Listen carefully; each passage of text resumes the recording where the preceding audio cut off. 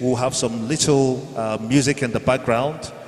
And the protocol for today, I believe, is being shared just so that everyone gets a wind of how we are going to move from now until the end of the day. We promise to keep it as short as possible and not to exceed 12 midnight. Yes, we'll try not to exceed 12 midnight for this great occasion. You can see the presentation that is all before you. This is a taste of what you can get here in Nigeria and more, but with specific reference to Lagos State, who is the pace setter state in Nigeria.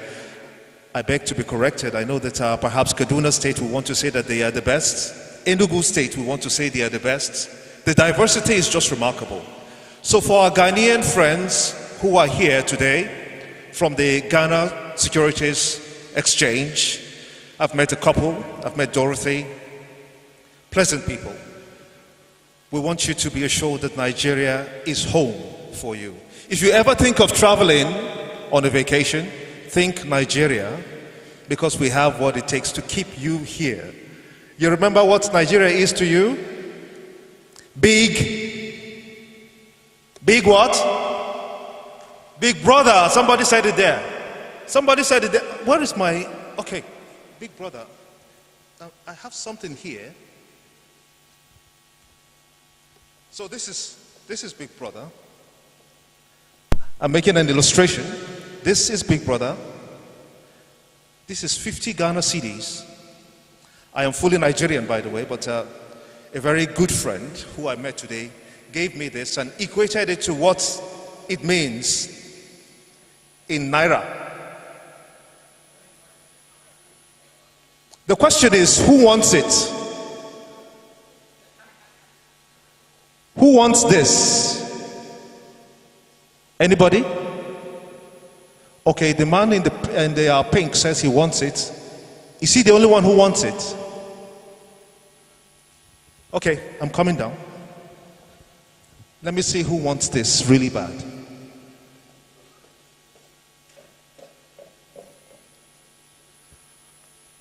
Who wants the 50 Ghana cedis? You? Who wants it? You. Who wants these cedis? 50 Ghana cedis. Who wants it? I'm going to stand here. Who wants these cedis? I can see hands up. Who wants 50 Ghana cedis? Who wants it? The lady in red wants it. Who wants it? Oh, somebody took it. Somebody that really wants the 50 Ghana cedis took the money. And that is how the capital market works. When you want something real bad, you go out there and you do what? You grab it. That's the spirit. That's the spirit to be forward, and that's the spirit that Nigeria brings to you, ladies and gentlemen, today. In just a few minutes, the governor will be here and we'll kickstart the event for today.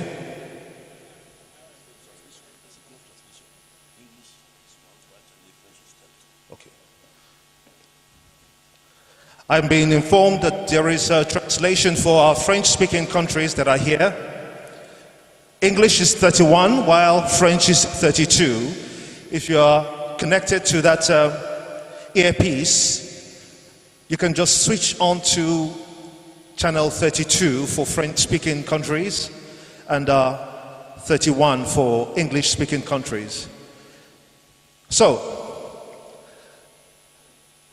did you like the exercise that I just played? Who liked it? I think I have another CDs. Let me see.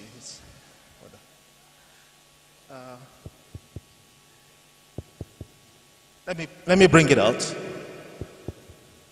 Oh, I actually have something more than the CDs. These are credit cards.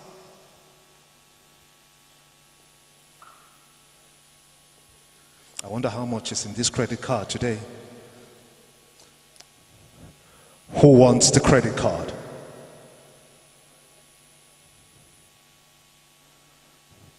You want it? Okay. I think the lesson did not pass in through very well. Who wants the credit card? Who wants this credit card? Let me just flash it in front here. Who wants the credit card? Going. Oh, somebody has gotten the credit card. Only God knows how much is in that credit card, and she can cash it today.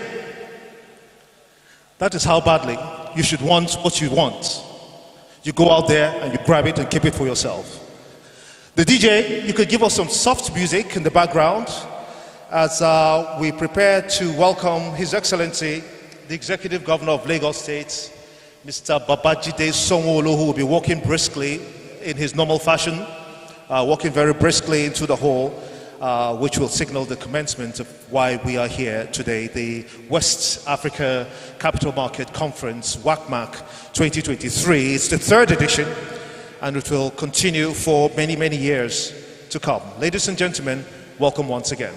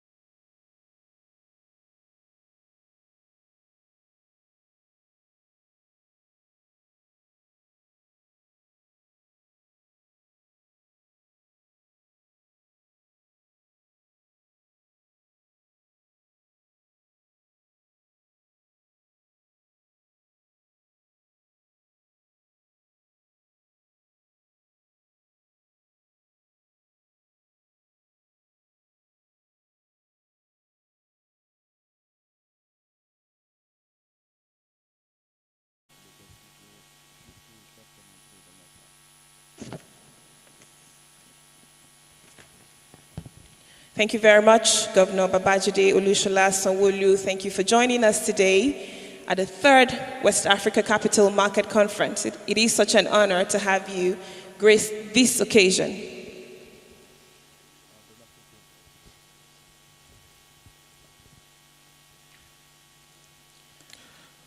While we remain standing, we'll now take the national anthem, the first stanza, then the second stanza as the opening prayer for this conference.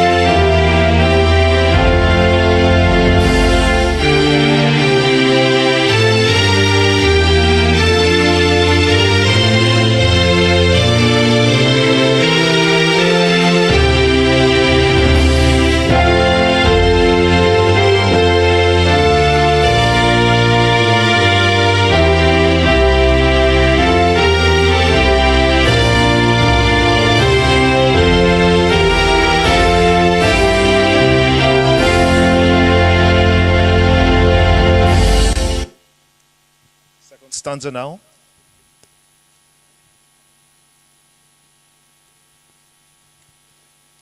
Oh God of... Okay.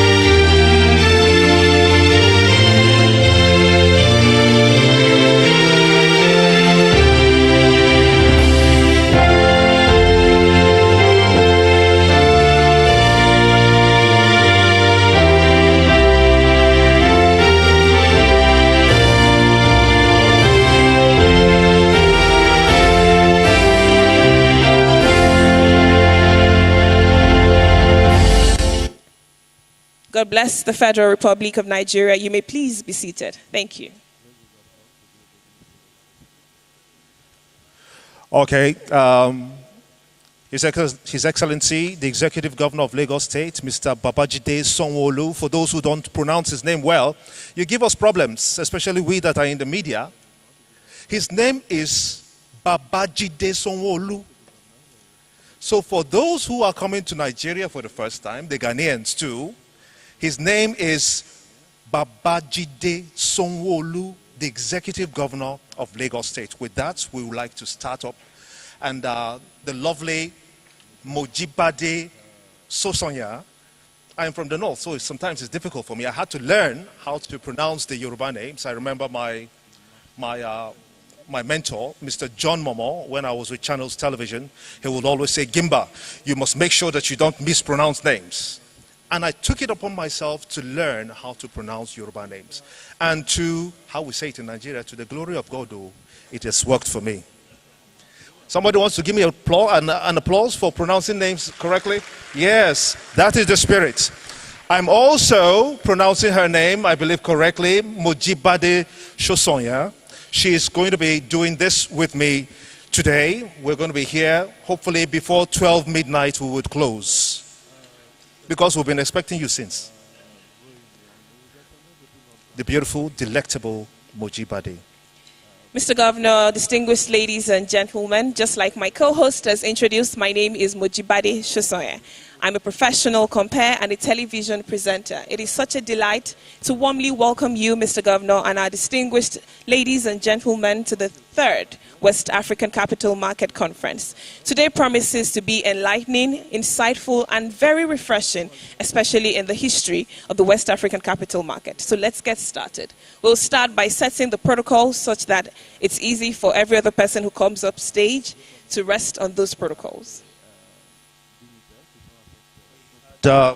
Earnestly been expecting His Excellency, the Vice President, Federal Republic of Nigeria, Mr. Kashim Shetima, who is today represented by Tokpe Fasua, the Special Advisor to the President, Economic Affairs, in the office of the Vice President.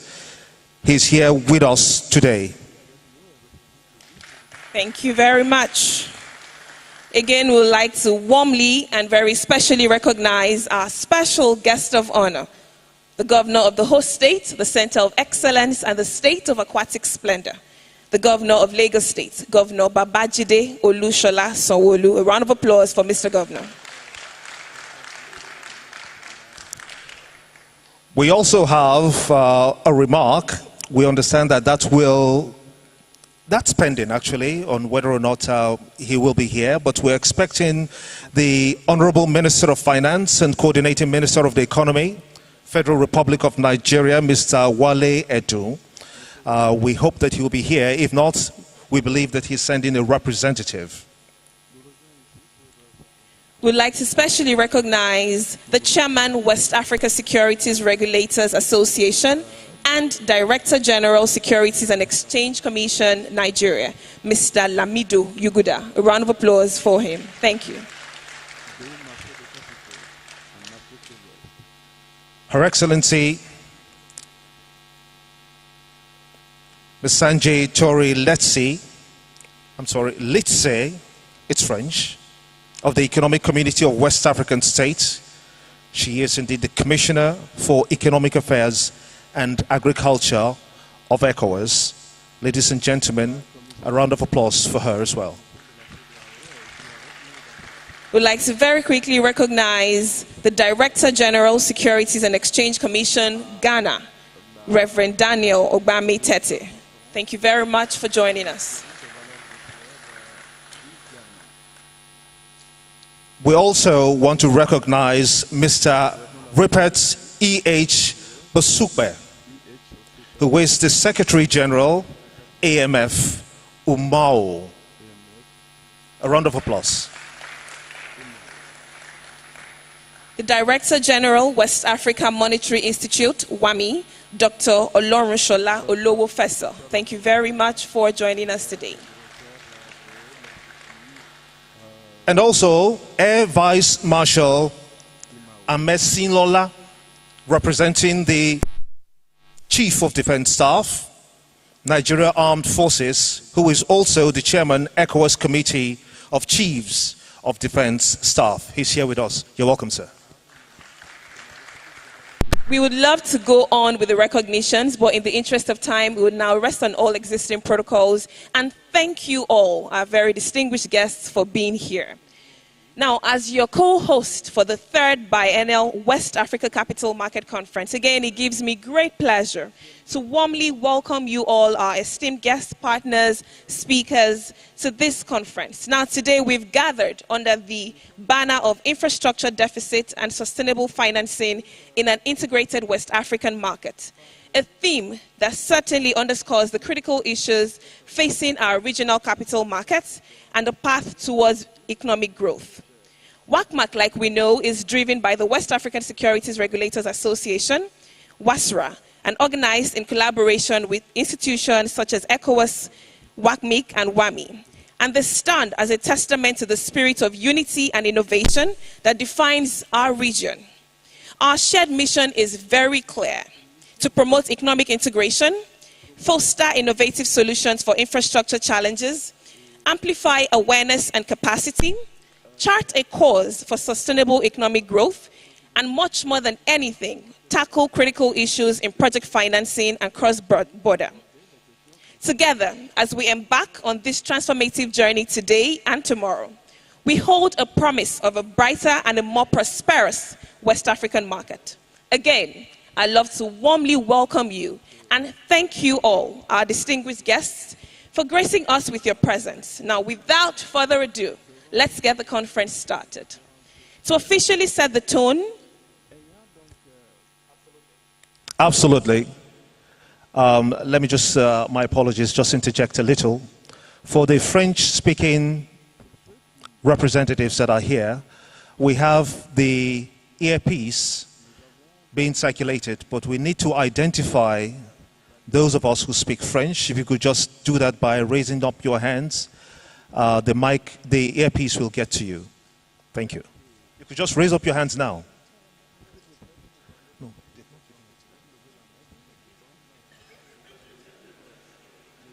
Whilst that is happening, we'd like to thank and recognize all our sponsors in the house.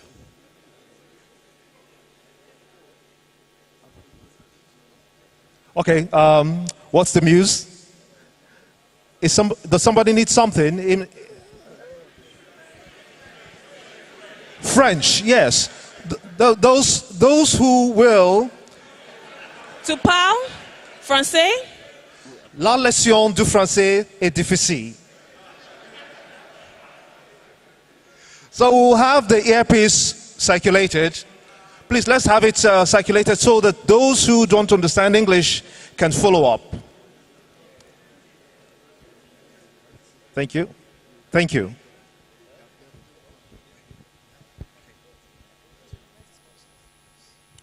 We'd like to very specially, before we get into the welcome address, thank all our sponsors who have made today possible. We'd like to start with our chief co-host sponsor, Sidal ECOWAS, our exclusive co-host sponsor, Access Bank PLC, our platinum sponsor, First Bank of Nigeria PLC. Please, when I call our sponsors, I'd like to crave your indulgence, so please give them a round of applause. They've made today and tomorrow possible. Thank you. Our platinum sponsor, First Bank of Nigeria PLC. Our gold sponsor, FSD Africa. Please keep the applause coming. Thank you. Our silver sponsors, Zenith Bank, Jay's Bank, FCMB, Afex, EcoBank, Coronation, Stanbic IBTC, United Capital, Noren Berger. Our ruby sponsors, NMRC, Infracredit, Lotus Bank, Meristem, FMDQ, Cardinal Stone, ICAG, AfriInvest, Vetiva, and Fidelity Bank. Our special sponsors, Udo Udoma and Bello Osage, and SCS. Member sponsors, SEC Ghana, NGX, CSCS, BRVM, AMMC. Thank you, and thank you, and thank you to all our sponsors. Would also like to recognize some distinguished personalities who are here. Senator Osita Izuagu, the Senate Committee Chairman, Capital Markets.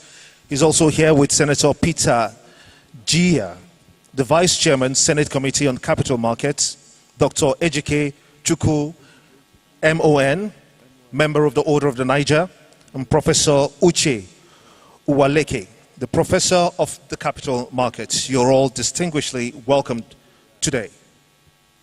Distinguished ladies and gentlemen, Mr. Governor, when we have persons like you in a room, it is not in our place as a host to do the official welcome. We'll now be making welcome a distinguished gentleman, an astute leader, a perspicacious man. Just a few weeks ago, he spoke on the need to address the country's infrastructure deficit, stating clearly that Nigeria still has a long way to go in bridging infrastructure deficit. And to address this gap, there is a growing need to adopt innovative financing mechanisms and sustainable financing options to mobilize the desired funds to meet the region's critical infrastructure needs. Now, who better to address us than a man who understands the nitty-gritty of our subject matter today? Please, with a warm round of applause, let's make welcome the Chairman, West Africa Securities Regulators Association and Director General, Securities and Exchange Commission, Nigeria, Mr. Lamido Yuguda. A round of applause for him.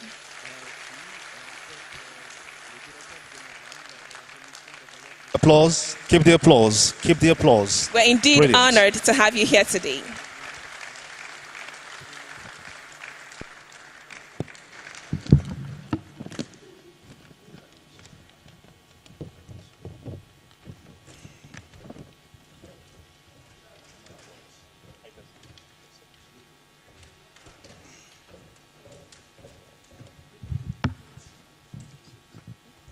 Excellency, the Vice President of the Federal Republic of Nigeria, ably represented by Mr. Tope Fashua, the Special Advisor to the President on Economic Affairs, His Excellency, the Executive Governor of Lagos State, Mr. Babajide Sanwo-Olu, Your Excellency, permit me to stand on the already established protocols. I'm really honored to extend a very warm welcome to you all on this momentous occasion of the third West Africa Capital Market Conference, WACMaC, holding today in Lagos, Nigeria. This conference holds immense significance in the ongoing efforts to integrate and harmonize the capital markets across the West Africa sub-region, a journey that commenced over a decade ago. In 2010, the establishment of the West Africa Capital Market Integration Council, WACMaC, marked the inception of our collective effort to create a seamless and unified capital market within West Africa. 5 years later, the formation of the West Africa Securities Regulators Association, WASRA, further solidified this commitment to harmonizing the regulatory environment for financial securities issuance and trading. WACMaC and WASRA bring together the securities exchanges, central securities depositories, and commissions of the sub-region, comprising Cape Verde, Ghana, Nigeria, and the Union Monetaire West Africaine, which is the association of the 8 French-speaking West African countries, with Morocco as an observer member. Our mission, as outlined in the ECOWAS Commission Treaty, is to facilitate the issuance and trading of financial securities across the region. The integration project is divided into 3 phases. Phase 1, facilitated trading between the stock exchanges in the sub-region through the sponsored access model. Phase 2, which is currently underway, is set to harmonize and validate regulations for the trading and settlement of securities in West African capital markets through the qualified West Africa broker model. This phase, with a target completion date of June 2024, is made possible through funding from the African Development Bank and is implemented by the West African Monetary Institute. Phase 3 holds the promise of delivering a fully integrated market and the establishment of the West Africa Securities Market, which will reflect securities listed on all member exchanges. This phase is expected to deepen West African capital markets, attract institutional and retail investors across member countries, and broaden the range of capital market instruments and issuances for funding private and public enterprises and infrastructure in the region. The West Africa Capital Market Conference, WACMaC, was conceived as a platform to address crucial issues related to the orderly growth and development of regional and continental capital markets. Hosted by WASRA and co-hosted by ECOWAS, WACMaC, and WAMI, this conference is held biennially in rotation across the member states of WASRA. Our inaugural conference, which held in Abidjan, Côte d'Ivoire in 2019, drew over 300 stakeholders from around the world. And the subsequent conference in Accra, Ghana in May 2022 gathered over 200 participants. These gatherings have been instrumental in shaping the integration project, expanding the membership of WASRA and WACMaC to include Cape Verde, and advancing our collective mission.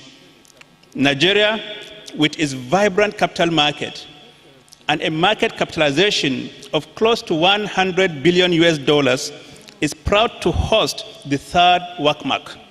This conference takes place at a time when Nigeria's president, His Excellency Asiwaju Bola Ahmed Tinubu, GCFR, serves as the chairman of ECOWAS, underscoring Nigeria's pivotal role in the region. We are confident that this event, themed Infrastructure Deficit and Sustainable Financing in an Integrated West Africa Capital Market, will foster integration, encourage capital formation, promote tourism, and attract investors to our region. As we come together over the next 2 days, I invite you to engage in thought-provoking discussions, share your insights, and collectively work towards achieving our shared goals. We are honored to have you as our esteemed guests, and we look forward to productive dialogues and impactful outcomes. I thank you all for your participation, and may this conference be a resounding success. Good morning.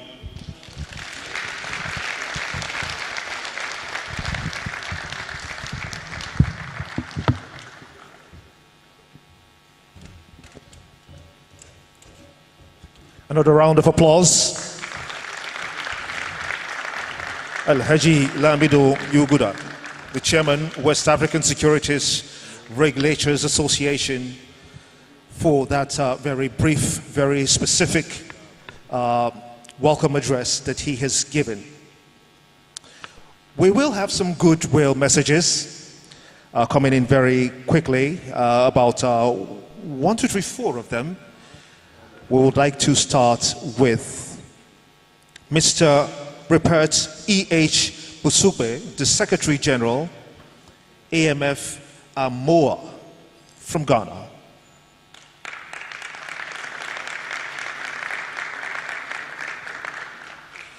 Let's keep the applause up. These are distinguished personalities here in Nigeria today, and make it as comfortable and memorable for them as well. You're welcome, sir.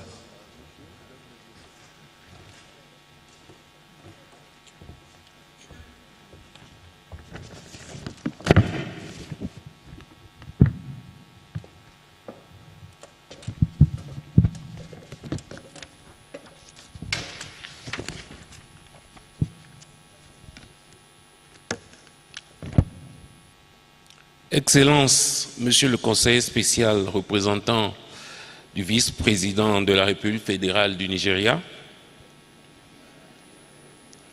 Excellences, Monsieur le gouverneur exécutif de l'État de Lagos, Monsieur le directeur général de la Securities and Exchange Commission du Nigeria, président de l'autorité des marchés, président de l'Association des autorités des marchés financiers de l'Afrique de l'Ouest, Monsieur le représentant de la communauté économique des États de la CEDEAO, Monsieur le représentant du WACMaC, Messieurs les directeurs généraux ou représentants de la Bourse régionale des valeurs mobilières, de la Bourse du Ghana et de la Bourse du Nigeria, Mesdames et Messieurs les représentants des partenaires techniques et financiers, distingués invités, chers représentants des organes de la presse, Mesdames et Messieurs.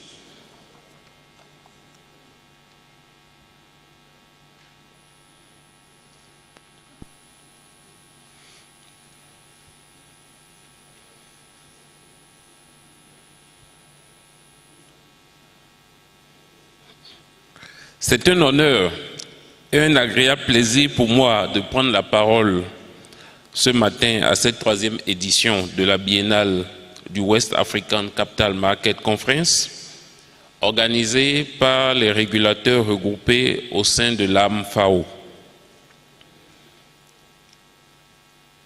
Monsieur le conseiller spécial représentant son Excellence, Monsieur le vice-président de la République fédérale du Nigeria, je voudrais avant tout propos saluer votre présence qui témoigne de plus, une fois de plus, de l'intérêt qu'apportent les plus hautes autorités de la CEDEAO à l'intégration et aux questions de financement à travers les marchés de capitaux. Je voudrais vous demander de bien vouloir transmettre à son Excellence Kashim Shettima les salutations distinguées de l'autorité des marchés financiers de l'UMOA. Excellence, Monsieur le gouverneur de Lagos, je voudrais également saluer votre présence. Nous sommes sur vos terres et nous sommes honorés également de faire cet événement dans cette charmante ville de Lagos. Distingués invités, Mesdames et Messieurs, pendant 2 jours, cette charmante capitale économique du Nigeria sera la capitale financière des pays de la CEDEAO avec la présence des dirigeants des principaux organes de régulation et des bourses de notre espace communautaire, ainsi que ceux des pays amis d'organisations ou d'institutions régionales et internationales. Nous discuterons des enjeux de la régulation, de la supervision des entités et des opérations transfrontalières, afin de nous approprier les meilleures pratiques pour un processus réussi de l'intégration des marchés de capitaux dans la CEDEAO. En effet, c'est l'occasion pour les différents acteurs des marchés de capitaux de la zone et leurs homologues d'autres juridictions invités d'échanger sur des thèmes d'actualité, de rechercher des solutions idoines pour l'intégration des marchés en vue d'une meilleure mobilisation des ressources pour le financement des infrastructures, gage d'une croissance plus forte dans notre sous-région. Permettez-moi de souligner qu'au moment où nos dirigeants s'activent pour l'avènement d'une monnaie unique communautaire, l'intégration des marchés financiers revêt un enjeu primordial. Le thème général de la présente édition, qui est déficit d'infrastructures et financement durable dans un marché intégré, traduit éloquemment le rôle attendu des marchés financiers dans l'accompagnement du développement des économies de la région à travers notamment le financement des infrastructures. Distingués invités, mesdames et messieurs, quels sont les défis de l'espace CEDEAO au regard du financement des infrastructures? Notre espace communautaire est un vaste territoire de 6,1 millions de kilomètres carrés, mais nous sommes confrontés à de nombreuses contraintes. Le faible niveau de développement économique de nos 15 pays, avec 3 pays enclavés, le Burkina, le Mali, le Niger. Nous avons un pays insulaire, le Cap-Vert. Nous avons une croissance démographique qui reste forte, de 2 à 3%, avec une population qui avoisine les 400 millions d'habitants, dont la majorité est composée de personnes à faible revenu. Nous avons des infrastructures régionales peu pratiques, mal entretenues ou non connectées. En Afrique, nous avons environ 7 km de route, alors qu'en Asie, nous avons 18 km de route pour 100 km². Donc nous voyons bien le gap de ce qu'il nous faut atteindre comme enjeu pour accroître notre interconnexion. Nous avons un secteur industriel embryonnaire et encore peu compétitif. Et c'est justement pour ça que les produits qui viennent d'Asie sont encore moins chers que les produits que nous consommons ou que nous produisons localement. Enfin, notre commerce intracommunautaire, malgré les taux de croissance d'environ 5% qu'on a observé au cours de la dernière décennie, reste inférieur à 15%. Donc ça veut dire que nous n'échangeons pas suffisamment ce que nous produisons au sein de la CEDEAO, ce qui entrave les objectifs de développement économique, d'intégration de nos économies. Au regard donc de l'importance des infrastructures dans le soutien aux activités économiques, nos dirigeants ont placé au cœur de leurs programmes nationaux de développement le financement des infrastructures pour l'émergence des économies. À cet effet, le recours au marché financier apparaît comme une voie incontournable. Dans la zone UMOA, par exemple, plus du tiers des ressources mobilisées sur le marché ont servi à financer les infrastructures. La contribution des marchés de capitaux aux politiques de développement de nos pays n'est donc plus à démontrer et devrait constituer, de notre point de vue, un catalyseur pour une croissance économique plus durable. Aussi, l'évolution des réalités socio-économiques et les risques liés au système financier commandent-ils de trouver des alternatives plus efficaces de diversification des instruments de financement pour atteindre et maintenir une croissance économique plus saine et plus durable. Je voudrais, dans cette optique, saluer et encourager l'utilisation des instruments de la finance islamique, ainsi que des instruments de la durabilité, les Green Sustainable Social Bonds, qui sont innovateurs et à enjeu important pour le financement des infrastructures. Ce sont des instruments qui permettent de réconcilier les besoins des émetteurs et des investisseurs, mais surtout de renforcer la confiance, parce qu'ils permettent d'assurer la traçabilité des investissements et de s'assurer que l'utilisation des ressources est conforme à ce qui a été annoncé. À titre d'exemple, les produits comme le Soukouk ont montré leur performance dans le financement alternatif des infrastructures en Afrique de l'Ouest et dans l'UEMOA des pays comme le Sénégal, la Côte d'Ivoire, le Togo et le Mali en ont fait recours sur notre marché. Monsieur le conseiller spécial représentant Monsieur le vice-président, Monsieur le gouverneur exécutif de la ville de Lagos, Mesdames et Messieurs, le déficit d'infrastructures, le faible niveau des échanges commerciaux et le manque de compétitivité du secteur privé constituent des obstacles à une intégration économique réussie de la CEDEAO. Mais l'intégration économique nécessite aussi une intégration financière. Or, les défis pour l'intégration des marchés de capitaux sont encore devant nous. Je voudrais citer les plus marquants, à savoir l'harmonisation des systèmes de régulation et l'application effective des règles, le choix du modèle d'intégration des marchés. Est-ce que nous devons aller à une fusion totale des marchés ou à une coexistence de marchés spécialisés? Nous devons peut-être réfléchir à ces questions. Nous devons traiter la question de la fiscalité, du régime d'échange et des abus de marché qui sont des questions liées à la souveraineté des États. L'avènement de la monnaie commune qui est annoncé pour 2027 nécessite que nous puissions accélérer notre préparation. Enfin, le pouvoir institutionnel du WACMaC pour influencer les décisions au plus haut niveau au regard de sa forme juridique actuelle. Mais malgré ces défis, nous enregistrons des progrès. En effet, la première des 3 premières phases d'intégration du marché est déjà implémentée par les bourses, ce qui permet aujourd'hui aux investisseurs du Nigeria, par exemple, d'acheter des actions, d'acheter des obligations au Ghana, en zone UEMOA, s'ils le souhaitent, à travers des accords entre les courtiers. La deuxième phase, dont la mise en œuvre est en cours, ambitionne de disposer de courtiers régionaux susceptibles d'opérer d'un marché à l'autre dans le respect des critères préalablement définis. Et la troisième phase consistera à instaurer un marché entièrement intégré avec une bourse virtuelle, un dépositaire de titres et un système intégré de compensation et de règlement. Pour accompagner cette dynamique, l'autorité des marchés financiers de l'Union monétaire ouest-africaine a entamé depuis quelques années des réformes structurantes. Je voudrais ici mentionner les actions menées, notamment le renforcement des exigences capitalistiques de certains acteurs clés de ce dispositif, à savoir les courtiers, pour lesquels nous avons relevé le capital social pour les aligner un peu aux exigences de la communauté, et les sociétés de gestion d'organismes de placement collectif.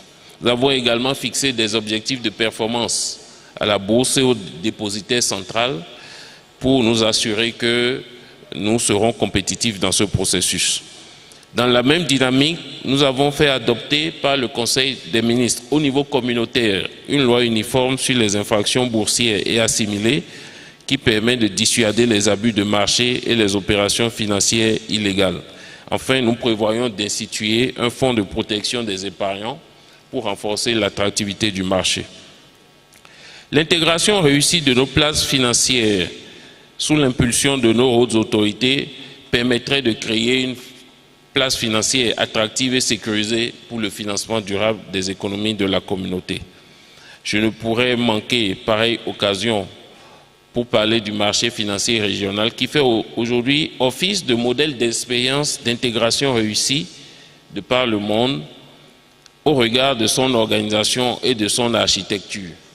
Dans son essence, il peut être une source d'inspiration pour l'intégration au sein de la CEDEAO et pour d'autres régions de notre continent et du monde. Aujourd'hui, le marché financier de l'UEMOA, c'est 30 milliards de dollars mobilisés au niveau du marché primaire par les États et le secteur privé, dont 70% environ servis au financement des infrastructures au service des populations. C'est une capitalisation boursière d'environ 30 milliards de dollars au 30 septembre. Nous avons 127 lignes obligataires cotées, 46 sociétés, 271 acteurs et 1300 milliards d'actifs sous gestion.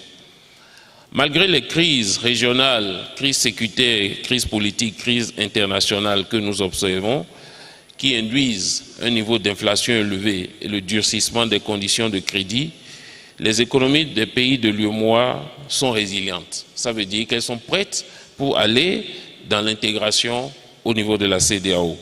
Nous observons des taux de croissance de 5,7% en moyenne et les perspectives s'annoncent favorables pour les années à venir, en lien avec le démarrage de l'exploitation de gisements d'hydrocarbures au Niger, au Sénégal et en Côte d'Ivoire. Pour relever ces défis liés au développement du marché, l'autorité des marchés financiers que je représente entend intensifier au cours des prochaines années ses actions de réforme sur les coûts de transaction, la titrisation, les instruments financiers innovants, la qualité de l'information financière des émetteurs et des intermédiaires du marché pour un meilleur financement des économies et une meilleure gestion des risques. La réalisation de ces grands chantiers au bénéfice des pays de notre Union nécessite le soutien de tous, les gouvernements, le secteur privé, les intermédiaires financiers, les investisseurs et surtout les populations. Monsieur le vice-président représenté par son conseiller spécial, monsieur le gouverneur exécutif de la ville de Lagos, distingués invités, mesdames et messieurs, je voudrais clore mon propos en adressant mes sincères remerciements aux autorités nigérianes pour l'accueil, la fraternité et l'hospitalité dont moi-même et ma délégation bénéficient depuis que nous sommes ici en terre africaine. Mes remerciements vont également à l'endroit de toutes les personnes ici présentes ainsi que tous les partenaires qui ont accepté d'accompagner la MMFO dans l'organisation de cet événement. Je ne saurais oublier le comité exécutif de l'AMFAO, fortement représenté à la présente cérémonie, avec à sa tête M. Lamido Yuguda, directeur général de la SEC Nigeria, et le révérend Daniel Tété, directeur général de la SEC Ghana, sans oublier les équipes de nos autorités et des bourses pour leur implication totale et leur disponibilité sans faille dans la préparation de cette activité. Je tiens à réitérer l'engagement de l'autorité des marchés financiers de l'UMOA à œuvrer de concert avec tous les autres régulateurs pour une intégration réussie de nos marchés. À cet effet, et pour être pragmatique, nous sommes déjà disposés à œuvrer au financement du plan directeur des infrastructures de la CEDEAO 2020-2045 pour une transformation structurelle de nos économies. Bonne conférence à tous. Je vous remercie de votre aimable attention.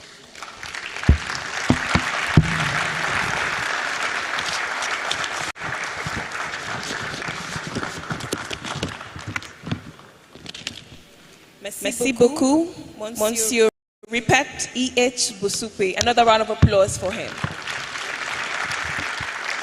I do understand French, and I would have loved to translate everything he said, but in the interest of time, you can meet me right after the goodwill messages. Thank you very much. I'd like to very quickly recognize the Chairman, House of Representatives Committee on Capital Market, Honorable Solomon Bob. Thank you very much for joining us. A round of applause for him.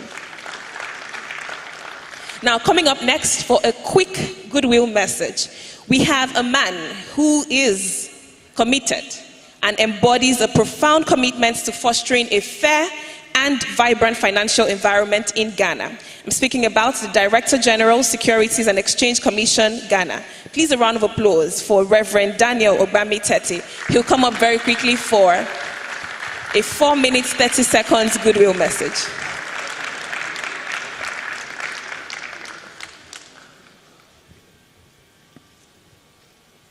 We can keep the applause up. We can keep it up. Brilliant.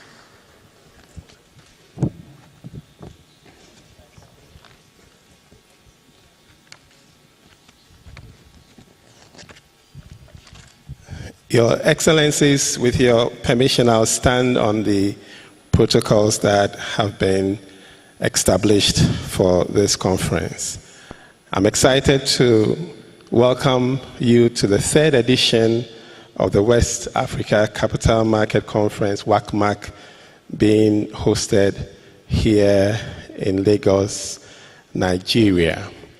It is refreshing to note that gathered here are experts, policymakers, financial leaders, and various stakeholders from various sectors, all united by a shared commitment to developing the capital market to address the infrastructure challenges that lie before us.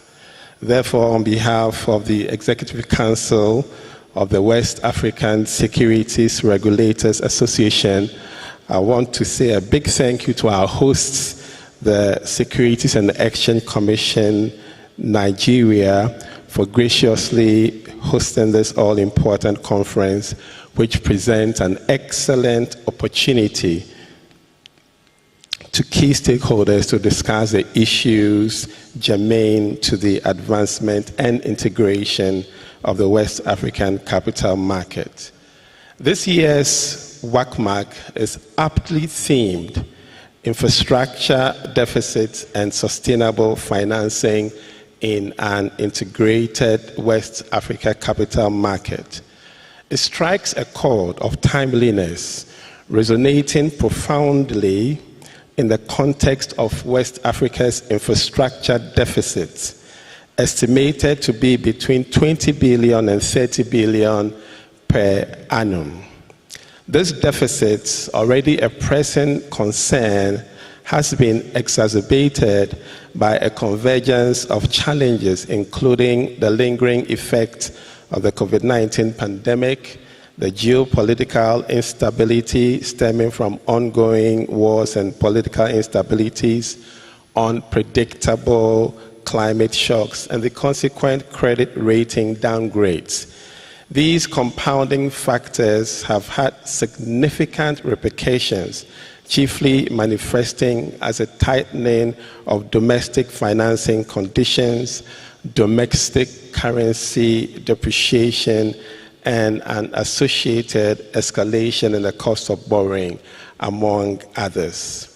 Within this complex web of interconnected issues, the impending discourse at this year's conference assumes pivotal significance. Today's theme provides a pragmatic response to the exigencies of our time, propelling the well-established maxim of finance and development further up in the capital markets ecosystem. The theme offers all of us gathered here the opportunity to reflect and deliberate on how we can maximize the use of the capital market to make an impact on the lives of our people. It serves as a clarion call, urging us to explore innovative avenues for utilizing the capital market as a transformative tool. The West Africa capital market integration stands as a linchpin for achieving the SDGs of affordable and clean energy, sustainable cities and communities, poverty eradication, and industry, innovation, and infrastructure by addressing infrastructure deficits, reducing unemployment, and meeting developmental needs. Our endeavor of integrating the capital markets in West Africa holds the potential to streamline funding for sustainable infrastructure projects within the region. The integration will help attract financing for projects that align with the SDGs and in turn empower the region to take critical issues, including the development of renewable energy, social infrastructure enhancement, and poverty alleviation. Investment in interstate roads, rails, bridges, energy, broadband, and other regional infrastructure will boost trade and make West Africa an investor's dreamland. As we engage in discussions centered around this theme and strengthen our dedication to the integration agenda, we are demonstrating the potential of investment in West Africa and also the capacity to guide and encourage investors to increase their commitments in the sub-region. This shift in investor sentiment will subsequently lead to a transformation in the risk profile associated with West Africa investment. In essence, the integration of the market, boasting a market capitalization in excess of 50 billion, renders West Africa bankable. Throughout our discussions, I encourage you all to actively engage, share your knowledge, and explore new ideas. Our diverse perspectives and experiences are valuable assets as we seek to chart a path towards a more prosperous and connected West Africa. Let us embark on this journey of exploration, dialogue, and most importantly, action, with a shared vision of a more resilient, interconnected, and prosperous West Africa. In closing, I want to express my deepest gratitude to each one of you for being here today. Your presence reflects your dedication to the betterment of our region and your belief in the power of collaboration. Thank you. Modupe, Dalu, Nagode, and may God bless us all. Ladies and gentlemen, that was aptly put. Even with a Nigerian Yoruba speaking conclusion to that. A round of applause to the Securities and Exchange Commission Ghana Director General, Reverend Daniel Tete. Some of the salient take home that we get from him is the need for basically Africa rising. It is important to see that West Africa is trailing that blaze and is able to harness this crop of distinguished industry players in various capital markets across West Africa to be here in Lagos today and sound it to His Excellency, the Governor of Lagos State, the state of excellence in Nigeria. And I'm just so delighted that a Ghanaian is able to speak some Yoruba. A round of applause for him. Mabinujo. All right, we're going to move very quickly for another goodwill message. And this is coming from the Commissioner for Economic Affairs and Agriculture of ECOWAS, ably represented by Chukwudi Okonkwo Peter. A round of applause for him. Thank you for coming. We can keep the applause up. We can keep the applause up. Thank you for coming, sir. Take it easy. Okay. Your mic is on.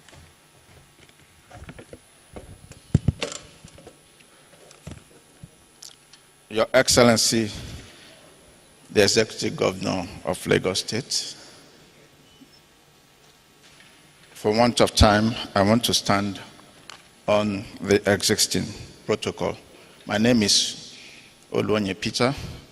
I'm representing the ECOWAS Commission, specifically the person of Her Excellency Masanje Toure Liste. And in my team today, I have Dr.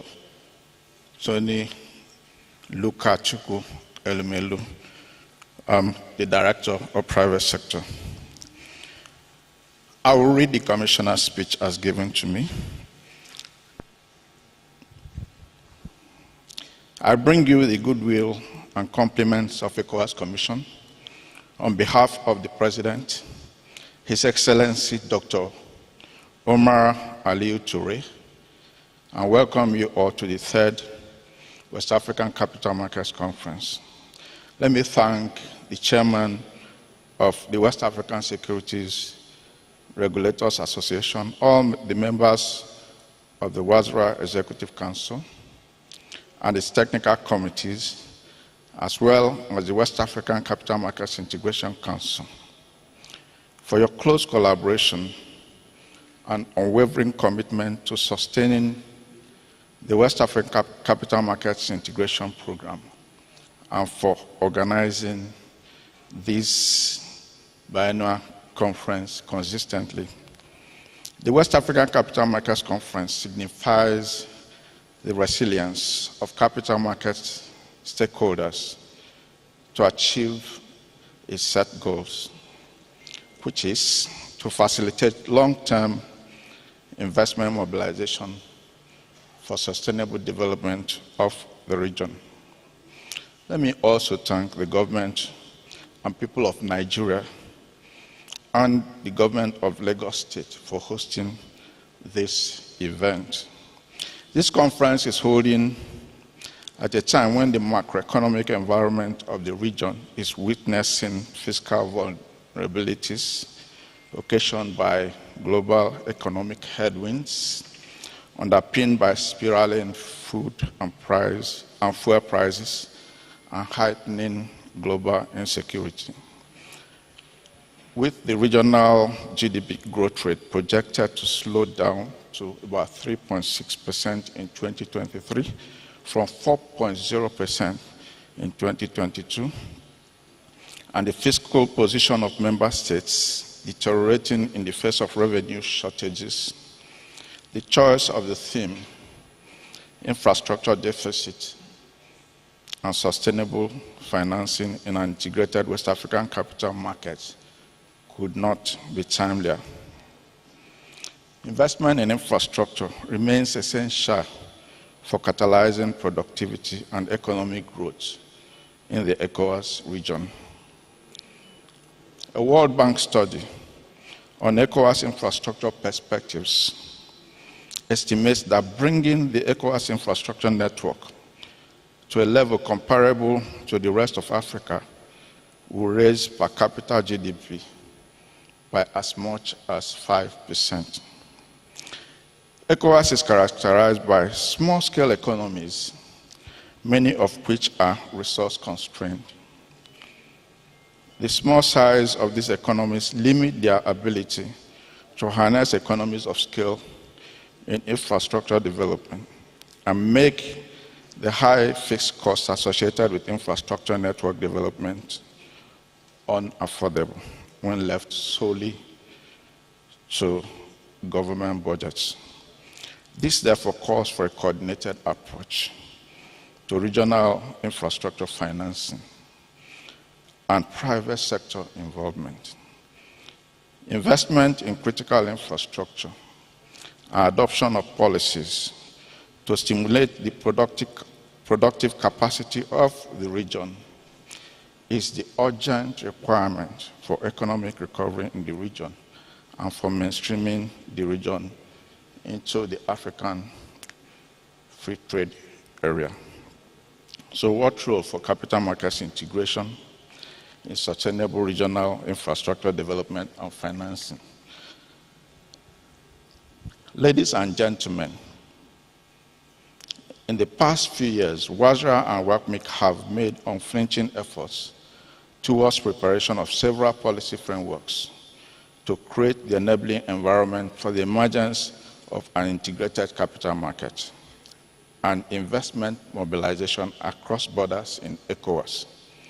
These frameworks, apart from harmonizing the standards and practices among market jurisdictions, are meant to facilitate the issuance, listing, and trading of securities across ECOWAS borders and eschew the rigors and additional costs of approaching each market jurisdiction separately for investment or capital raising or exit where necessary. They also aim to create market access to issuers, capital market operators, and investors by dismantling policy and regulatory barriers to free movement of capital across our borders, and such other barriers that may have created boundaries in our common market. On infrastructure financing in Africa, The African Development Bank Economic Outlook Report 2023 estimates that Africa continent's infrastructure needs amount to between $130 billion and $170 billion per annum, with a financing gap of $68 billion to about $108 billion. The same report estimates that institutional investors, including insurance companies, pension funds, and sovereign wealth funds, hold over $1 trillion in assets under management globally. In ECOWAS, most of these institutions are constrained from allocating significant percentage of their assets to infrastructure financing. This calls for redesigning of existing regulatory frameworks and policies preventing investment in these funds in infrastructure, and for incentives for innovative product development by market operators to unlock such captive assets through the capital market.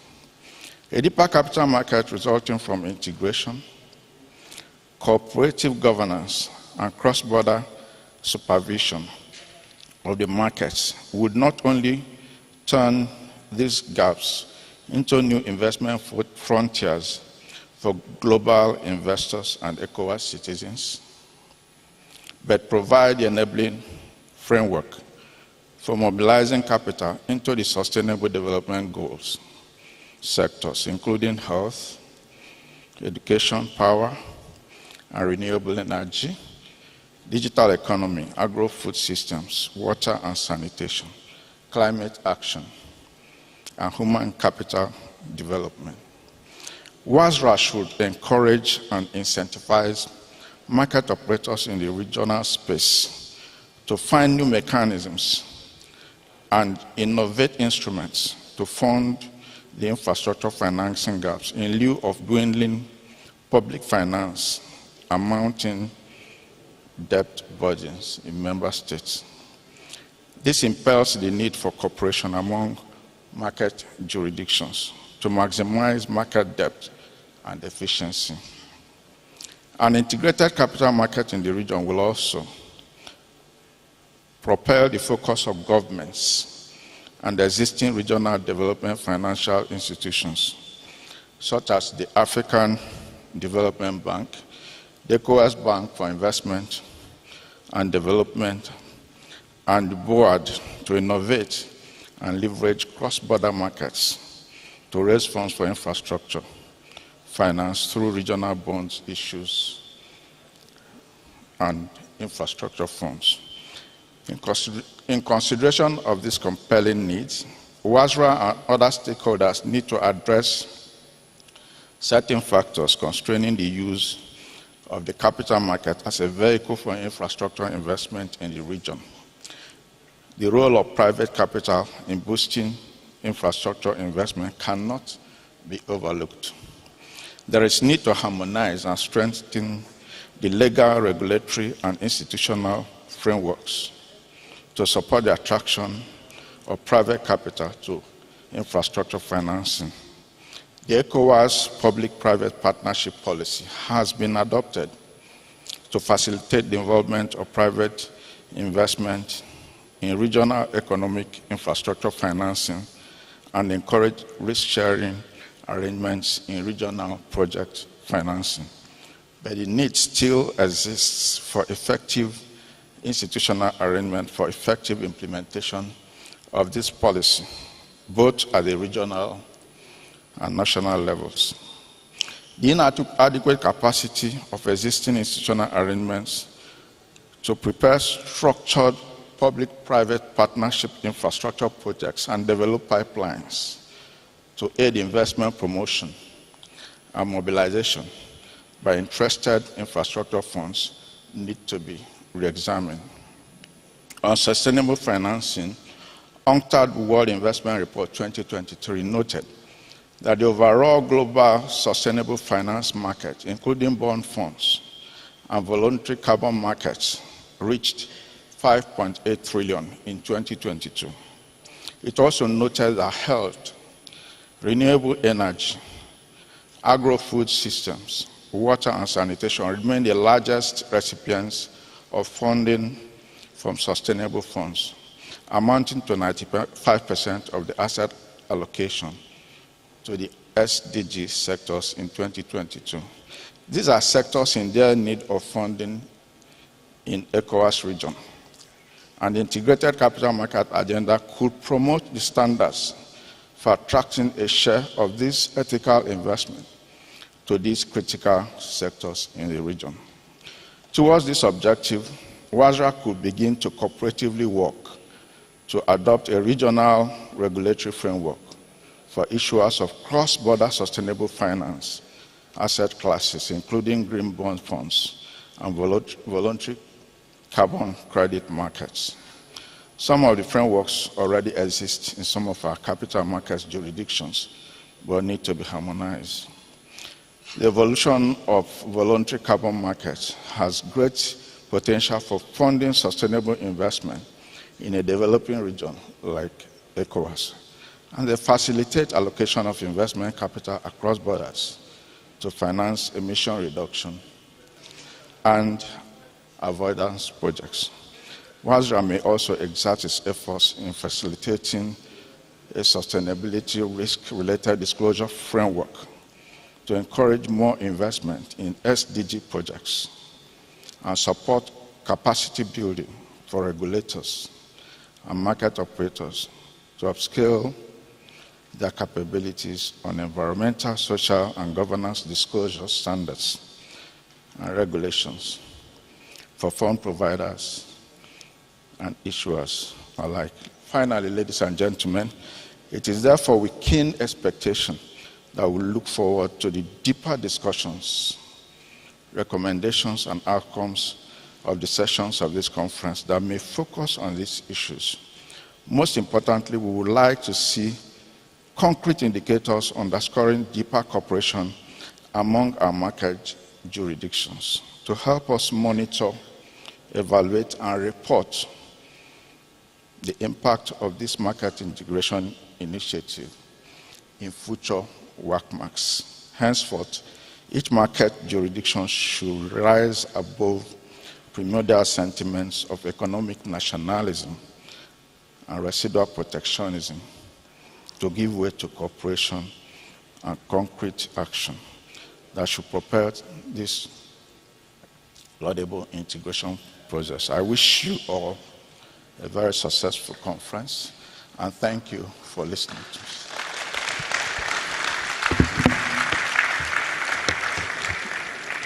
Thank you very much, Mr. Chukwudi Okonkwo Peter, for bringing the good wishes of Her Excellency Masanje Tore Litse, the Commissioner for Economic Affairs and Agriculture, ECOWAS. Thank you. Indeed, the benefits of an integrated capital market in West Africa cannot be overemphasized. Thank you once again. Now, just to reiterate that if you'd like the headphones, the hearing aids, you can please walk to the back and talk to any of our hostesses. They will hand the hearing aid over to you if you are interested in using one. Thank you. Now, in the interest of time, we do have some other goodwill messages, but we'll be taking a very special remark right about now. At this point, distinguished ladies and gentlemen, it is my absolute honor and my distinct pleasure to bring up a man that I call CME FME. CME means a capital market enabler, a financial market enabler. This man is a paragon of excellence, a paragon of transformational leadership, a paragon of commitment and dedication. He is the governor of the host state. Please rise as we now receive Mr. Governor, Mr. Babajide Olushola Sanwo-Olu, for a special remark today at the opening ceremony of the 3rd WACMaC. Thank you very much, Mr. Governor. It's an honor to have you here. A round of applause for Mr. Governor, the Governor of the Center of Excellence and the State of Aquatic Splendor. Over to you, Mr. Governor. Thank you, Monisade. I want to ask you to interpret all of that in French. Please sit down, please. Thank you very much. Thank you very much.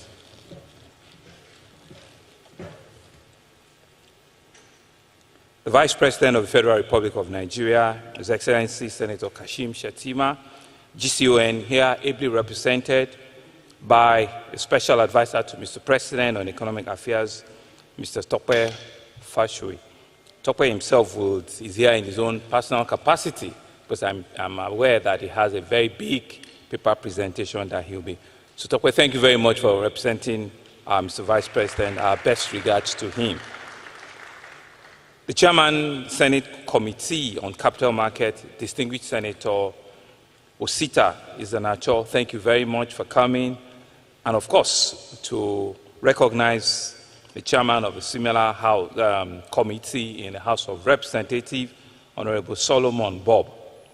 The Honorable Minister for Finance and the Coordinating Minister of the Economy, Mr. Wale Edun, here, ably represented, is wearing two caps by the Director General, who is also the West African Chair of the Securities and Exchange, Mr. Lamido Yagudu. Thank you very much. Other distinguished participants, especially for all of our invited guests from our neighboring West African states, distinguished scholars that have come up to speak here, captains of the industry, capital market players, gentlemen of the press, distinguished ladies and gentlemen. Let me first just apologize that because of how packed today is for me, I might not be able to, stay till the end of the proceedings for this, and it's because it's back to back.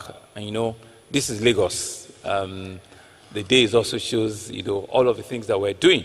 But I can assure you that I'm proudly honored to stand here before you today as you gather for the 3rd West African Capital Markets Conference, an event of great significance to the economic prosperity of our region and hosted in the heart of our Boston city. For our foreign partners, for our neighboring states, we don't say welcome to Lagos. We say this is Lagos. So once again, this is Lagos. The esteemed gathering under the auspices of the West African Securities Regulatory Authorities, WASRA, the ECOWAS West African Capital Market Integration Council, WACMaC, and West African Monetary Institute, WAMI, fortifies the financial bedrock of our region, fostering a collaborative spirit amongst member states. The inaugural conference was held in Abidjan, Côte d'Ivoire in 2019, and the subsequent assembly was in the Republic of Ghana in 2022. We have set a commendable precedent at galvanizing capital market stakeholders towards a more integrated and robust financial ecosystem for the region. Today, as Nigeria warmly welcomes delegates from across the West African region and beyond, we're acutely aware of the imperative of addressing the theme of the conference, infrastructural deficit and sustainable financing in an integrated West African capital market. The theme of this conference, therefore, which is infrastructure deficit and sustainable financing of West African capital market, is especially apt for this moment. Across our sub-region, modern infrastructure such as roads, rail, ports, fiber optics connectivity, housing, power, and several others are largely inadequate. These perennial inadequacies have hindered our economic growth of our various nations and economic development for our people. It behoves, therefore, on us to deliberate on innovative ideas, financial strategies that can bridge this infrastructural gap, enhancing the quality of life of our citizens and propelling our economics to a greater height. I can say to you very clearly that whatever will be the outcome of this conference, Lagos stands as a key beneficiary, because to date, we're one of the biggest players in that market with all of your support and encouragement as a subnational in the entire region. And so whilst government like ours continues to make effort at plugging the huge infrastructure deficit, we cannot do it alone. And that's why I'm here this morning. First, to thank you, to encourage you, and to say that we, the political heads, are waiting to see what are the various types of instruments very innovative instruments and ideas that you can bring forward for us to be able to do the great and very difficult work that they have asked us to do. And we realize that we're on the same coin, we're just different sides of a coin. You know, for us, we make promises, we want to do things like yesterday. And for you guys, you are the innovators, you are the creators. So let us work in synergy and let us be able to deliver these social goods for our people. I often say that there is no amount of money, there is no amount of funding that a government can raise. It's only innovative financing and creative financing that will come, especially for all the products that are coming out from the capital market that can indeed bridge that gap. So I see you as partners in progress. Even if you don't wear a political tag, I see you as strategic partners for us, and indeed we can build that ecosystem and that economy that we all truly crave for. And so we believe that there are many ways in which the West African capital market can help at plugging this infrastructure deficit in the sub-region. One of the economics of scale that will accrue from such integration, this will enable us to pool funds together across the extensive sub-region and to finance large projects that can serve a multitude of people. We've all been talking about the West African rail corridor, West African road highway corridor. It hasn't happened.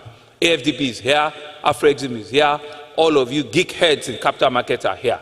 What stops us from creating a highway corridor all the way from Conakry to Abidjan, to Accra and to Lomé and to Lagos? What stops us? The creativity is in this room, and once you can talk of how to finance it, then we'll begin to bring our economics together closer and faster. And I believe it's one of the things that you should be discussing here today. In addition, an integrated capital market will result in harmonizing of regulations. Cross-border issues, cross-border policies, conversations like this can help remove those red tapes, and you can indeed enter economics, and regions very, very quickly. This will make trade easier and faster. Investment across borders will give confidence to investors. The ease of doing business will result from an harmonized regulatory environment that will open up funding possibilities of infrastructural projects that are needed in the sub-region. The West African Capital Market Integration, WACMaC, initiated in 2010, was progressively changed the landscape of our regional economy, fostering an harmonized regulatory environment for the issuance of trading of securities across West Africa. This has been the bedrock over the past couple of years that I've told. As we stand on a global stage today, hosting the third West African Capital Market Conference, Lagos and Nigeria, we're proud to note that the Nigerian capital market has shown remarkable resilience and competitiveness, boasting a capital market capitalization, as said by Mr. Sek himself, of over $100 billion. I think they need to give us a round of applause to that. And we still, depending on what currency you use and how you convert it, we believe it's even a lot more than that. This is not a mere statistics, but a testament to the inherent strength of our economy and the boundless potentials that lies within our region. This forum therefore serves as a unique opportunity platform to promote integration, to spur capital formation, to accentuate tourism, and to attract investors, thereby enhancing and enriching our collective financial discourse and action. I dare say that the recent appointment of our President Asiwaju Bola Ahmed Tinubu, GCFR, as the chairman of ECOWAS, is a further testament to the pivotal role Nigeria plays in the region. This new leadership role reinforces our commitment to driving the integration agenda and enhancing the economic prosperity of West Africa. Just 2 days ago, at the Nigerian Economic Summit, Mr. President did set the tone for private sector players like all of yourselves, and say that before the end of this decade, we should be hitting a $1 trillion GDP for Nigeria. I believe it's doable, and I'm sure a lot of you in this room also believe it's doable. But it can only happen when we roll up our sleeves. when we think out of the box, when we come with creative minds, and when we dare to think and imagine that the possibilities of doubling the GDP of the country in 6 years is possible. I believe it's in this room that those creativities can come out. And so, thank you. And so hosting this prestigious conference in Lagos offers us a unique opportunity to showcase our economic mettle, our rich cultural heritage, and our warm, very warm Lagos hospitality. We hope that the event will not only foster greater integration and capital market formation, but also stimulate tourism potentials and attract even more investors to our region. Don't worry about the traffic in Lagos when they tell you we have trains working now, so we can solve and we can move people from one part of the city to the another. I was just telling Tope that SEC needs to pay me, advertising, because I like the front page, of the brochure we're holding, signifying and showing, the blue rail. And we're not just showing it. The capital market, the financial market helped us to develop those infrastructure, and we cannot thank you enough. I'm therefore optimistic that the insights shared and the resolutions that will be adopted over the course of this conference will significantly contribute towards achieving an holistic and a sustainable financial ecosystem for Lagos, for Nigeria, and indeed West Africa. In closing, I extend my hearty welcome to you all to Lagos, and to assure you that the discussions and deliberations over today and tomorrow will prove to be enlightening, enriching, and beneficial to all the participants. Thank you for your attention. May God bless you, and thank you for choosing Lagos at this time for your conference. I hope the deliberation will be very fruitful. Thank you very much. This is Lagos. Mr. Governor, we'd like to ask that you please remain on stage. We want to take some quick photographs. Thank you very much. A round of applause for Mr. Governor. Thank you very much for challenging our thoughts and for letting us know what is possible. I will wait to listen to the Vice President. Okay, Mr. Governor is still here. Thank you very much. Please, you may be seated.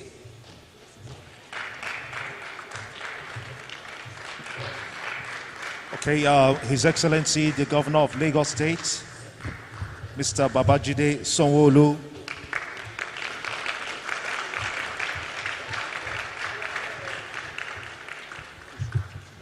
Thank you. You may please be seated. Every time I hear the governor speak about different subject matters, I always just assume he's only passionate about that subject until you hear him speak about another subject. I think it's worthy to note that Mr. Governor is an ex-banker, so you can tell that this is such a passionate conversation for him. So when I called him FME, CME, I did mean what I was saying. One more time, give Mr. Governor a round of applause for that powerful presentation and speech.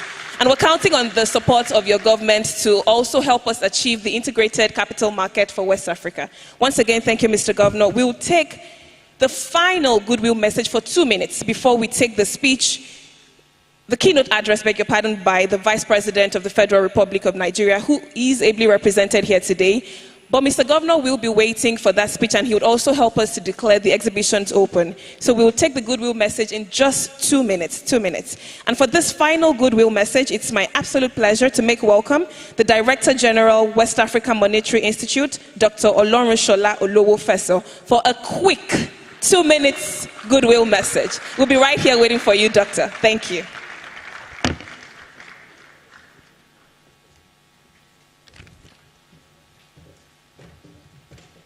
You have 2 minutes, Doctor. Over to you. Thank you.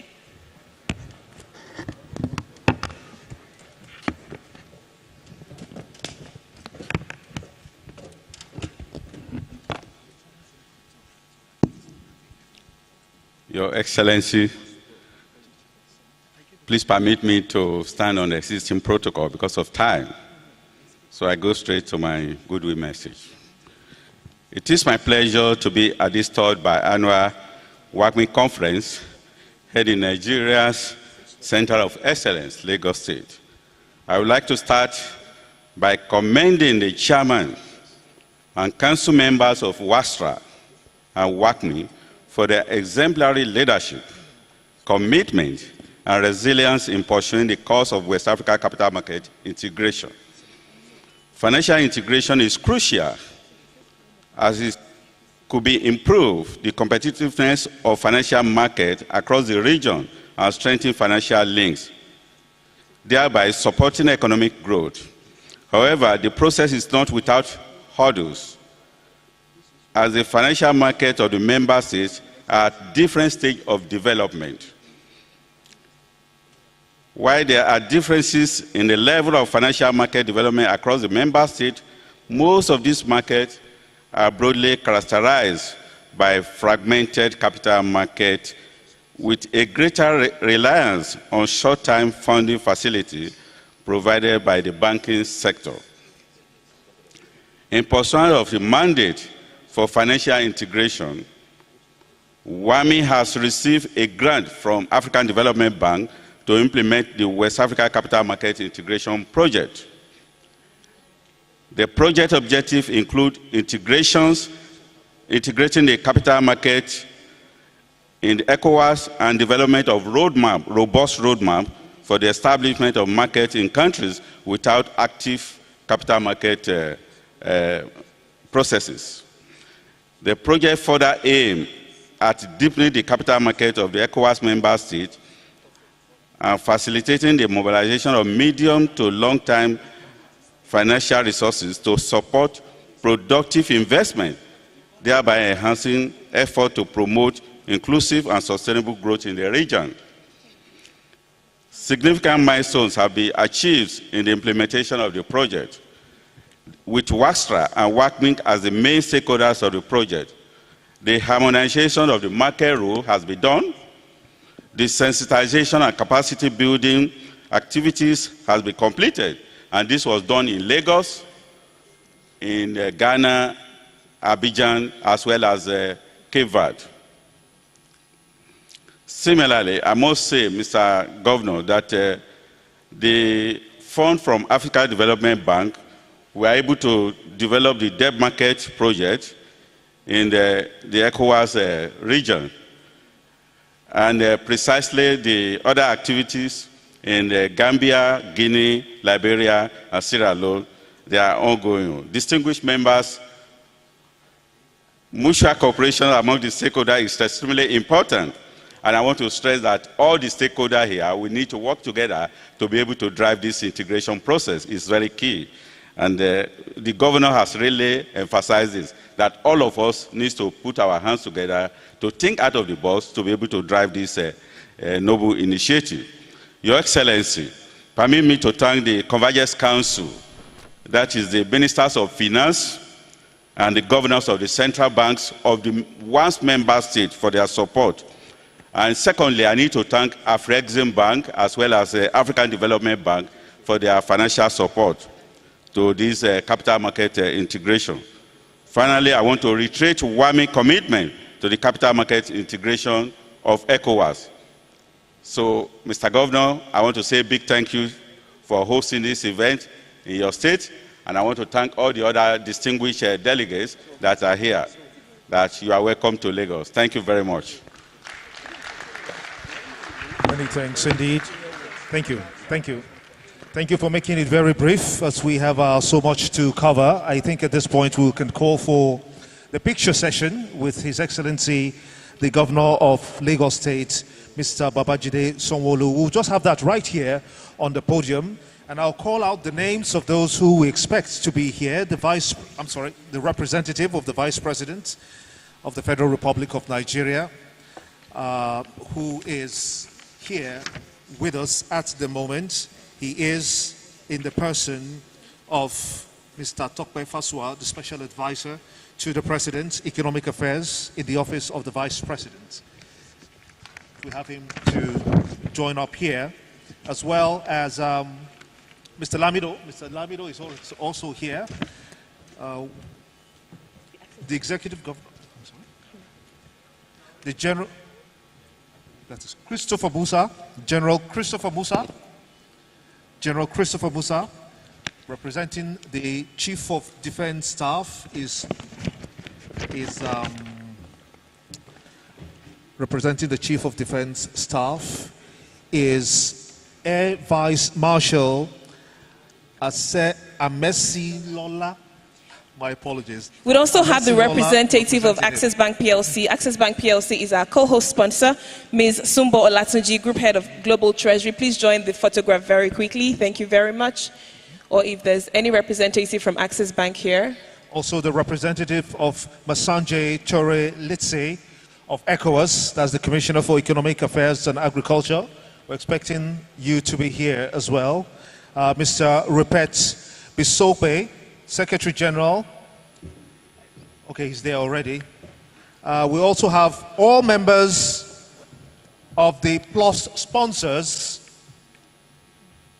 the chief co-hosts, executive co-hosts, Access Bank, representatives of Access Bank, platinum sponsors, First Bank of Nigeria PLC, Chairman House of Representatives Committee on Capital Market, Honorable Solomon Bob. Okay, I think. Senate.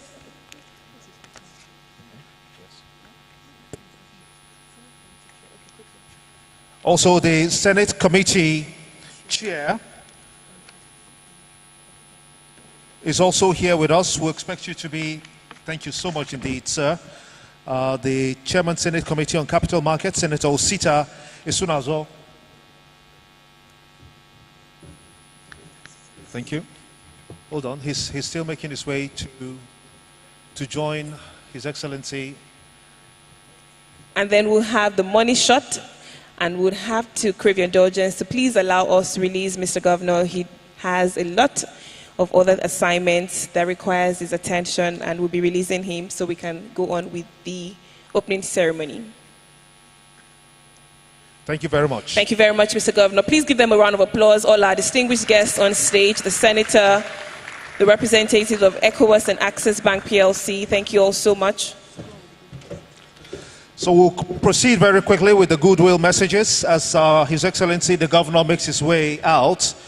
Next we have, I think all those giving out the goodwill messages are just escorting Mr. Governor away. We'll take a little short, so we'll just move on very quickly with the remarks by our co-host and sponsor, Access Bank PLC, Mrs. Sumbo Olatunji, the Group Head of Global Treasury, Access Bank. Ms. Sumbo Olatunji, Group Head of Global Treasury, Access Bank. And there she is. A round of applause for her. Let's keep the applause going. She can only make the spirit of this place higher. Thank you for coming. Good morning, everyone. Your Excellency, Governor Babajide Sanwo-Olu of Lagos State, Director General Lamido Yuguda, distinguished leaders and representatives of our esteemed West African governments, regional institutions and regulators, ladies and gentlemen. My name is Sumbo Olatunji, and I bring you greetings today from the board, management, and over 20,000 Access warriors scattered across 17 countries and 3 continents. Access Bank aspires to be the world's most respected African bank. Where you regulators are concerned, that means we intend to be the world's most compliant African bank. We're thrilled to partner with WASRA in co-hosting this conference because we're not just operator and regulators, we are partners in the progress of our people, our enterprises, and our economies. The selection of infrastructure deficit, sustainable finance, and market integration as this year's theme is apt. Our continent is endowed with abundant human and natural resources and has huge potential for economic growth and development. Yet it faces a significant infrastructure deficit that hampers progress. We have an annual deficit of between 130 to 170 billion of essential physical infrastructure to advance the transportation, power, communication, health, sanitation and education sectors, which African governments cannot finance themselves. This deficit has a direct impact on the survival and quality of life of Africans. All this is happening in the context of an unambiguous recognition that 1, climate change is real. The earth is fragile. So 2, we must reconsider the way we do and finance development. And 3, most national markets are too small to attract the kind of investment and industries needed to meet their employment needs, revenue gains, and development aspirations of our individual countries. In response to these realities, Africa is experiencing a shift to a new normal way of doing things that includes 1, public-private partnership in the pursuit of development. Real government commitment and an enabling environment have the power to unlock resources from the private sector to meet public demands. For example, Access Bank partnered with the Lagos State government to finance the new Blue Rail project, which can safely transport between 175,000 to 300,000 commuters, thus decongesting our roads and improving air quality. We also co-financed the Lekki-Epe Expressway, an important artery that moves billions of dollars worth of goods and equipment from Lagos to the rest of the nation. We also co-financed a new 20 million terminal at Takoradi Seaport and a 9 million cargo warehouse in Accra, Ghana. Sustainable finance, which take environmental, social, and governance considerations into account when making investment decisions in the financial sector, leading to more long-term investments in sustainable economic activities and projects. Access Bank is proud to be a pioneer in green bonds in Africa, having issued the first $15 million green bond in Nigeria to be utilized for eco-friendly projects, and several more projects that have earned us nearly 24 environmental, sustainability, and CSR awards from global organizations. Last year, we partnered with Agence Française de Développement to finance Lagos Business School's transition to solar to partner its campus. Additionally, we're involved in financing maritime infrastructure to move millions of metric tons of grain from Mombasa to promote food security in Kenya and the sub-region. An $8 million pharmaceutical complex in the DRC. And we're currently exploring renewable energy and sustainable real estate projects in Botswana. An integrated market approach. Even as African governments are doing the hard work of creating the treaties, policy frameworks, and soft infrastructure, for example, harmonized customs and trade standards, tariff removals, integrated exchanges, a common currency and payment system, to integrate and grow our markets, the private sector has an important role to play in making it work. To support this new African paradigm, Access is not only a lead aggregator of banks in the PAPS framework, we're also evolving into a business ecosystem, one that enables our customers identify and seamlessly transact on our platform with businesses in 80 countries. In conclusion, if we commit to this new normal, the future of Africa will be anything but that. We stand to gain a continent transformed by billions of dollars in new infrastructure, industry, jobs, economic growth, one which has earned the respect of other trading blocs as a strong regional player in the global trade system. Most importantly, we will have gained that which is priceless, true Pan-Africanism based on common heritage, common currency, and common good. Thank you once again for giving Access Bank the opportunity to partner with you in this conference. Count on us to do our part to expand, deepen, and integrate African markets, close the infrastructure deficit, and sustainably finance the development of our continent. Thank you. Ms. Sumbo Latunji, Group Head of Global Treasury, Access Bank. Another round of applause, so everly, softly delivered, to ensure and to repose that she is indeed, Access Bank is indeed a partner in this capital market struggle to liberate the West African sub-region. Many thanks indeed, Sumbo. Very quickly now, we don't want to spend too much time here. Let me call on someone who is quite distinguished. He's someone I've revered over the past years, seen him on television time and again. I believe I've interviewed him while I was on the screen, back then on Channels Television. His Excellency, the Chairman, Senate Committee on Capital Markets, Senator Osita Isunazo. Please, your turn. A round of applause for him. Distinguished Senator of the Federal Republic of Nigeria, Chairman, House Senate Committee on the Stock Market. The Vice President, ably represented by the Special Advisor to the President on Economic Affairs, my colleague, Senator Peter Gia, who is the Vice Chairman of the Senate Committee on Capital Markets, Honorable Solomon, Chairman, House Committee on Capital Market and his Vice, the Chairman of West African Capital Market Association, Lamido Yuguda, who is also the DG of SEC in Nigeria, Your Excellency, the immediate past Governor of Bauchi State, and the Senior Advocate of Nigeria, Barrister M.A. Abubakar, we welcome you.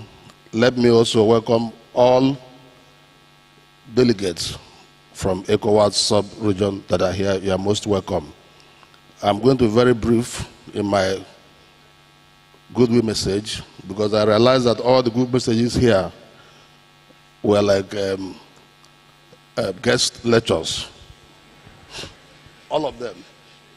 So I'm going to be very brief.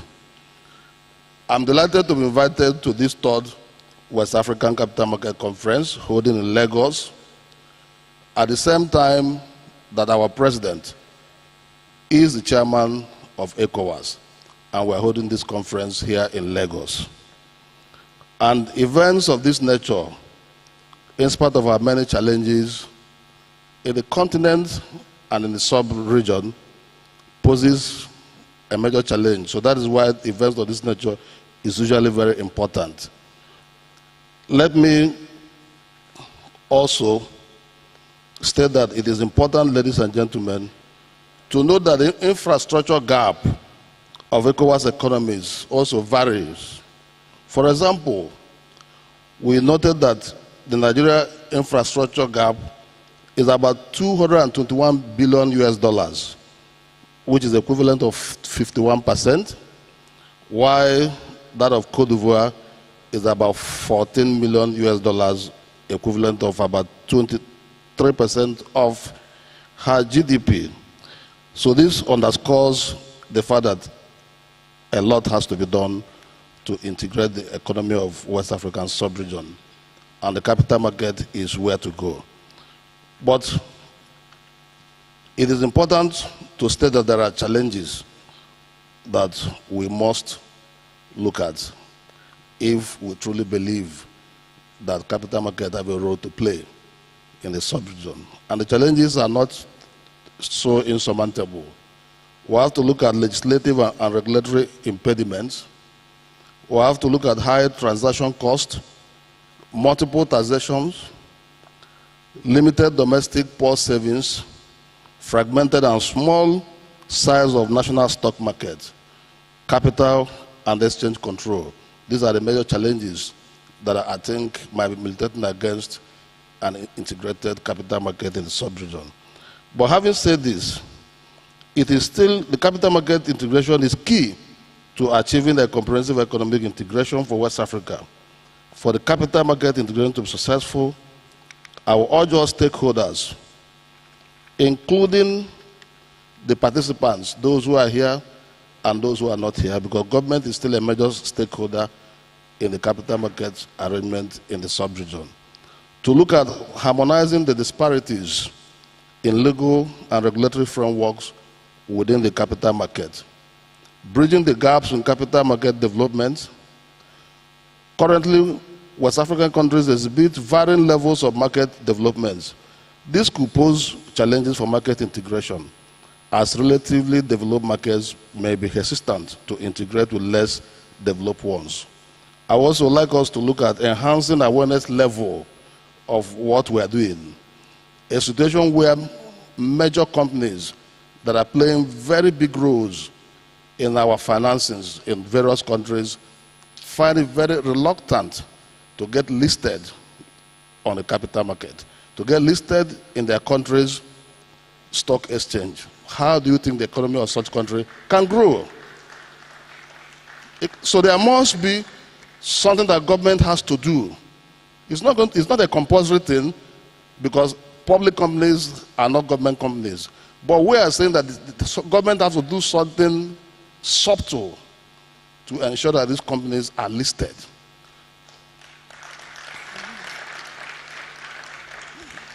If you're not listed, how do you now know the level of roles such companies are playing in your economy? How will somebody assess the economy of the sub-region if you don't have proper ways of assessing them by making sure that they're all listed? There are so many of such companies in Nigeria. It is appalling that Nigeria, with over 3 million companies, only about 161 are listed. Is it the right thing? What about South Africa? Several companies, over 500, getting to 1,000 companies are listed. So what are we doing in Nigeria? We must set an example for other countries in the sub-region to follow. So I have no doubt that your deliberations at this conference will deal with some of these thought-provoking issues that we're going to raise here. My goodwill message is like the other ones, so that's why I'm abridging. So at the end of the day, I want to thank you all. We are still going to be here to contribute our own thought-provoking issues as they come up. So on this note, I want to welcome all of you coming from other countries to Nigeria, and to assure you that you are at the right place. Lagos is where to be. Thank you, and God bless us.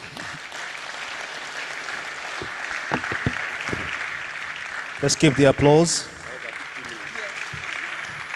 Thank you very much, distinguished Senator Osita Izunaso, Chairman, Senate Committee on Capital Markets. Thank you for your very brief goodwill message, laced with a lot of humor. A round of applause for him, please. Thank you. You did touch on very salient points, and of course, we're looking forward to a very productive and fruitful deliberations at the end of tomorrow. Thank you. Before we take the next goodwill message, I'd like to make some recognitions very quickly. I'd like to recognize the board chairman of Securities and Exchange Commission, Ghana, Dr. Yeboah Amoah. Thank you very much for joining us. Thank you. I'd also like to recognize the former Director General, Securities and Exchange Commission, Ghana, Dr. Anane Antwi. Thank you for joining us, sir. I'd like to recognize the Managing Director, Ghana Stock Exchange, Ms. Abena Amoah. Thank you for joining us, ma'am.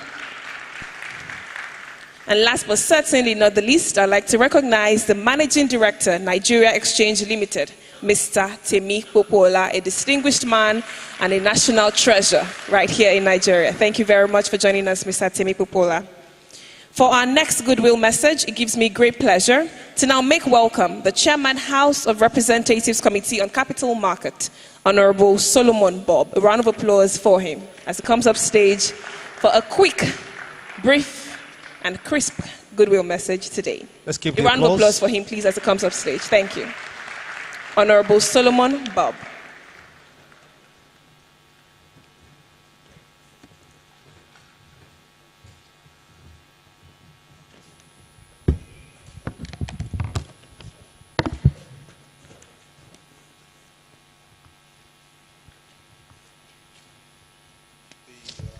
Representative of the Vice President, Chairman, Senate Committee on Capital Markets, the DG SEC, and your counterparts from Ghana, Ivory Coast, and other parts of the sub-region.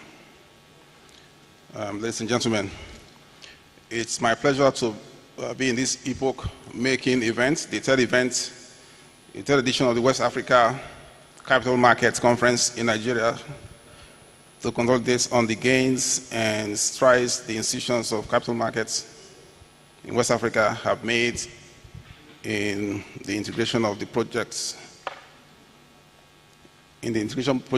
of the markets.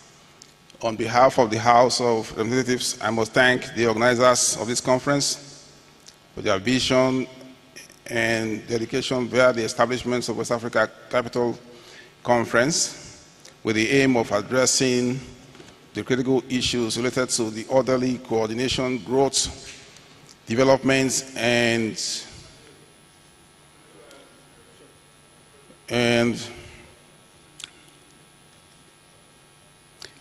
growth and development of regional and continental markets. The theme, infrastructure deficit and sustainable financing in our integrated West Africa markets, is apt and timely, especially given the current challenging economic climate within our sub-region. In this conference, I believe an opportunity will be created for a new vista in capital markets operations in the sub-region, eliminates cross-border bottlenecks, stand on the principles of standard best practices, commitments, and dedication in order to be the best capital markets that our potentials entitle us to.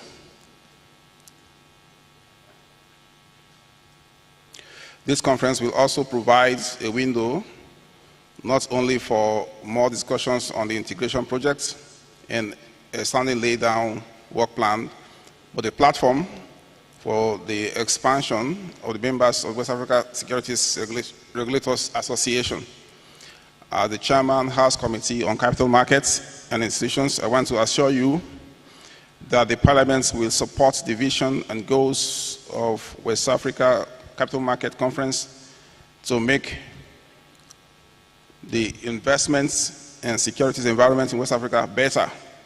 You can count on our readiness to legislate policies and bring about reforms for the swift and effective operationalization of your vision, and in many other ways the legislature can be of help.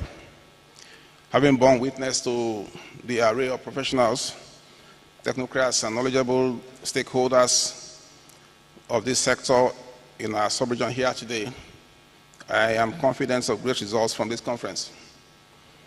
While I thank you once again on behalf of the House of Representatives, I wish you all a successful conference, a happy stay in Lagos and Nigeria at large. You would have noticed that I had to rush through this because though I'm the Chairman of Capital Markets in the House of Reps, capital market has not been my strong suit. I'm a constitutional lawyer, and my area of interest always is in how to bring about the best constitutional reforms to move the country forward. I've always said that the best economic theories cannot work until you straighten out the issues are the bigger issues of politics. Politics is the superstructure. Economics and related matters are the infrastructure. The superstructure drives the infrastructure, not the other way around. So while we focus, excuse me, I'm sorry. Okay. I'm sorry. I'm sorry. So while we give attention to the needs of economics, we know the basic aim, the basic realities we face today, and the basic aim at economics and a sound economic system and policies and what have you can add to the lives of our people. But we must first straighten out the issues that deal with politics. Okay, the economies all over the world that are thriving are the ones that have settled political questions. So while I'm here to speak on this, and I've just done that, and I'm wishing that, with the solution that profiled here in this conference on how we can better integrate the markets in our sub-region, we go a long way towards addressing our numerous economic problems. I would also like to, reiterate my 1 cent that we need to pay a lot of attention to how our country is governed. Thank you.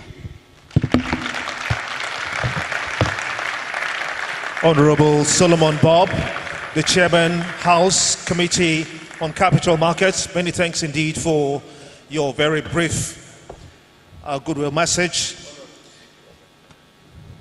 And indeed, he is in touch with what he wished he had more time, but we can assure you, Honorable, that there is a panelist session where some of your concerns and suggestions can be tabled. Let's move on now very quickly as we welcome the representative of the Chief of Defense Staff, the Nigerian Armed Forces, who is also the Chairman, ECOWAS Committee of Chiefs of Defense Staff. He's been represented by Air Vice Marshal Amesin Lola. Air Vice Marshal Amesin Lola. Many thanks. Let's keep the applause for him. He represents the Chief of Defense Staff in Nigeria. You're welcome, sir.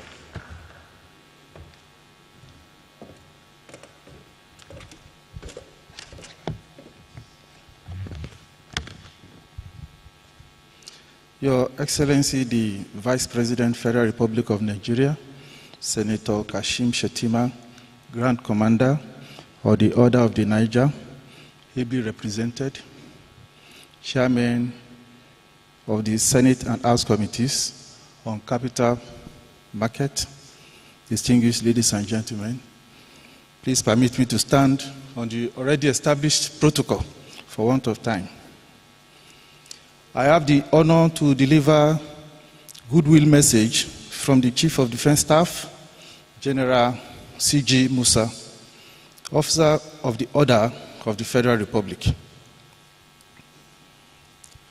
I am indeed greatly honored to be invited as one of the special guests of honor to the West Africa Capital Market Conference holding today. I bring you greetings from our officers, soldiers, ratings, and airmen, airwomen of the Nigerian Armed Forces. As major stakeholders in the unity, progress, peace, and prosperity of our dear country, we remain committed to defending the territorial integrity of Nigeria, upholding democratic tenets, and decimating internal security threats perpetrated by non-state violent actors, inhibiting conducive environment for investments and business to thrive in Nigeria and the entire sub-region. To this end, the Armed Forces of Nigeria have immensely contributed to the restoration of peace, order, and stability in parts of Nigeria that were once considered turbulent, especially in the northeastern and southeastern parts of the country. You can clap for your armed forces.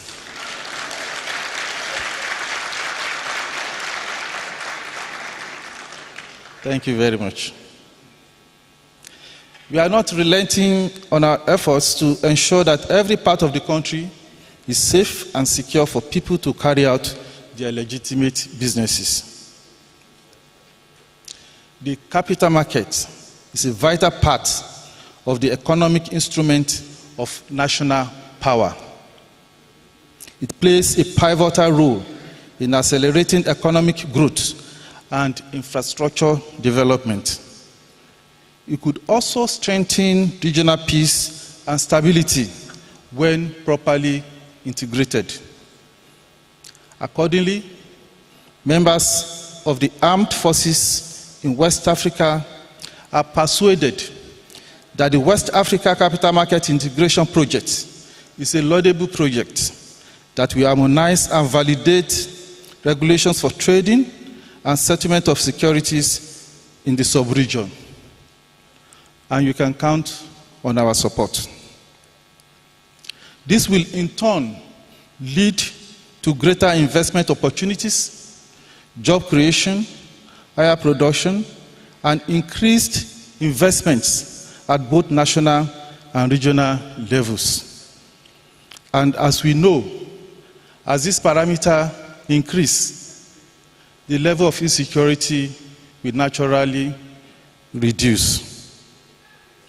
Working in synergy with other armed forces in West Africa, the Nigerian armed forces will continue to put in its best for improved regional security and stability, which are essential for trade and sustainable integrated capital market to flourish. As Chief of Defense Staff, I have recognized the significance of leading our devoted personnel to provide a peaceful environment for our people to freely engage in their legitimate enterprise in line with the constitutional mandate of the armed forces. I'm also committed to deepening joint operations, interagency collaboration and synergy in furtherance of national and regional security and economic interest of the federal government. With time, I'm persuaded and very optimistic that we would be witnessing greater and accelerated successes in our operations due to the committed support we have been receiving from our Commander-in-Chief, President Bola Ahmed Tinubu, Grand Commander of the Order of the Federal Republic. So on this note, I want to sincerely thank the Director General of the Securities and Exchange Commission, Nigeria, for inviting me to this conference. Thank you all, and I wish you all a successful conference.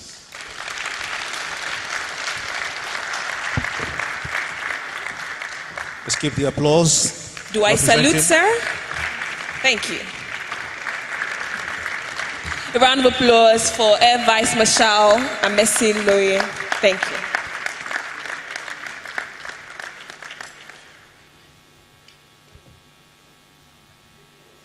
Thank you very much. And indeed, we must commend the great work that the Nigeria Armed Forces is doing. We see it and we appreciate it. Please extend our warm regards to the quarters. Thank you very much. Thank you. Thank you. I'd like to specially recognize from the Central Bank of Nigeria, a director in Governor's Department, Joseph G. Omayuku. Thank you very much for joining us today. Thank you, Director Joseph G. Omayuku. And now, distinguished ladies and gentlemen, Your Excellencies, it is my pleasure to introduce our keynote speaker for the third biennial Capital Markets Conference, West Africa's Capital Market Conference, beg your pardon. The Vice President of the Federal Republic of Nigeria, His Excellency Senator Kashim Shettima Mustafa, GCON, who is ably represented today by Tope Fasua, Special Advisor to Mr. President on Economic Affairs in the Office of the Vice President. Please give him a round of applause as he comes up stage to represent the Vice President of the Federal Republic of Nigeria. Give the applause. Give him a vice presidential applause as he comes to deliver the keynote address on behalf of Senator Kashim Shettima, GCON.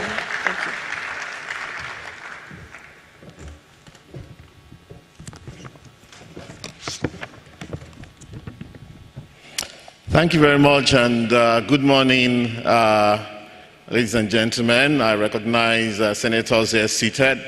Directors Generals, permit me to stand on existing protocol. So I'm going to read it the way I was given as well. Yeah, but I promise it won't be that long anyway. So being keynote address delivered by the Vice President, His Excellency Kashim Shettima, at the third West African Capital Market Conference held at Eko Hotels and Suites, Lagos, Nigeria, October 25, 2023. It is with great pleasure that I accepted the invitation to grace this occasion of the third conference of the West African Capital Market Conference, WACMaC, themed infrastructure deficit and sustainable financing in an integrated West African capital market.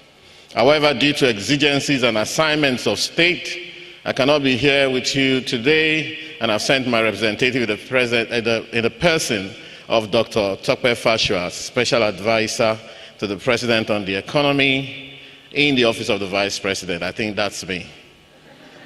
The centrality of capital markets to Nigeria's development trajectory, especially to the evolution of our corporate sector, our industries, and perhaps most importantly, our infrastructural development, cannot be overemphasized.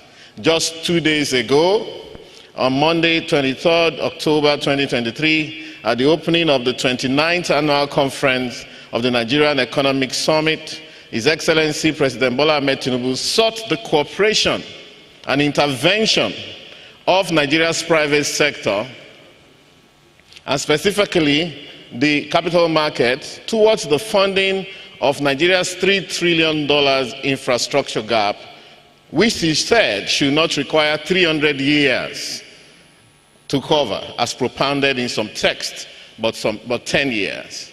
I noticed that the president's number is larger than Senator Izunaso's number. He said $3 trillion.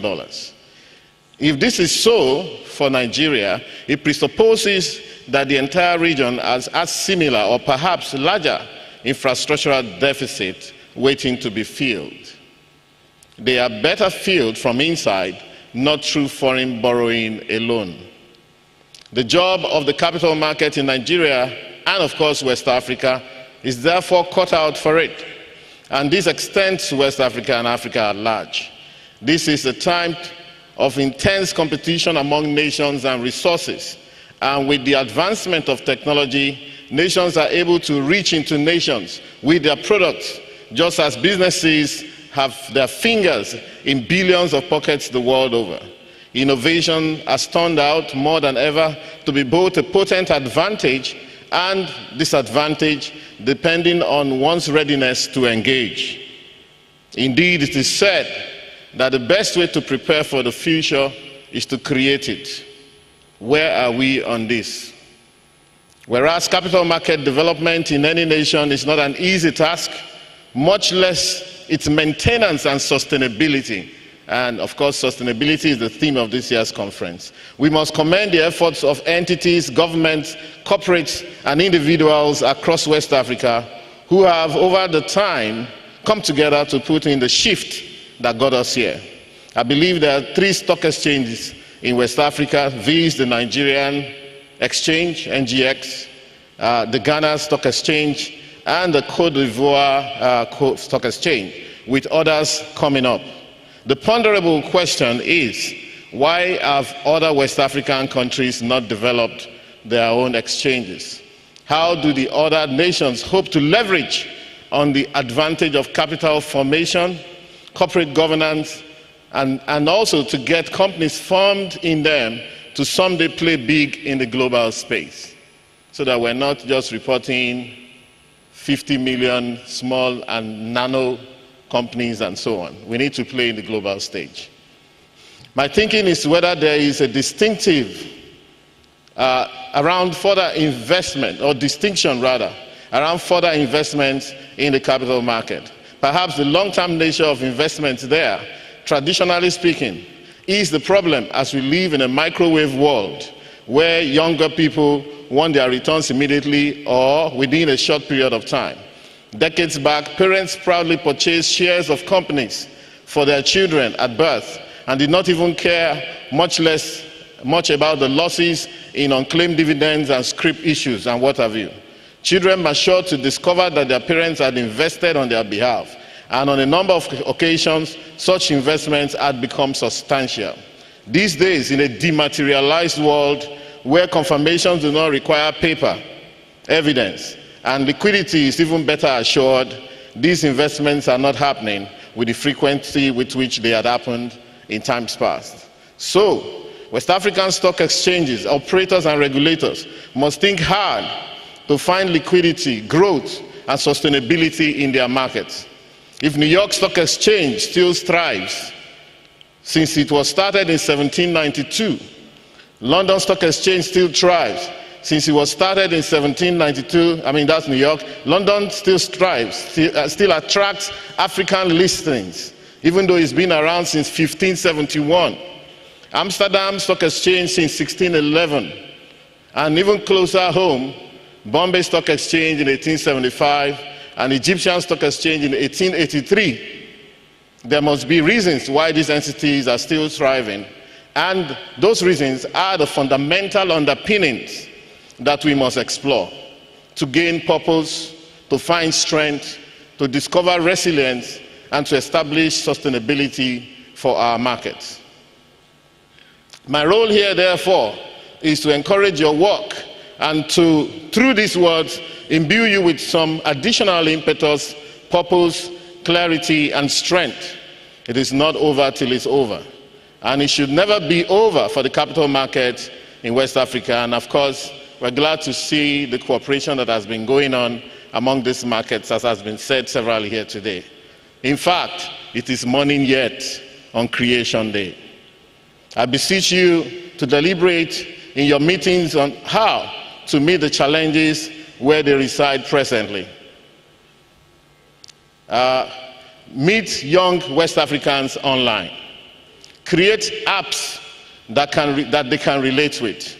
Use blockchains where necessary to show transparency and to give them some control that they seek, Show them value, solidity, history, structure, resilience, sustainability, so that rather than invest in legless, risky ventures, as we know, and they've lost quite a bit of money.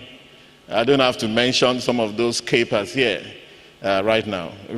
Where they see their monies disappear on a daily basis, they will learn the beauty of capital markets investments, and will, through your efforts, invest in the companies and instruments that will guarantee the sustainable future of West Africa, the very last bastion of development and opportunities in the world. I want to say that we've only just begun. We have seen the surge of cryptocurrencies and other arcane instruments and trades in West Africa, and not all the stories had happy endings. We must understand that though savings may be shrinking across the world, and economic crises have caused a shrinkage in investable funds, still they are there, those funds are there, and only the truly innovative will access them. These times call for innovation, ingenuity, thinking ahead and at the speed of light, inventiveness, diversification of product offerings, continuous education, and interactions with the public at every platform, online and offline. We have to do all that it takes legitimately to establish a solid base for our capital market, to weed out unscrupulous elements who get into the market and find ways of confusing folks about their registration or affiliation with capital market regulators just to run scams on people. And I know that SEC has always been pursuing a lot of those people around.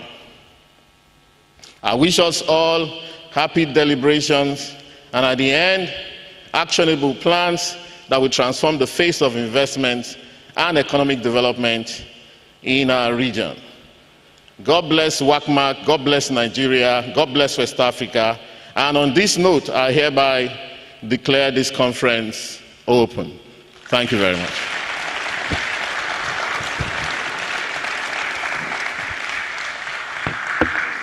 Please let us give Dr. Tokpe Fasua another vice presidential round of applause. Thank you. Thank you very much, Dr. Tokpe Fasua.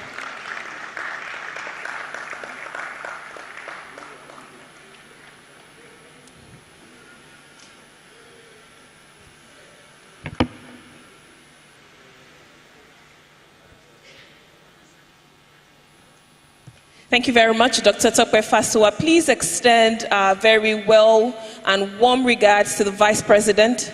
We understand his very busy schedule, but he has also not just left us hanging, he's sent us very capable hands. Thank you again, Dr. Tokpe Fasua, for delivering the keynote address on behalf of the Vice President of the Federal Republic of Nigeria. Please thank him for his very encouraging words and his encouraging keynote address as well.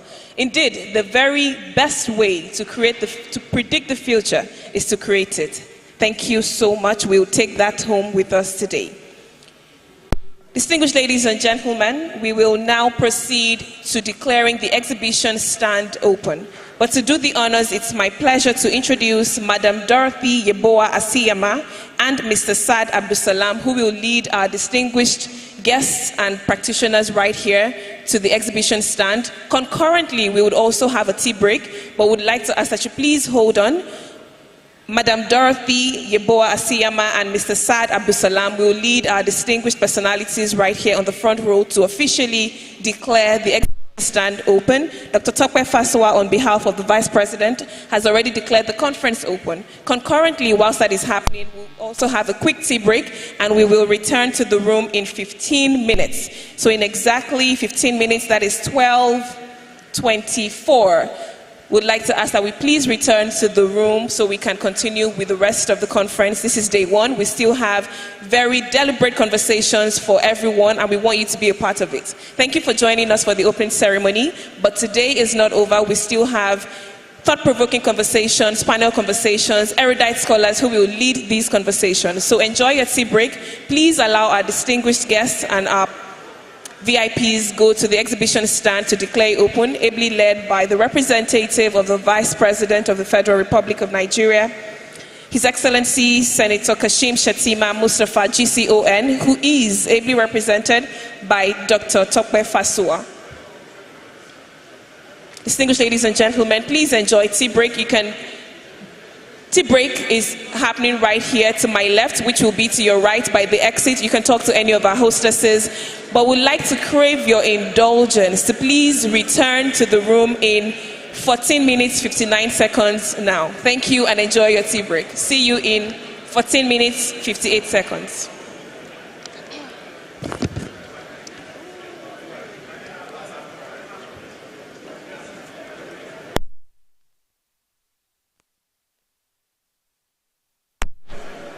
I'd like to specially recognize the Honorable Chairman, Investments and Securities Tribunal, Honorable Amos Isaac Azi, who has been with us since the beginning of this conference. Thank you very much, Honorable Amos Isaac Azi, for joining us. Distinguished ladies and gentlemen, we'd like to ask that you please be your Chief Security Officer. On that note, please go along with your belongings, your valuables. Do not leave anything on the seats as you proceed for tea break and return in 14 minutes. Please do not leave any of your belongings, your valuables on any of the seats. Please go with them. You are advised to be your Chief Security Officer today as you go along with your belongings to proceed to the tea break area. Our hostesses will direct you if you need any help, and we'll return to the room in exactly 13 minutes now. Thank you, distinguished ladies and gentlemen.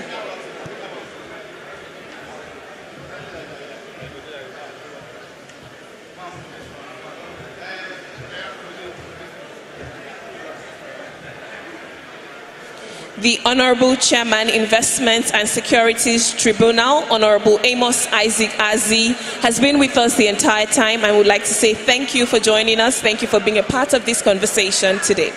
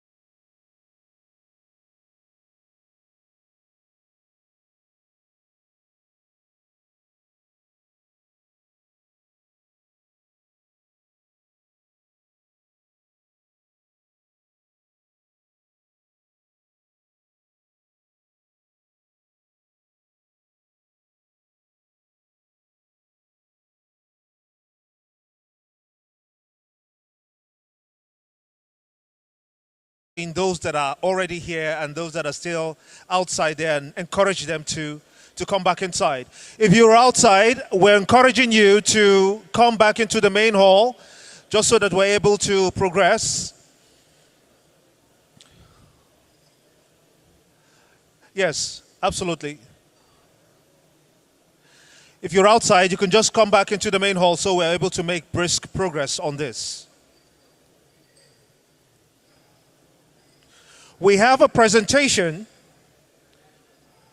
titled Infrastructure Deficits in the Sub-Region by Dr. Afolabi Olookere, the Chief Executive Officer and Chief Economist, ADSR, that's the Analyst Data Services and Resources, who is going to preside over this presentation. Can we have Dr. Afolabi Olookere to come up, please?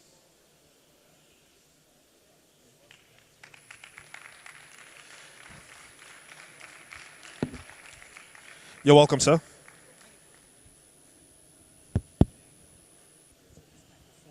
not sure it's not as good as hers. Because even from your voice, forward back. Okay, let me switch it for this. Give me her mic. Give me her mic.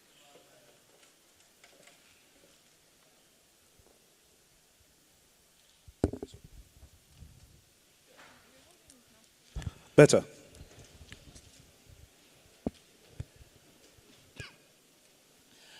Good afternoon, everyone. It's a great pleasure to be here. Let me say I stand on the existing protocol. My job is pretty straightforward. I'm to look at the infrastructure deficits in the West African sub-region. Most of the things that I would say have been said, but the only thing I'm probably going to say that have not been said is I'm going to put numbers to some of the discussions and comments so far. So we are going to look at how the continent is doing in terms of infrastructure development, and maybe we can benchmark ourselves with other regions of the continent as well as other parts of the world. So my presentation, after my introduction, why infrastructure in West Africa, what is the status, what is the financing need? It's not enough for us to identify the deficit or the gap, but we need finance, and I think that's one of the reasons why we are here. Then I'm going to try to summarize. Yeah, infrastructures are investments often in physical facilities, systems, as well as structures. And in most economic and finance literature, that has been established to be something that is very fundamental for growth and development. For many reasons, they increase productivity, they also facilitate trade, as well as reduce cost of production, which is very important in terms of what you realize in terms of returns on capital. And they are drivers of progress and critical enablers to productivity. One major aspect that most African countries, and also more so in the sub-region, are lacking is productivity.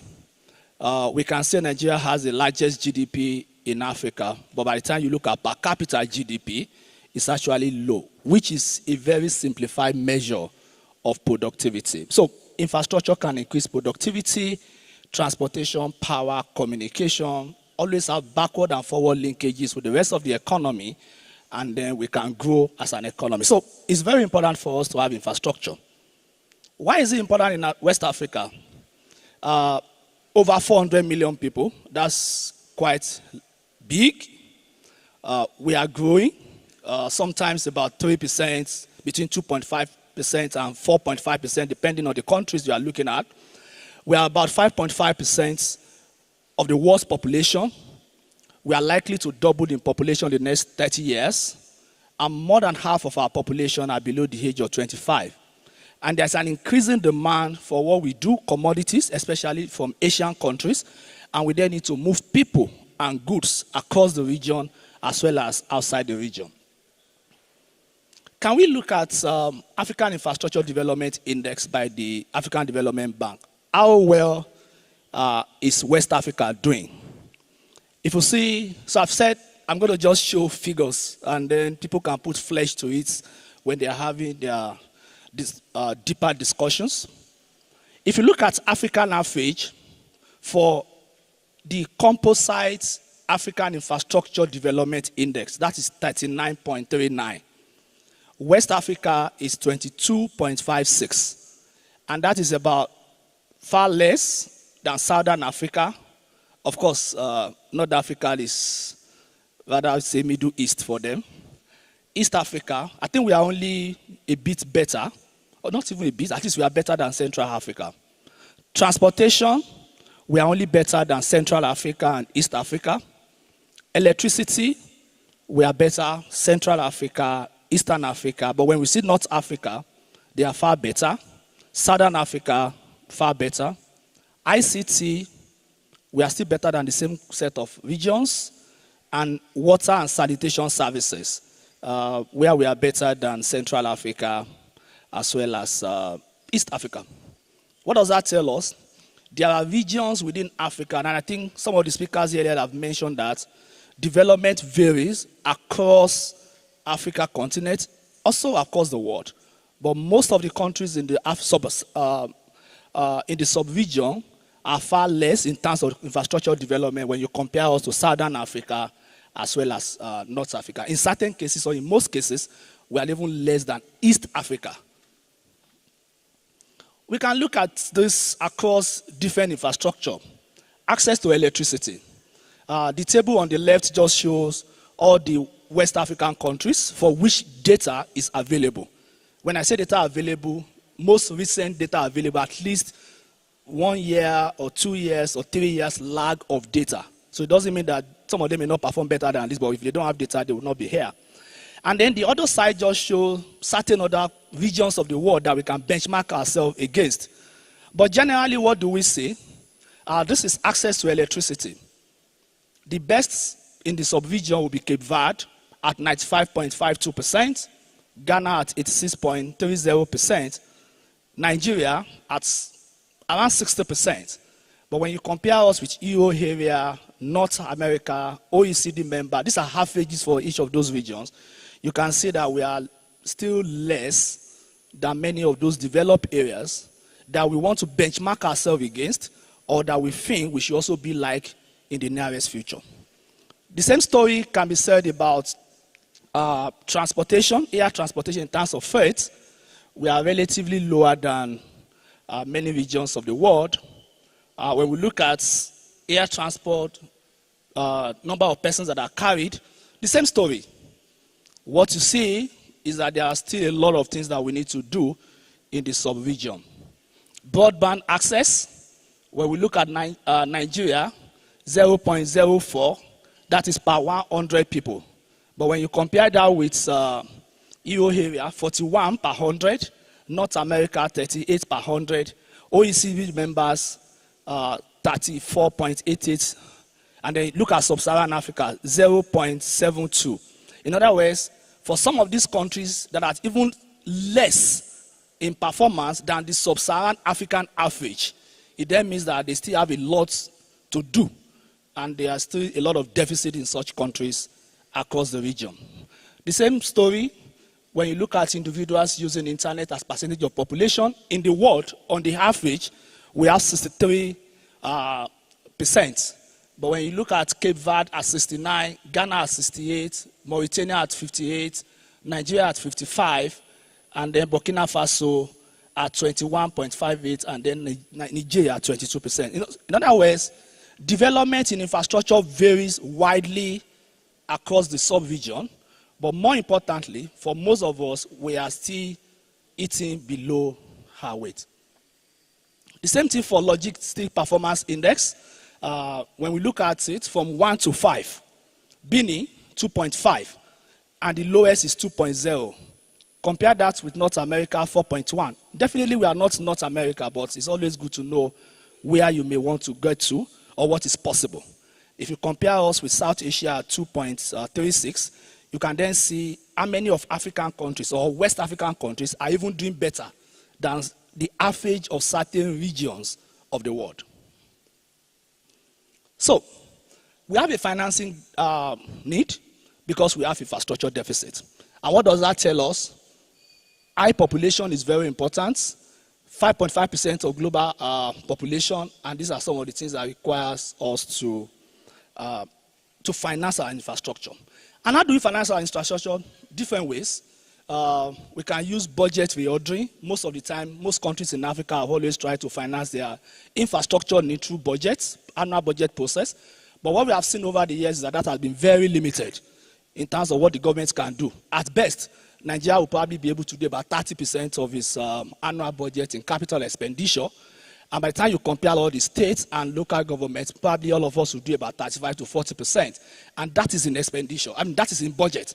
By the time you look at the actual expenditure, it's going to be less than that. And the infrastructure need of the sub-region is quite huge.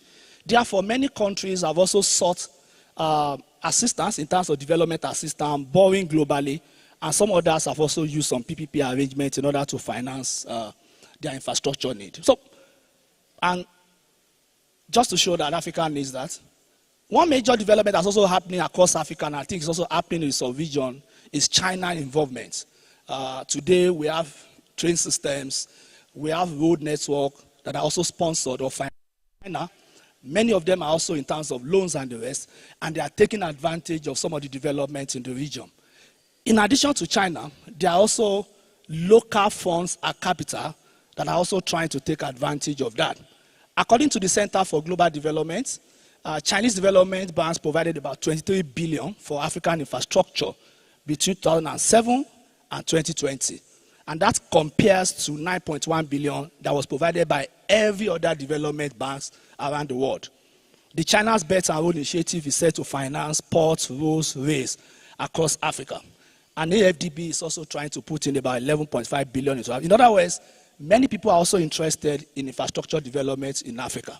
So, what can we say we've learned from this? West African countries have huge infrastructure deficits that need to be financed. Most of the finance, we may not be able to get them locally. By locally, it may be within a country or within the region. A single country may not be able to finance all that it needs. In other words, we need to then coordinate and come together and see how we can finance infrastructure. Because infrastructure most times can be public goods. They can have other things that are not going to be paid for. That can be effects on bystanders. So economy says effects on bystanders or externalities. Gladly, there are many institutions that are ready to finance infrastructure across Africa.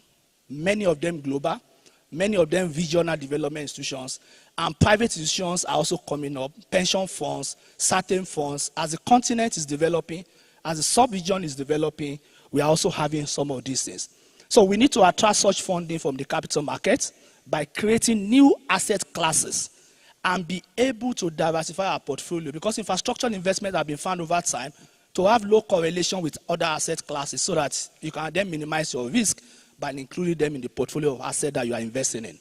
But in order for us to ensure success, we need to remove constraints in infrastructure financing in Africa. Some of them, limited pipelines of deals, weak feasibility studies and business plan, delayed in obtaining licenses, approval and permits, inability to agree on risk allocation, who bears what risk, and then contracts to make sure that we keep terms of contracts, inability to secure offtake agreements and guarantees, and inability to have a good program that is well delivered. If all these are solved, Africa or even the sub-region can solve some of its infrastructure deficit problem. Thank you very much.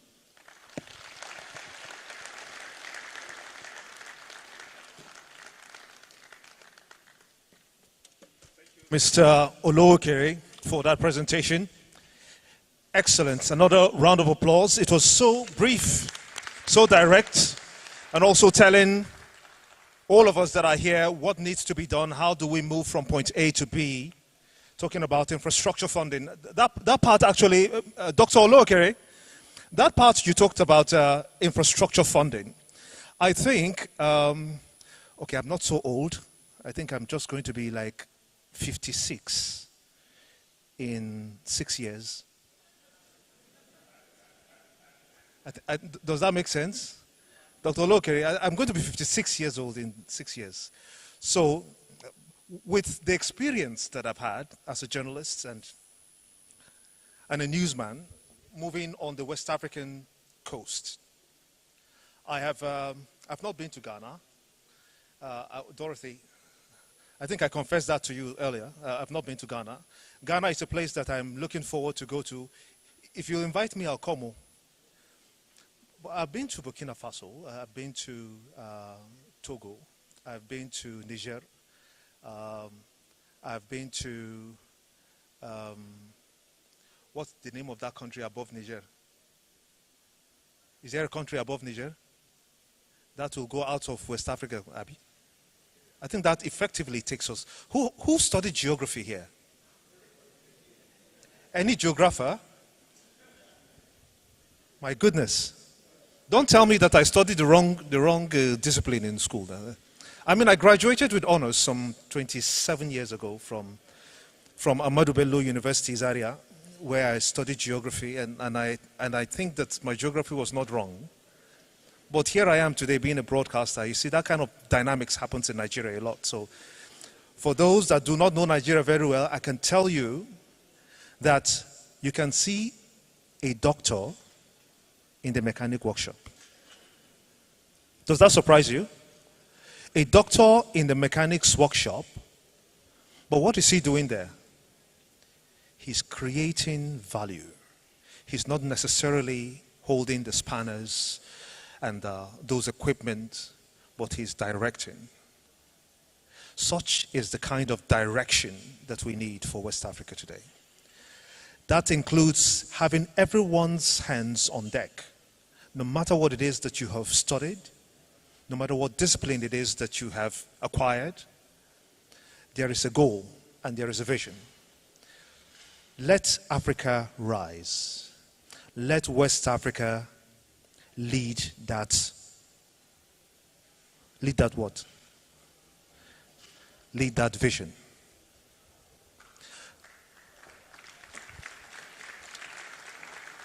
Thank you very much. My co, she's just so beautiful and just sitting there the way she is. And she's inspiring a lot of young men here. But I can tell you that as a young man, if you're going towards that side, you have to pass through me. Because I'm here in two capacities, as a professional colleague and as her elder brother. So I can see those men that are looking very nice in suits that are better than mine. Some of them black with red ties. You there, I see you. And you too, the lady in the maroon red. I see all of you. And I'm delighted that you're here in Nigeria. You're going to have a wonderful time. I think the organizers are making some kind of tour for you after this. This presentation was mind-opening. When we are able to break down the big English to make it as simple as possible so that my 12-year-old Gabriel will understand. He's watching it live on live streaming now, and I know that when I get home, I'm going to be welcomed with a barrage of questions. I'm hoping that I'll listen some more from the panelist session that we're getting into now, so that I'll be able to answer Gabriel effectively. And to deliberate and moderate the next panel session is Yasser Musif.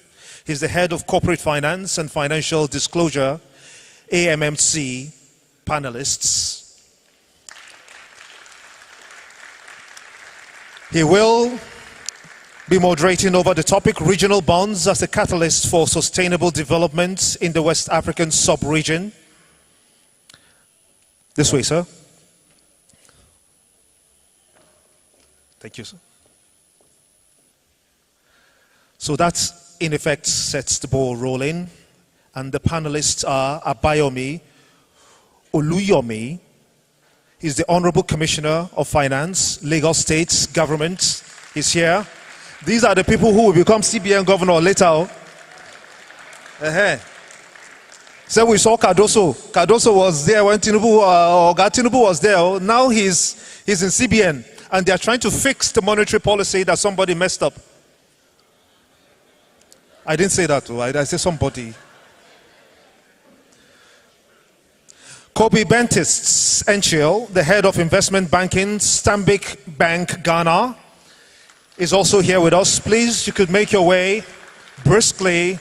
Oh, I like the way he walks. You see, very smart, without any prejudice, of course. Sometimes my stomach is getting bigger than, Mr. Toby. Thank you for coming. Sometimes I try to work out in the gym so that I can walk as briskly and smartly as he walks. Next is Sonia Esobmaje.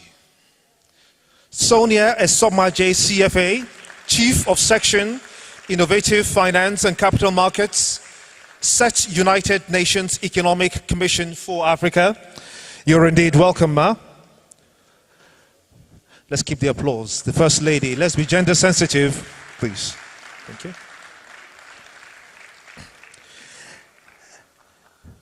And also, one that we've already heard from, Mr. Rupert Busope, the Secretary General, AMF UMOA.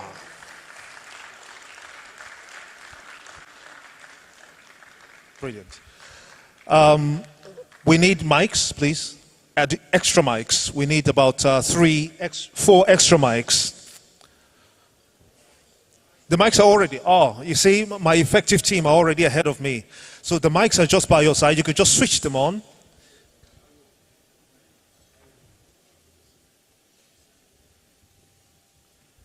Mr. Mosif, over to you now.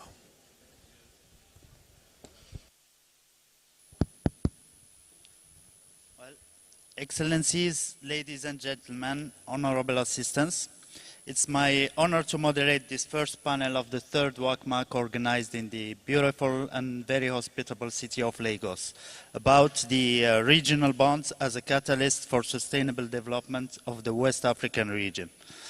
As you all know, sustainable development of the continent and of the region calls for the mobilization of substantial funding and the contribution of various local, national, regional, and even international private and public stakeholders.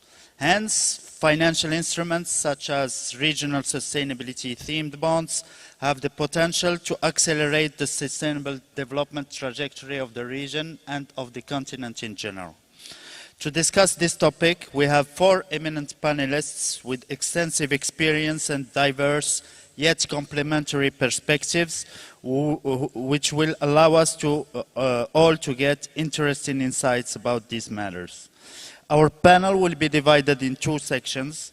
The first one about what has been done to increase the contribution of capital markets in financing the sustainable development of the region. And the second section about what lessons were learned and what are the next steps. We then will open the floor for questions from the audience. So without further ado, let me start with Mr. Oluyomi.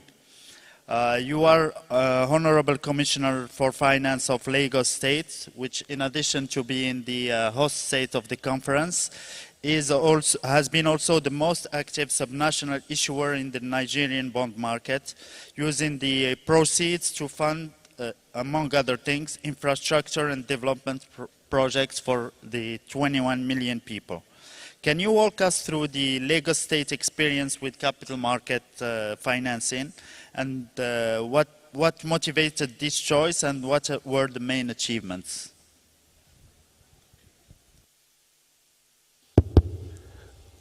Good afternoon, everyone. It's a pleasure to be here to elucidate and highlight, the journey of Lagos State in the capital market.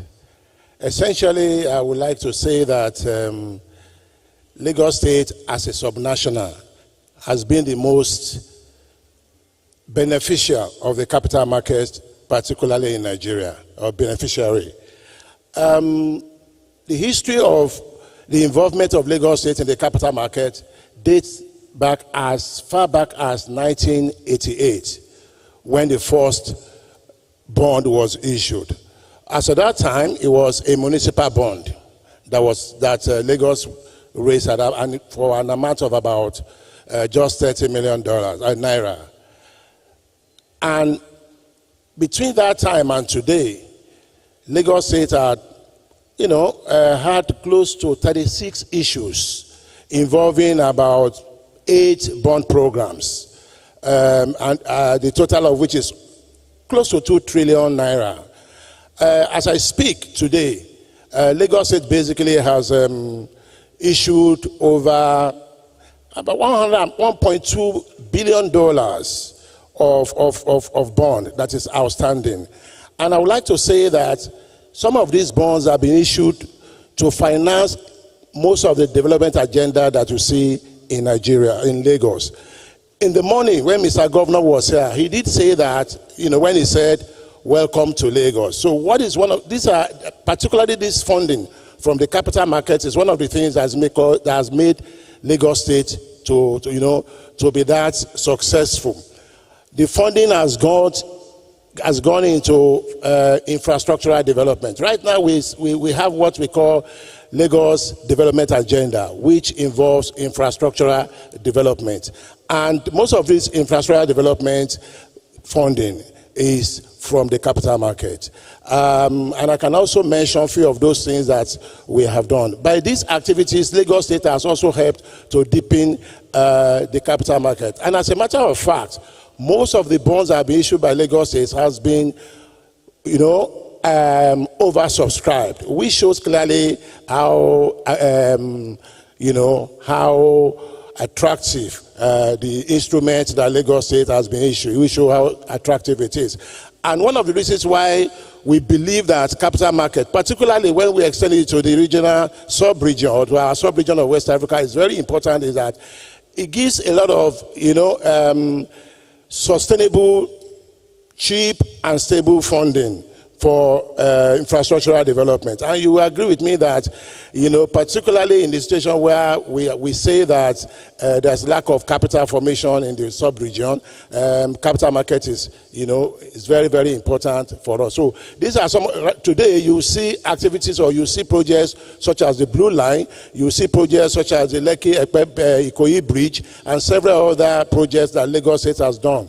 These were mainly financed from the capital market. So this, in a nutshell, is the journey of Lagos State in the capital market, right from 1988 up to date. Thank you. Thank you.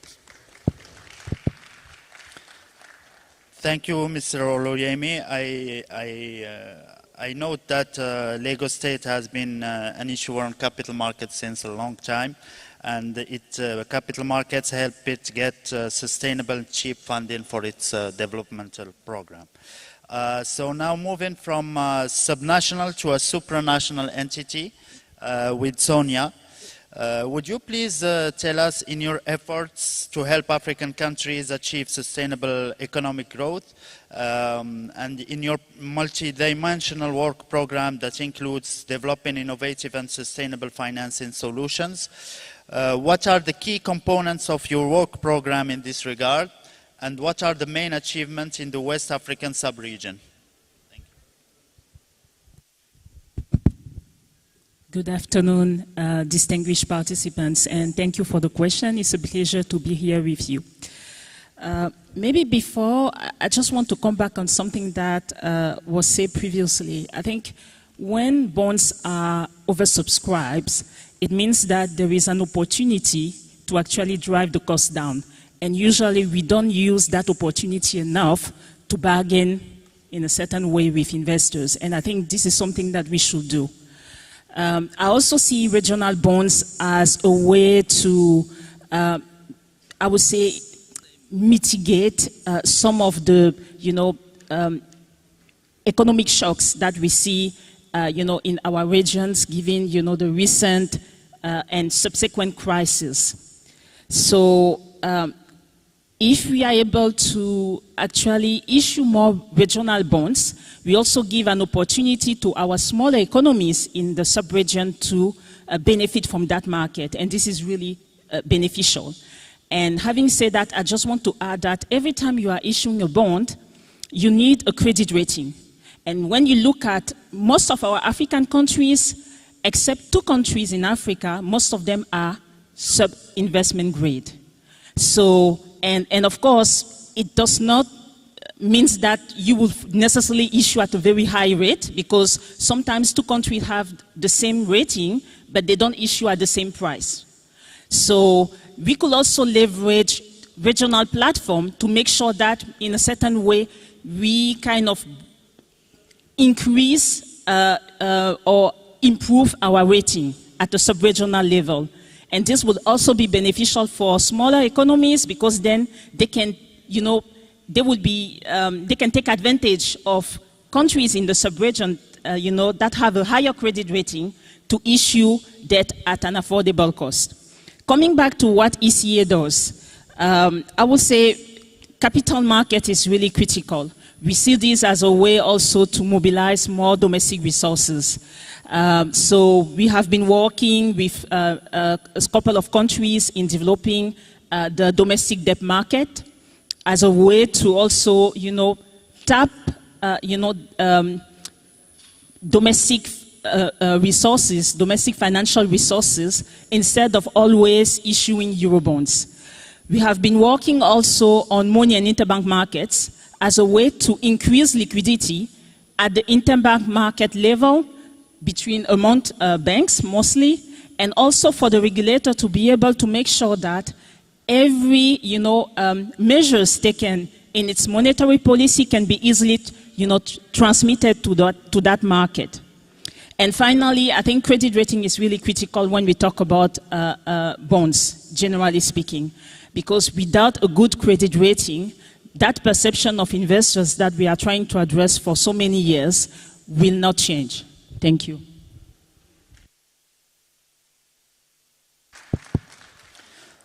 Thank you, Sonia, for this elaborate response. Now, moving to Mr. Rupert Boussoupé.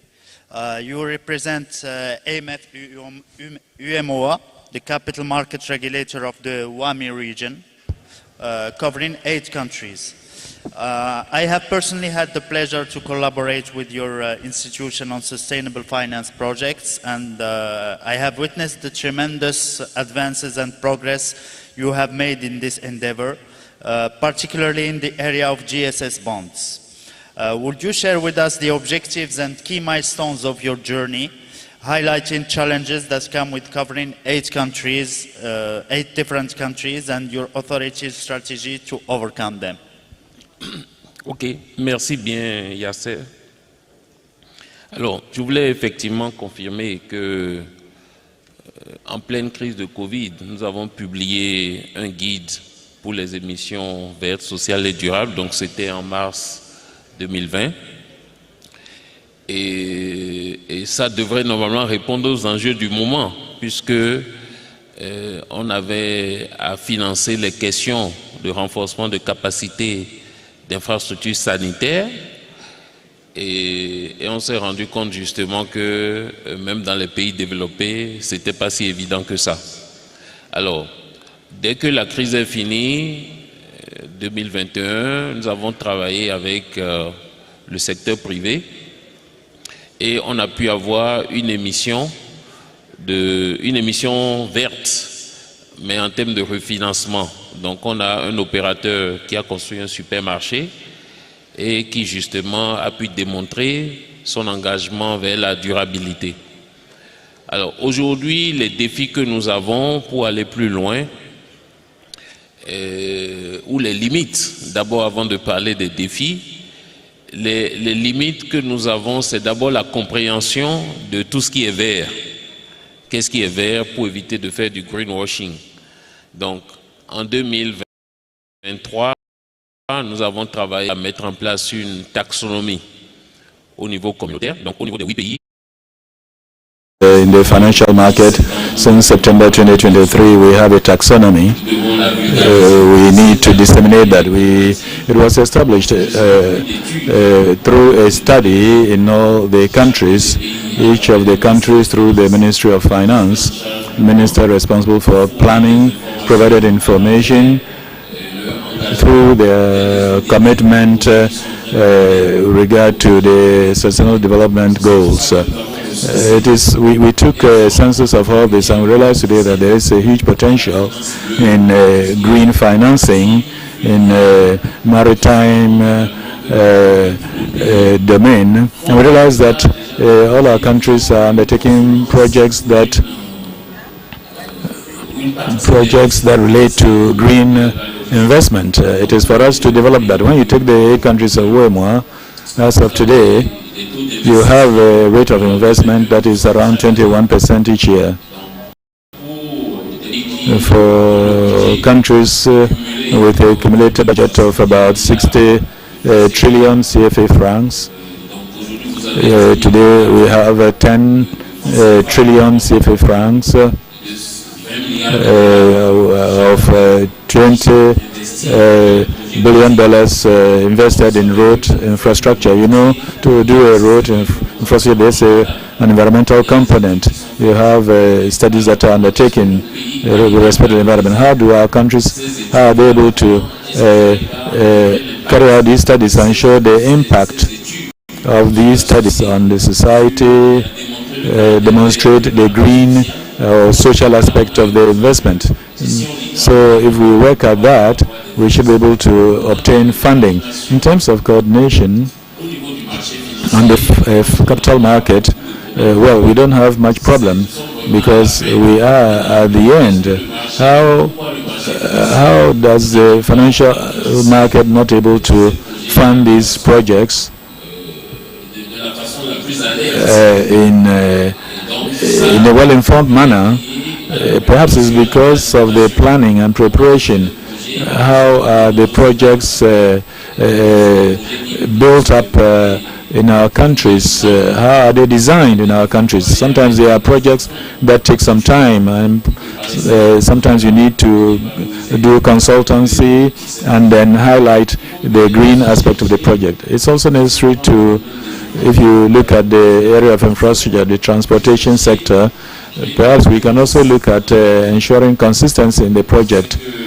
We know that today within ECOWAS, when you look at the infrastructure development plan, we realize that we have about 12,600 kilometers of rail to be built.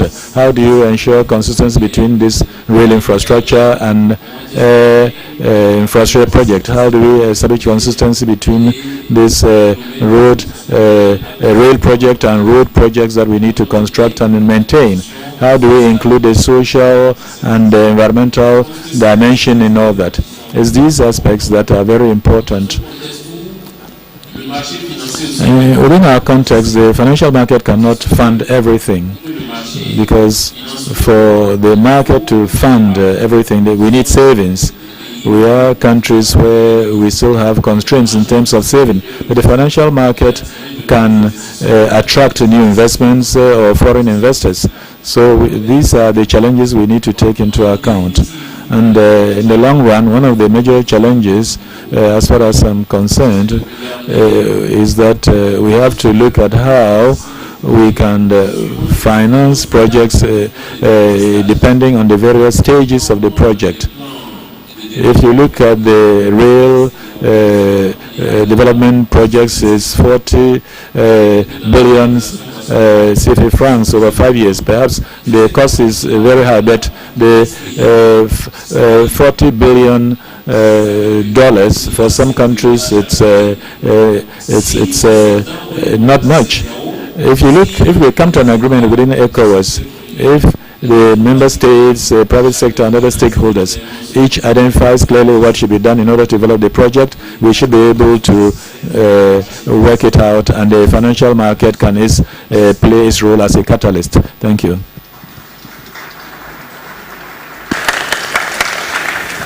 Thank you, Mr. Busupe, for your answer. I hear from it that there is a business case for the capital market contribution in the development of the region, but also there is the challenge that each country has its own circumstances, engagements and projects, and the role of institutions like yours is to create a climate of coordination and harmonization to get the best of capital market opportunity.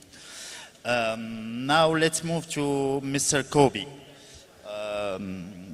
who represents the perspective of a market participant. So being in the investment banking industry, you are at the crossroad of financing and investment activities in capital markets. In addition, the banking sector also plays an important role in the allocation of capital to projects that may not be fit to tap directly into capital markets for funding. This aggregation role is particularly interesting for sustainable development, as financial institutions collect savings on capital markets through GSS bonds, for example, to allocate them to various projects that are aligned with various sustainable development objectives. What are your views on the role of capital markets in fueling sustainable development in West Africa by financing both governments and the private sector? And what is your bank doing to facilitate this role?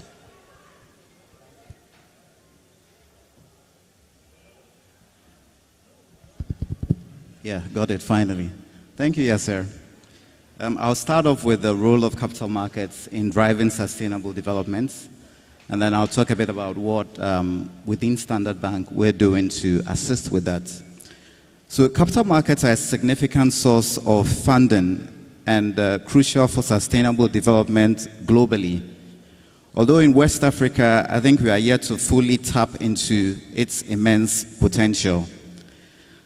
Beyond the typical sources of financing that governments would employ, so taxation, borrowing, grants from international institutions, it's possible for governments in West Africa to issue sovereign bonds in the capital markets to raise funds for sustainable infrastructure development, social programs, and other key green initiatives. I'll very shortly speak to some examples of sustainable bonds that within Standard Bank Group we have facilitated across the African continent. And just by way of information, Standard Bank is Africa's largest bank in terms of total assets of about 170 billion US dollars, plus or minus a few billions in accounts of exchange rate differentials. We are an integrated end-to-end financial solutions provider organized across four main pillars. So corporate and investment banking, business and commercial banking, wealth and investments, or insurance and investments, and then personal and private banking. In Nigeria, we're here at Stanbic IBTC, which comprises a holding company, a number of subsidiaries, offering these services I just spoke to. In Ghana, we are Stanbic Bank and Stanbic Investment Management Services. In Cote d'Ivoire, we are Stanbic Bank. And these are the WASRA markets where we operate. Now, for the private sector, the capital markets provide an avenue for corporates to access funding for their capital expenditure, project development, or other long-term needs. And this contributes directly towards economic growth. So in that regard, corporates also can play a very important role in driving sustainable development through their financing approach. We see this more specifically across sectors such as power and infrastructure, where there's a lot of focus on energy transition and renewables. We've also seen how developing our domestic capital markets can encourage foreign direct investment inflows, either by way of direct participation in issuances or through extension of credit guarantees, which also help in facilitating the financing of large-scale infrastructure projects. However, it's essential to note that the effectiveness of capital markets in fueling sustainable development will depend on a number of factors, including the following. So the first I'll talk about is enhanced regulatory and legal frameworks. It's often talked about, but the more we review and update our regulation to ensure it's in keeping with global best practice, the more likely our markets will develop. Second point will be financial literacy and awareness. Our investor community needs to be conscious, to be, I would say, sustainability conscious, so that they will invest not just for yield, but also to drive sustainable development. Investor protection, number 3, is key because that generates confidence in markets. Political stability encourages players to take a long-term view of markets and adapt their financing approach accordingly. And finally, enhanced integration across our regional financial markets, market infrastructure, and harmonization of regulation across the sub-region will also contribute to driving sustainable development. In terms of what Standard Bank is doing, sustainable financing is a key value driver that underpins our purpose. We have this mantra that Africa is our home and we drive her growth. So a key priority for us is championing sustainable growth and development within the bank as well as with our clients. Key impact areas we focus on are as follows: financial inclusion, job creation and enterprise growth, infrastructure development, facilitation of Africa trade and investment, climate change and sustainable finance, which I'll talk to a bit more shortly, education and health. Now, specifically in relation to climate change and sustainable finance, we work with our clients to develop appropriate solutions for mitigating and adapting to the effects of climate change by developing financial products that support the green economy, reduce carbon emissions, increase climate resilience, and enhance socioeconomic development. As an institution, we ourselves have submitted ourselves to rigorous sustainability rating exercises by globally recognized agencies that attest to our level of sustainability consciousness and contributions towards the United Nations SDGs, or Sustainable Development Goals. Standard Bank was awarded an ESG rating of 66 out of 100 by S&P Global, which is significantly higher than our peers in the banking industry. Thank you, Kobe, for this extensive answer. We have a few minutes left, so I will ask each one of you to give us quickly in few sentences what are your respective views on what should be done next. Let us start with Mr. Oluyomi. What benefits do you think could be reaped if the approach you described for Lagos State was extended beyond Lagos to other Nigerian states or even neighboring countries? Okay, thank you very much. I think if the other members of the sub-region decide to take the same process that Lagos State has taken, there will be a lot of benefits. Number one, it will enhance trade routes within Africa and globally, which is very, very necessary and crucial for economic growth and economic development. Of course, they can also invest in world-class infrastructure.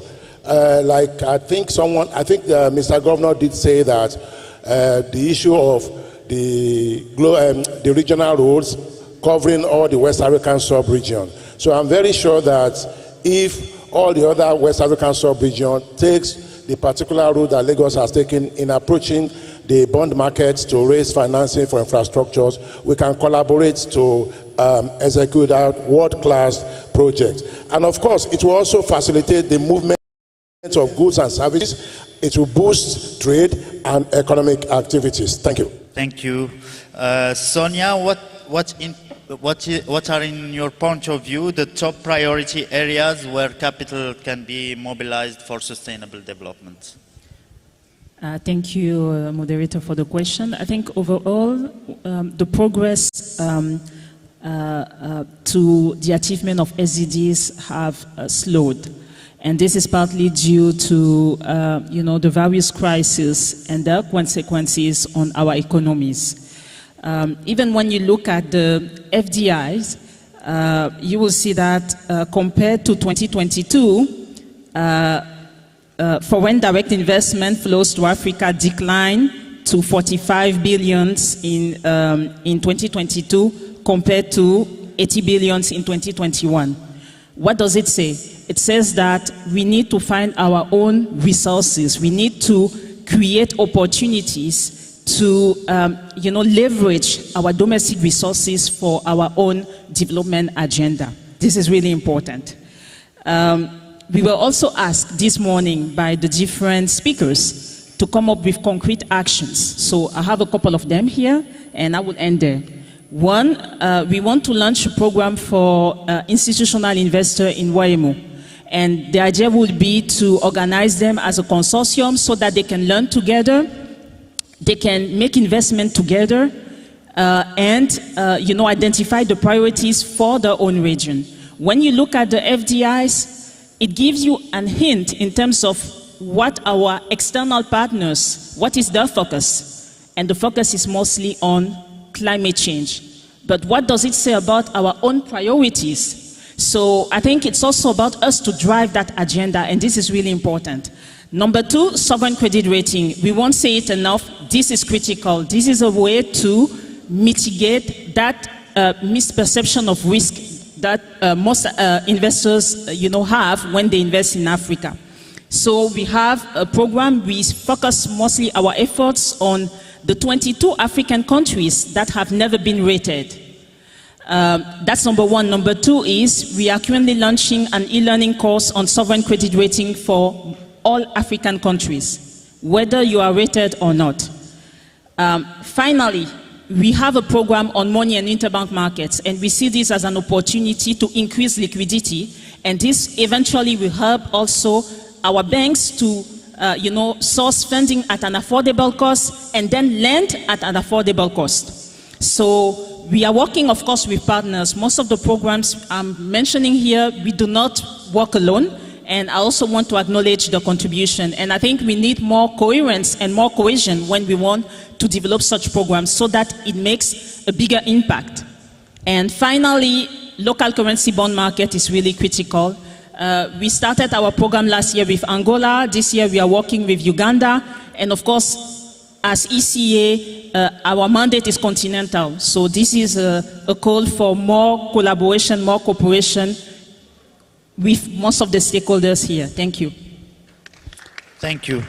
Now, Kobe, despite all the tremendous efforts that we have seen from various stakeholders, GSS bond markets in Africa have not yet reached the necessary scale. In your opinion, what's missing? Is it a pipeline of credible or convincing projects or capital to finance those projects, or is it something else? It's neither pipeline. The pipeline is there. I think the money is there. What we need is to provide proper incentives and powerful disincentives that will make both issuers and investors consider sustainable financing. That's all I would say. Thank you. Thank you very much. Mr. Boussoupé, after hearing the perspectives of your co-panelists, what do you think your role as a regulator should be to scale up markets' contribution in financing sustainable development? So what are the broader aspects of your strategy in this respect? Thank you. Very much. As a regulator, each time we need to work on market equilibrium, and that is the forces between demand and supply of financial products at an affordable price for investors. And with respect to supply, we have spoken at length about that, and I believe that we need to work to develop a veritable project pipeline, and this will require a lot of planning and anticipation and agility. When you have projects, each time you need to work with the leaders, either from the private or public sectors. When there is a project, should I try to fund it with concessional resources? What would that cost? Is the expected cost not too high? And then how could I valorize the project components? And when I'm done and I go to the market, you need demand and supply, so that means that somewhere the supply is there. But if you need to work on demand, then you need to build financial education, and that means educating our children in our families to make savings, to draw up budgets, and then in school too. This should be captured in the curriculum, important financial education, not just not necessarily a special financial training, but every child who goes to school needs some level of financial training. And then once that is done, and you become a professional, you are better educated, the question of arbitration comes in. You look at the cost of operation, you need to be trained to do arbitration, and the choice of investments on a needs basis. And the beauty of all sustainable and social aspects is that it meets the expectations of investors on specific themes, and this meets the objectives of traceability and information reporting. And so as a regulator of the market, we need to work on the quality of financial information. Today, in all the financial squares,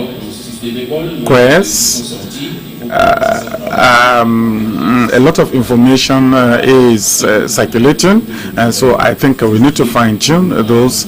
So this, in brief, is what I wanted to say in order not to monopolize the discussion. We will take two questions from the audience. I have a question there.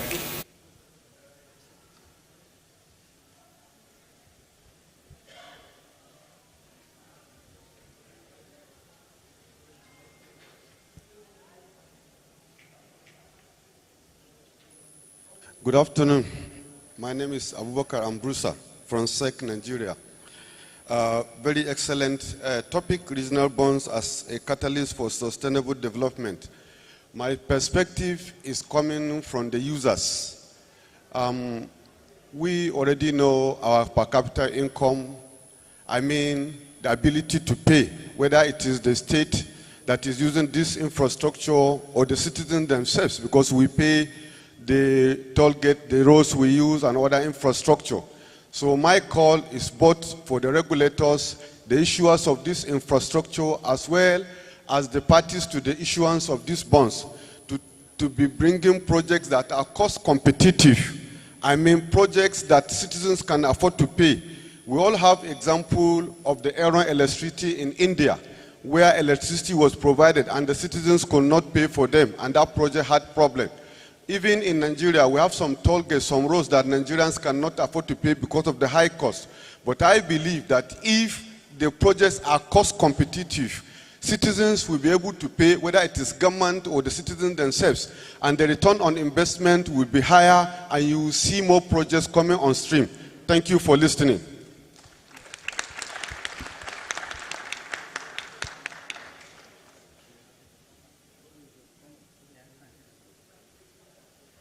My name is Edu Entry, former Director General Security Commission of Ghana. I want to commend the Lagos State for the issuance of bonds. It's something that when I was in the office, I was always talking about. And I have said I wanted to see council flats in at least Accra before I die. Council flats. Greater Accra municipal issuing bonds to build flats for workers to rent, as you have in the UK.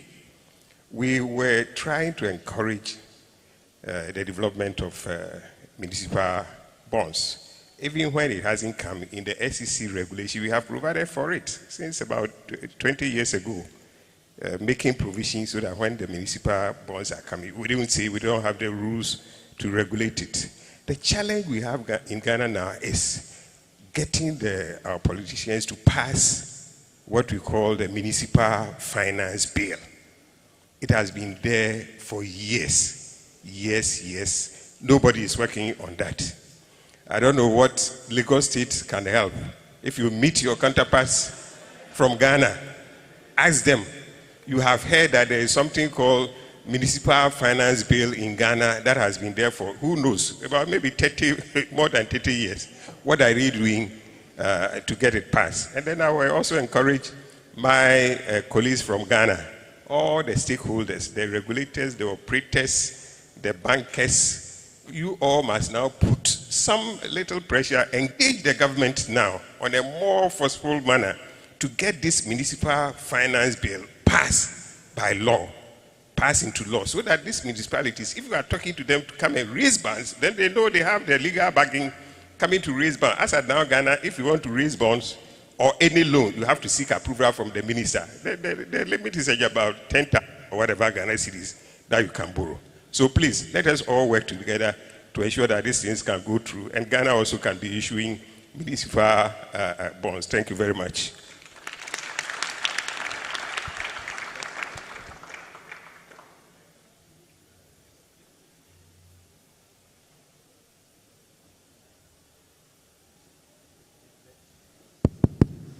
If there are no more questions or comments, I think we can close the session. Thank you everybody for your attention. Brilliant. Thank you, Munsif, and his panelists. I think some justice, if not very deeply, some justice and answers on the way forward were provided in this very presentation session. Panel session, my apologies. But next we're going to swiftly move into another presentation session. Oh, I'm sorry, Mr. Munsif and the panelists. I've been asked that you have to take a picture. There's a picture session immediately after your panelists' discussion. My apologies that I'll have to make you to come up the stage again. But this is my comfort zone. I love the stage.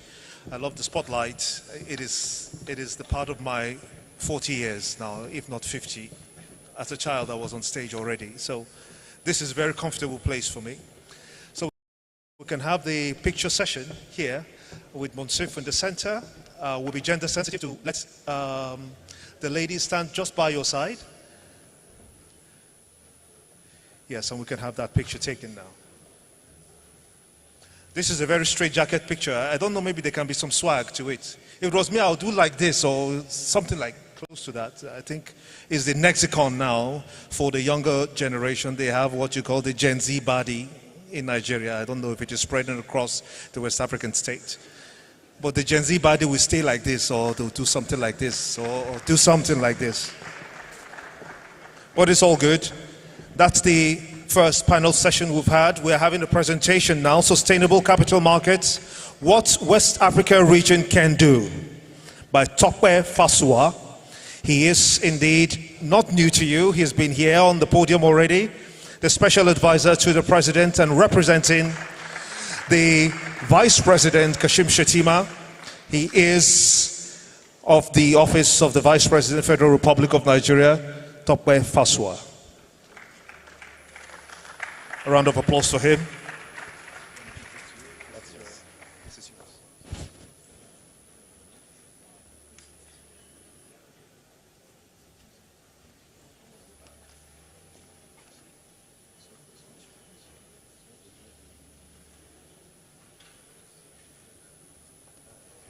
Fair enough. Good afternoon again, ladies and gentlemen. Like that comedian will say, this is my real face. That other face the other time was the Vice President's face. So I'm presenting this paper, Sustainable Capital Market, What West African Countries Must Do. Not actually can do, but what they must do going forward. And some of that is going to hack back into some of what the Vice President asked me to present earlier. So in this, we'll basically just look through the history of capital markets in West Africa, some challenges, developments in the financial sector, current situation, competition from financial innovation, the state of the African mind, capital markets, fulfilling purpose in capital accumulation, and then look forward. I understand I have about 20 minutes of 10 minutes thereabouts, so I'll speak very quickly. So in terms of the history, Nigerian Stock Exchange 1960, Ghana 1990, Cote d'Ivoire, which I understand from DGSEC, covers many African, West African countries, the Francophone region, 1998. And then Egypt has been around 1883, Johannesburg, 1887, Zimbabwe, 1948. That's when those markets have been around. However, I also note that market crashes like we had in 2008-9 in Nigeria, which we're only just recovering from. They haven't helped. Equally, every time we're trying to pick ourselves up, there'll be one local or global financial issue. I remember the 2010 meltdown in financial markets, what's called the Great Recession, was a setback in the main, not only to money markets, but also to capital markets. You need the kind of environment of optimism for the capital market to pick up. And that's an issue. And that's why this paper is titled around the sustainability of capital markets in West Africa, not only Nigeria. And when you're talking about sustainability, you're thinking, how can we maintain the momentum that we have into the long run? And so, market crashes, we had the global financial recession, global recession, and later on we had COVID-19, that's 2020. All of those are big setbacks to the market. All these fallouts have not been well managed. Why I put that there is that when our market crashed in 2008-9, I felt that, a few statements were put out to the extent that, look, the capital market is not for everybody. And I think that we need to walk back that statement. The capital market should be for everybody. I mean, it's like a politician that doesn't countenance the people that he supervenes. But without the people, you cannot be a leader as a politician. The capital market should be positioned for everybody, old and young. So all of the millennials, all of the Gen Z people, some of them are here maybe as ushers and so on. There's nothing wrong if they have some investment in the capital markets. In the United States, where the market still does pretty well, most households have some investment in the capital market, and many young people are also very much involved. And that's where we must go to. So these are the current situation. Competition for financial innovation. I said, what takes our people's capital? I'm asking that question. For example, we know there's hardship, there's recession, there's now a cost of living crisis, which had ravaged Europe and so on, and of course has birthed in Nigeria. We know what the issues are. Where is the Naira rate right now? Inflation at 26.7. It's a tough time for someone to be in government. Unfortunately for me, that's when I find myself in government. It's one of those things. But, now it's partly global, but it's also partly local. And so we must work hard. We are working hard to ensure that this blows over. But that's what's taking people's money. Long-time economic troughs. So whenever you go into an economic dip, how quickly do you come out? Online betting, for example. Now, when we were growing up, we were used to situations where those old men, some of them not too old, will play what's called pool. And you have to transport yourself physically to go and buy the paper. I don't know how they play it. I'll say Arsenal, Man U, and all of that stuff. But now, those bettors, they found a way of digitizing much faster than some of the organized markets. And if I remember, the numbers look something like 500 billion or something of that sort. Maybe that's monthly, that's played. You'll be shocked how many of our young people, especially the boys, have keyed into that. So money keeps flowing. How well positioned is the capital market to be where the money is flowing? What kind of solutions can we have to counter or to compete with, for example, the betting industry? The day you can find that, you'll be on your way. I remember being in Accra about a year ago, and I saw in one big roundabout, they were campaigning against online betting, saying that it's not good for the youth. I've not seen anything like that in Nigeria. I think maybe we don't mind that much here, but it's taking a lot of money. You have to meet them. Cryptocurrencies came as well. And, as we all know, what's this guy's name? There's somebody, an anonymous person that created cryptocurrency. What's his name? Anybody help? Sakoshi, one something moto in a which we're not sure is a human being or is a group of people, right? And a lot of people have lost money. I also lost money on cryptocurrencies, I confess. But the money I put in there, I told the guys that we were there together, look, I'll put only amounts that I can lose. By the time I decided to exit the market, maybe I was able to come out with only 25% of the money. And that was the peak at which we were trying to almost, dip a Nigerian financial market into cryptocurrency. Very risky, but it took a lot of money. And apart from cryptocurrencies, we've also had all sorts of people coming up as fintechs, maybe in the agri space, in all sorts of spaces, and they've taken a lot of our people's money, a lot of the young people's money. Remember that as people grow older, after some time they stop to earn a lot of money. Right now, as we're speaking, a lot of young Nigerians are serving international companies, even if it's just as data entry professionals. But they are making money, which even the Nigerian government does not even countenance. You don't know when the money comes, how it gets transferred. Nobody pays any taxes on it, but they are making money. And so the capital market must be there. Those are your opportunities, indeed. What kind of product can you create? And if you're able to create those products, you'll be adding a lot of value, because then they'll be investing in Nigerian companies, that will be around for a long period of time, not just throwing money into thin air. For example, if you put money in crypto, for example, what exactly are you doing? You're not funding any company. You're just taking a bet, at best. So also erosion in currency values across West Africa, across the whole of Africa, and indeed West Africa. We know the challenges of the Ghanaian cedi. It was very tough at some point. Went as far as almost 16 cedi to $1. Now back at around 11.75 through a lot of struggle. And when we're talking about 11.75, that is basically like 117,000 old cedis to $1. And we're coming from a scenario where in 2007, it was 9,200 cedi to $1. So even the Nigerian currency has had a better time than the Ghanaian cedi. And I'm saying this because this is a West African thing. The CFA has done a little bit better, it must be said.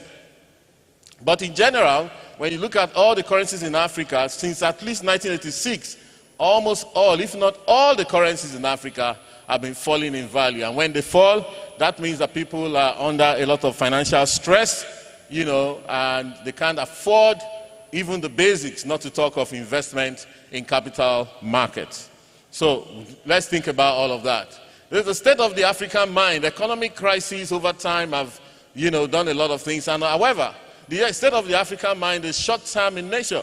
And not just the African mind, everywhere. Now we're talking about a digitized world.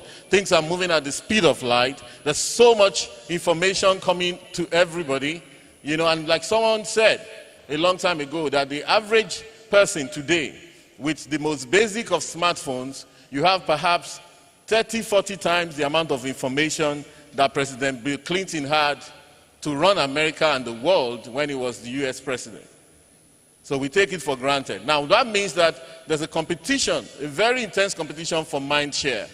Can you get the attention of the people? Can the capital market today get the attention of many people across the board, a concentric growing number that can sustain the capital market and, into the future? Again, like I said, the capital market to me is for everybody. Everybody should be able to have a product that appeals to them. It's not for very savvy traders. When savvy traders alone are in the market, you see many times it rises, then they take profit, it falls, and all of that. You don't want to go through that boom and bust very often. Okay, so there's mass poverty leading to betting, building ramshackle houses and so on. If people in Africa understood that their country can help them in the area of, let's say, housing, like the gentleman from Ghana was saying earlier on, perhaps they will not be building in different places ramshackle houses that maybe in time will be destroyed. Every time I see demolition of such buildings, it reminds me that, look, this is value. Even if the house did not cost more than 5 million naira to build, that is 5 million naira painfully earned and then destroyed in one day because it wasn't well built or it was built in a place without authority. So African leaders need to think and plan for their people in order, and I'm glad that at least I have an honorable member of the House here seated, and senators as well, and maybe myself, but I'm just an advisor. Like President Obasanjo told us a long time ago, your own is to advise. If whether I take it or not is not your business. Anyway, so externalized investment. There's an availability of options via apps In fact, this is perhaps the biggest thing. I know many Nigerian young people who are actually trading in New York Stock Exchange right now from their phone. Now, therefore, the West African capital market needs to learn from how those people abroad have been able to digitize this and what kind of contracts they've created that appeal to our young people and all of that. Again, the focus, if you will leave here with anything, is on our very young people. And of course, cryptos, etc., and so on. This is the Nigeria All Share Index. Over time, let's say from around the 1990s to date. This just shows us the trajectory of the market. Well, this is what they call in financial mathematics a random walk. Okay? This is a random walk. It's the walk of a drunken person. It goes up, it comes down, it goes up, it comes down, but at the end of the day, it's going somewhere. If we chart this, we can put a line of best fit and say, well, the market is rising, but it's only a recent phenomenon that our market is going back up.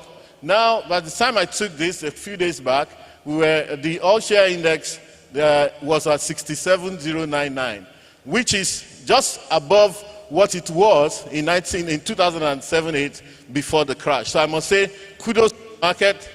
Nigerian Exchange, NGX is here, SEC. This is a great achievement. And it's a cause for celebration and for joy that we've been able to, because there was for a long period of time, I wondered if the market will never come back.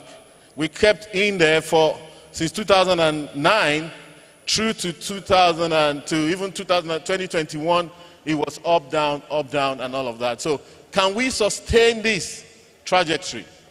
That's the issue. Now, mind you that if you have just the same listings in that exchange, you won't be making a good judgment call to expect that market will continue to go up. One of the things that make a market go up, because it's an index is an agglomeration of all the activity in the market. One of the key things is more listings, more activity, more products in that same market. Okay, so the next one is the Ghana Stock Exchange. Hasn't done that well. I didn't get much information in terms online on that. So I think I could only get from about 6 years, thereabouts, 26, just maybe about 6-7 years.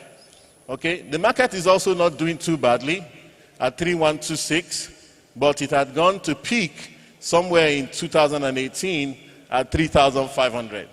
Small market. But we must commend the efforts of those who are sticking to it. I'm not sure I was able to get much in terms of Cote d'Ivoire. I just charted South Africa. Now, this is South Africa since 2000 and to date. You see that this chart shows a resilient market. There isn't much volatility per se compared to the Nigerian market. The Nigerian market has been extremely volatile. The South African market, which is over the same period of time, has been a bit less volatile and so on. And we'll see why that's the case.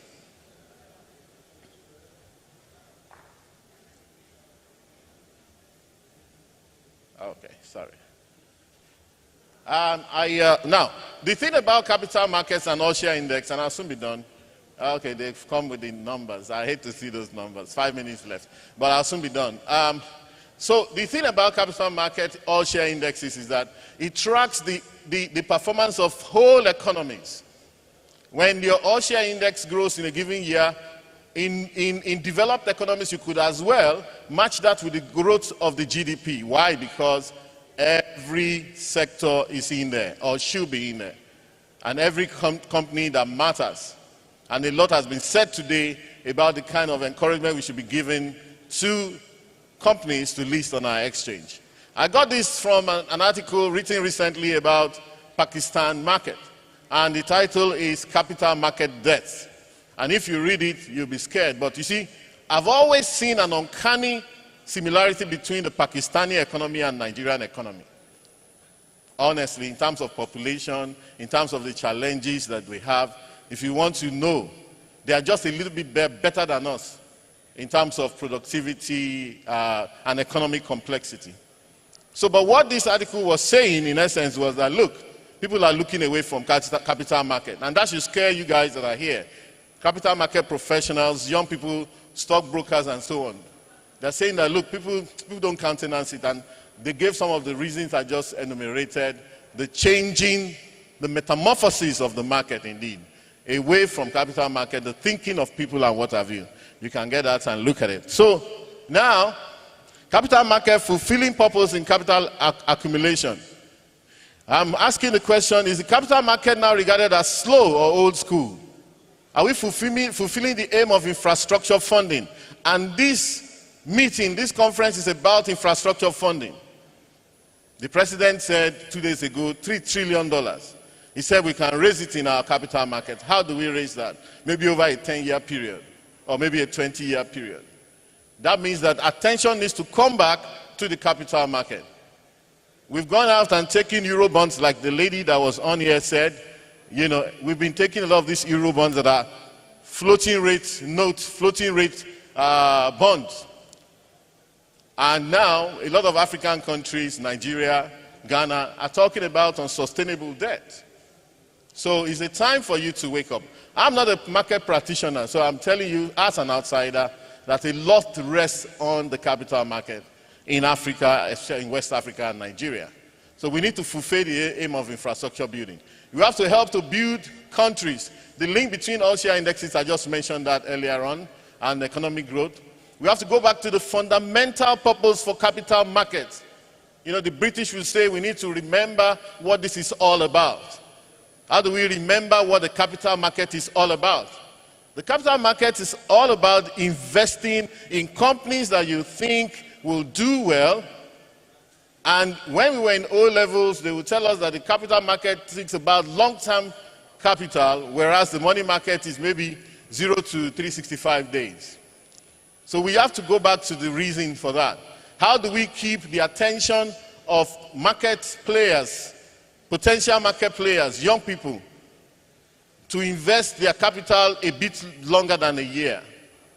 Or how do you deceive them, even if you, sorry to use that word. Maybe you break contracts into bits in terms of time, and before they know it, they'd have started keeping money in those markets for 2, 3, 4 years. Whatever you have to do, work on the psychology. But a lot rests on the capital market. It's about raising capital. The capital market is about raising capital for companies across a diversified source. It's about stronger corporate governance for companies. Many of the companies that we expect to list, many of them don't want this transparency that comes with listing on the exchange. So that's a big challenge for regulators and for the exchange to get more people to come and more companies to come. Nobody wants all that exchange, all those returns and all of that you ask for them. However, how do you make it easier? And how do you convince them that that transparency is actually in their favor? Because when you're transparent, you can actually go to the world as a company. You can go to the world. Also, financial inclusion, meaning that when a company goes public, you're also bringing diverse people from different places to come and invest in that company. And it's part of financial inclusion, spreading the wealth. And of course, it helps them to build stronger image than before. Stronger image and brands, okay? 1 minute left.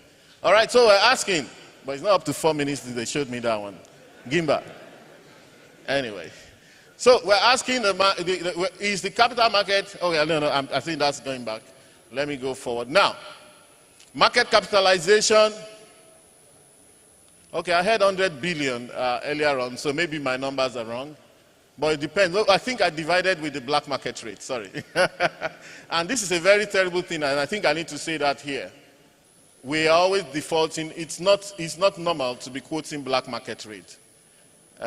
Honestly, it's not, because it's just an illegal market, a black market. And I hope that with the plans of the current administration, they'll be able to reverse that. You're laughing, but it's true. It's not normal. Yeah, I know that, because a lot of people who don't even need foreign exchange are busy quoting the dollar, the black market rate, sharing it everywhere, creating a panic in the system. But for those who need dollar immediately, I understand where you're coming from, if you can't get it through official sources. There's a black market in every country for the foreign exchange, but you never see CNN coming on network news to tell you about the black market for the currency in the United States. There's a black market in every country. That's the market used by drug dealers and what have you. Anyway, Ghanaian stock exchange is 6.3 billion in terms of capitalization. Ivorian is about 12 billion, and that's the entire market. But I understand the Ghanaian market may be up to 20 billion if you add the bonds and what have you. What will the Nigerian market be if we had bond markets and alternative markets? Can anybody guess? Okay, what's the size of our bond market now, listed? Any corporate bonds? Chew on that. You guys are the people, you are the professionals, so you should know better than me. I'm almost done. There are only 157 companies, plus or minus, maybe 160, listed on the Nigeria Stock Exchange. In Ghana, I saw 42, including bonds, 4 bonds, or 36 companies, and about 8 bonds in Ghana. In Cote d'Ivoire, 43 listings, and I'm going somewhere with this. In Johannesburg, 400 listings. The more listings you have, the more likely you are going to have a more stable graph in terms of the performance of the market over time. When you have few listings, you're going to see a lot of volatility. And recently, we've had a problem of delisting as well. Holdcos. A lot of banks are pulling out to say, listen, we want to have holding companies and so on. You know, it's something to worry about. Why is this going on? Looking forward, and I think this may be the last, or second to last, I'll soon be done. Looking forward, what do we need to do? We have to rediscover the purpose of the capital market. I said that earlier. You have to list public companies. We have to encourage government, and I was speaking with the DG Sec. The government also has a lot of role to play.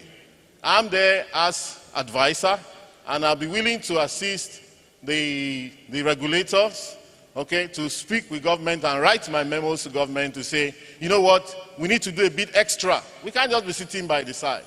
Thank you very much. We have potential companies that should be listed. We might convince MTN a few years ago. I don't know if Airtel is listed. They are listed. What about Globacom? We have to keep on Dr. Adenuga. Well, he used to be my former boss, so if you can convince him. But not only that, what if we use the PLC model to try and get Ajaokuta Steel working?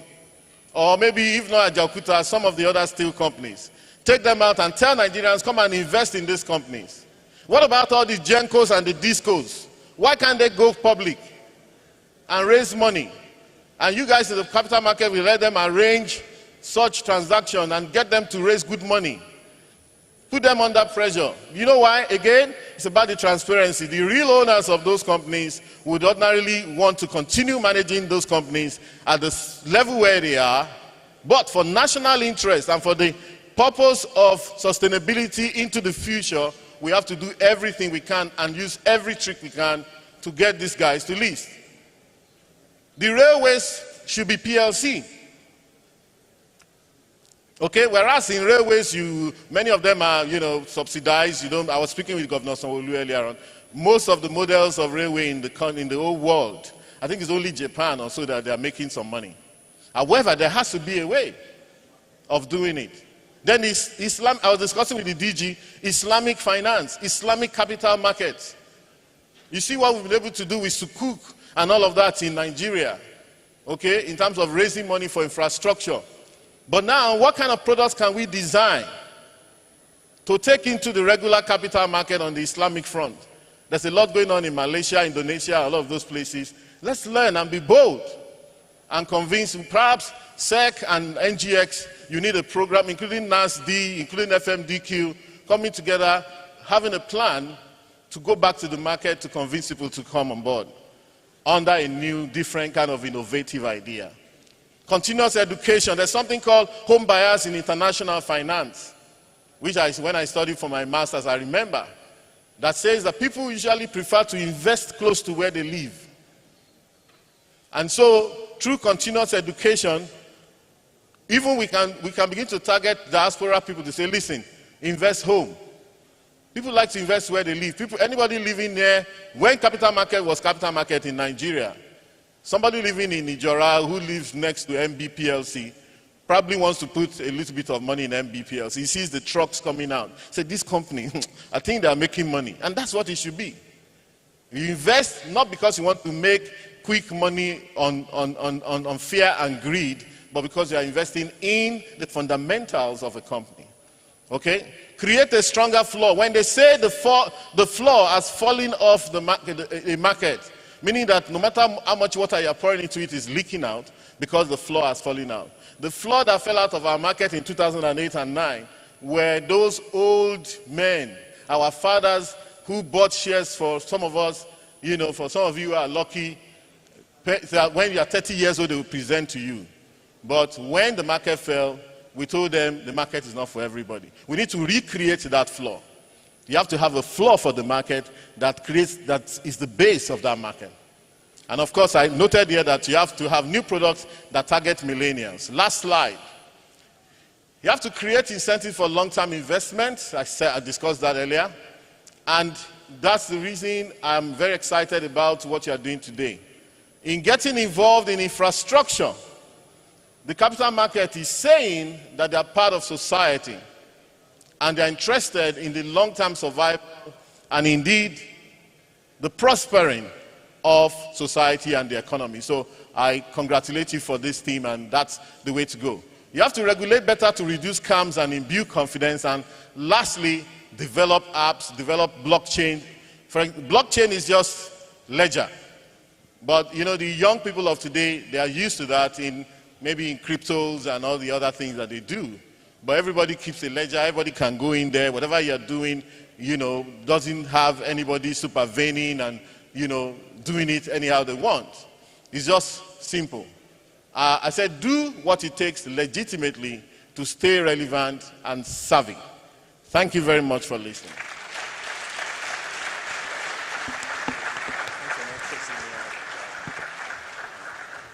Thank you very much, Dr. Tokwe Fasua.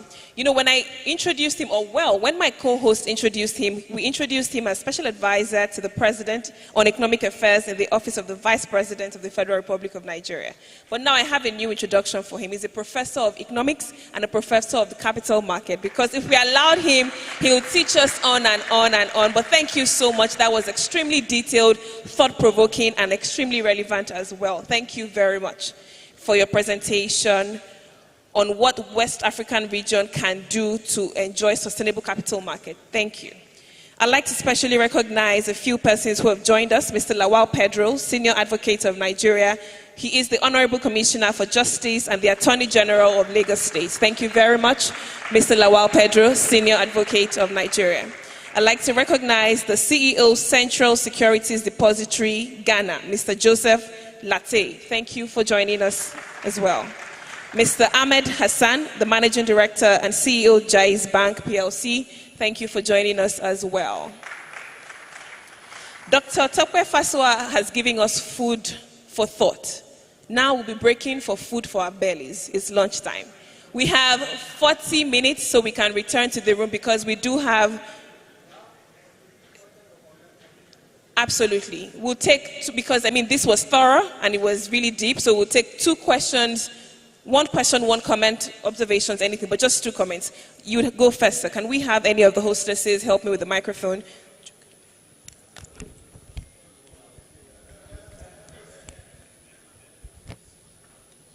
Thank you very much, sir. Then we'll take 1 more. Wow. Dr. Fasua, you have a lot for you today. My name is Babangida Ibrahim. I'm a Nigerian. During the presentation of the special advisor, I listened attentively, and I'm interested of one particular angle on the forex. He tried to define the change in Nigeria as black market. He tried to compare Beirut change, which are officially registered by CBN as black market. I need clarification on this. I'm also aware that CBN doesn't issue forex directly to the users. possibly importers and whatever. And I'm aware that the so-called official rate is only used and mostly used for government transactions, because the official rate is not the actual rate that is being used for transaction.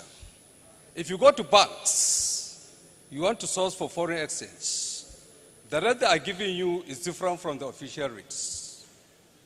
If you go to the Bureau de Change, they are also officially recognized and registered to operate and deal in exchange of foreign currency. They also give you a different rate. I'm happy. During his presentation, he mentioned that senators are here, members of the House of Reps are here, and he's also part of the government. Now, you see, the fundamental question is, we have to change our mindsets. If the government itself will continue to deceive itself and think that the foreign exchange are black markets, then that is the beginning of our problem. Most of the importers in Nigeria, they cannot source their foreign exchange through the so-called official rates.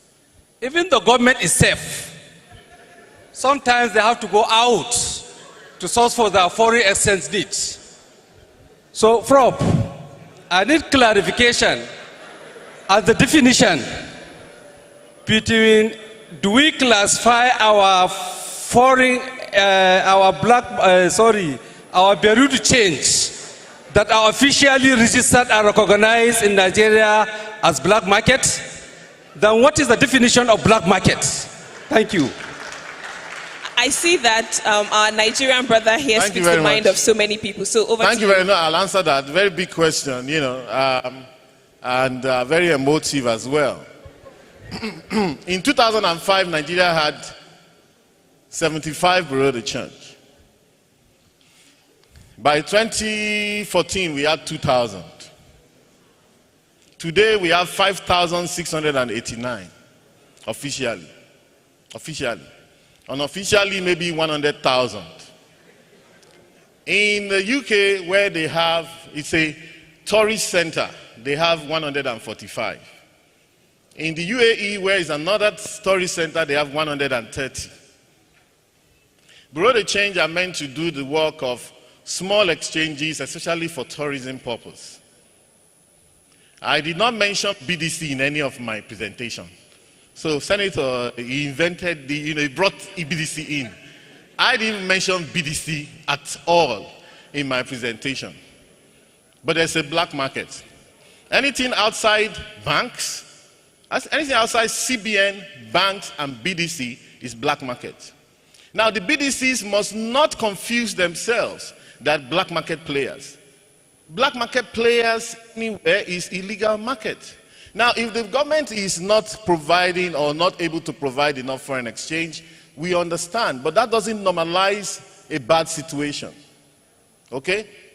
At some point, there was a time in this country we were giving Bureau de Change $800 million every week. And they will tell you that people travel, even inside COVID. Inside COVID, when nobody could travel anywhere, BDCs were saying that they spent all the money.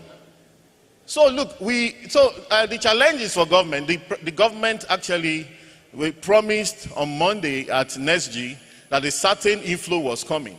And if that inflow comes, they intend to regularize the market any which way. Maybe the rates will fall. But I put it to you, anything outside BDCs that are registered, I am of the opinion, as is the president of APCON, Dr. Aminu Gwadabe, who is also my friend, we are of the opinion that there could be a merger in the BDC sector. You don't give a license to people just because of friendship. And I'm also of the opinion that our BDCs should now begin to step up to what happens abroad. In the UAE, many of the skyscrapers you see in Dubai downtown are owned by BDCs. Al-Fadan, Arostamani, Al-Ansari. Some of these guys, it's clean, beautiful business. They do IMTO transaction, money transfer, in and outside the UAE. You can transfer money to anybody. They're like a bank, only they don't give credit. If they give credit, then they're on their own. So they are not pursuing MPLs, they're not pursuing non-performing loans. It's sweet business. So we want them to consolidate and do bigger. Personally, that's what I think, and that's what I will advise. Okay? Do bigger transactions and step up and scale up. But you cannot, the central bank will never be able to control 5,689 BDCs submitting returns every week. Where do you start? The old staff of central bank maybe is just a little bit over 5,000. So how many people will analyze those research work? But I did not mention BDCs whatsoever. So we know the failings and we know the issues that we have, but going forward, that's what I'm saying. You will never hear, even in Dubai, there's a black market for dollars. Even in the US, even in the UK, you will never hear there are news channels or you open Financial Times in the morning and it's saying the black market for pounds. The London Metropolitan Police will ask you, oh, sorry, can you take us to where you found this black market for pounds?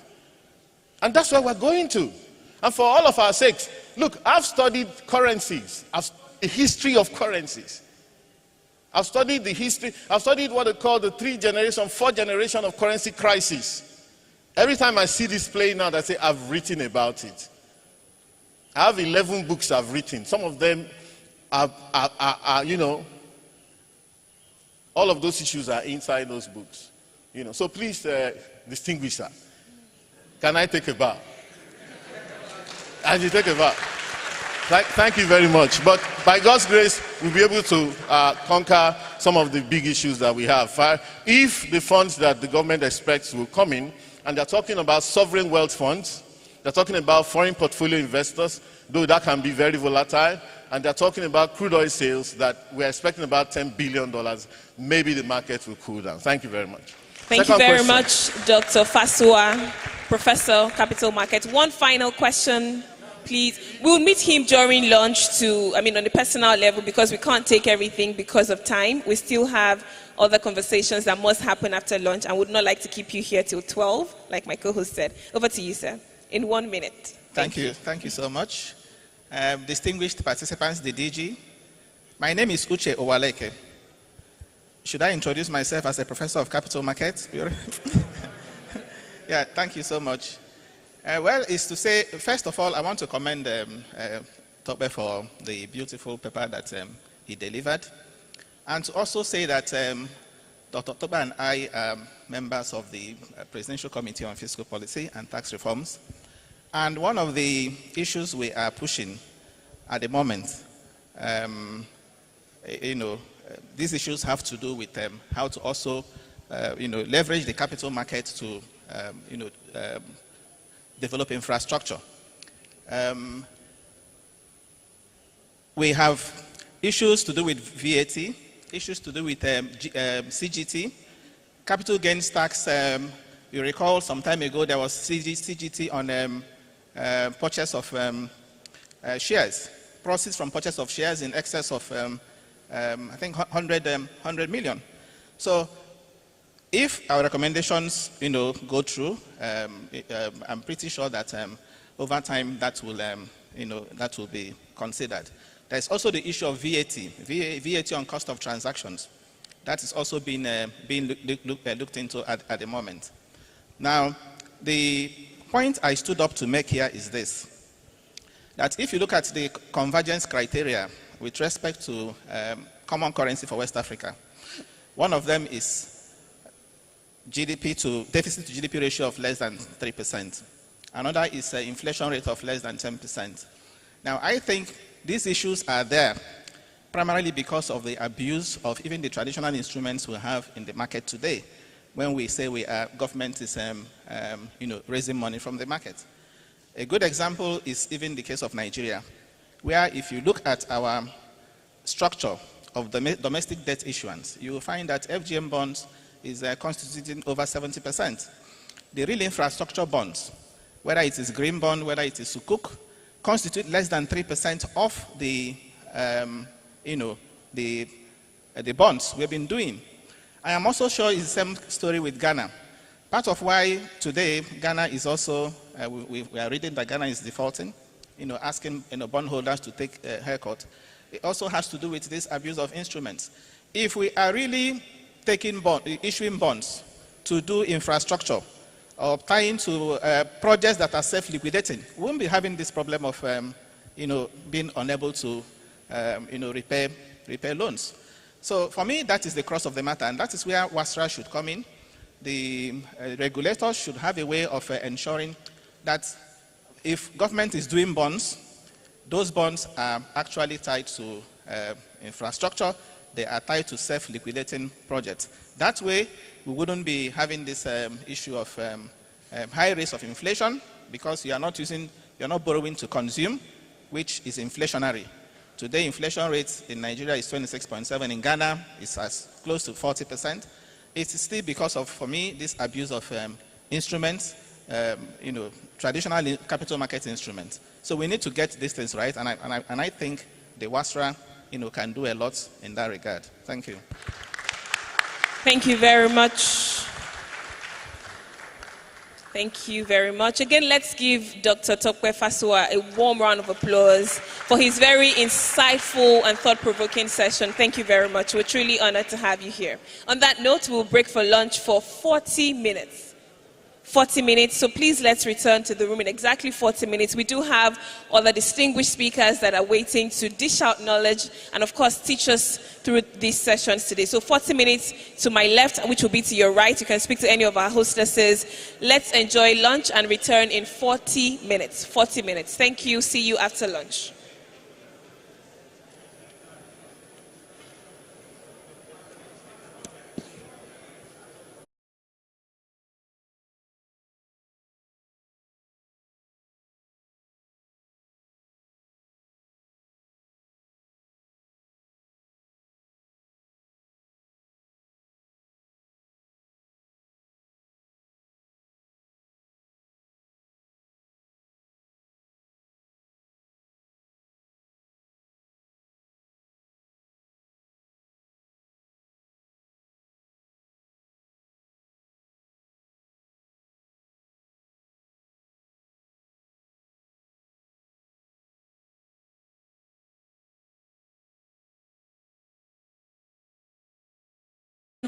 Desk to speak to any of the compares.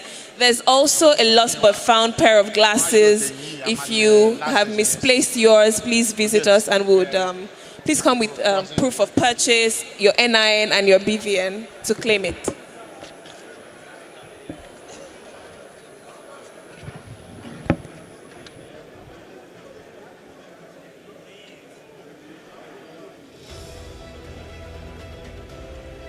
We have a lost but found pair of glasses, and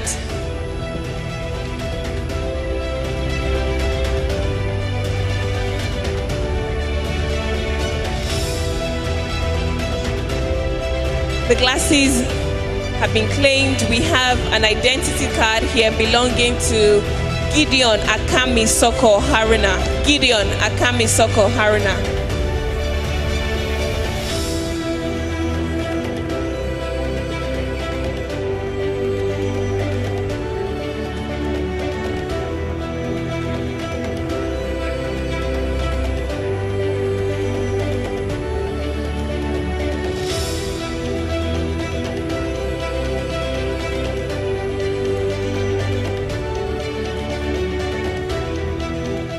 Gideon Akami Soko Haruna, you have your ID card with me.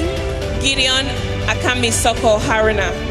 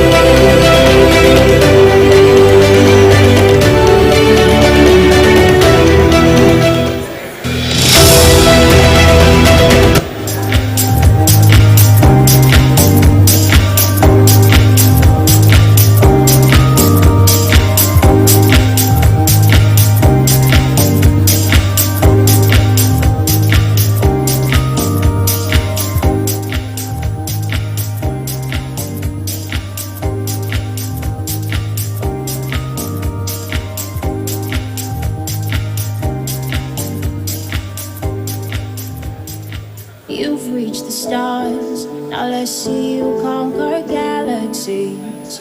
You've gone for gold. Let's show you 2 more treasure chests. Your story doesn't have to end with you. As a matter of fact, it can continue into the next generation. The only way to move is up, the way to go. And the generation after that. Don't stop. After all, you've worked hard to get to where you are. Why should your wealth end with you? Let your story continue. Let's take you far. Medistam, let's grow wealth for you.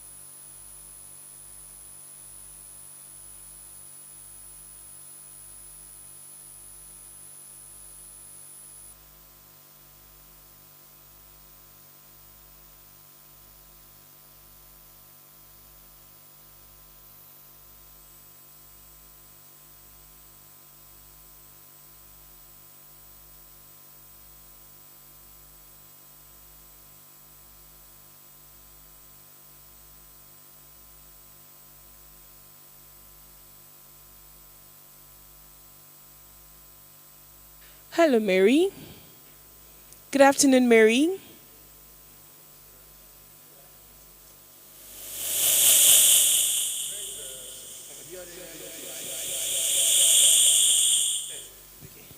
Good afternoon, Mary. I'm testing the audio. We're not ready for you, but we just want to be sure that you can hear me. Hi, can you hear me? Please say something. You can unmute yourself and say something.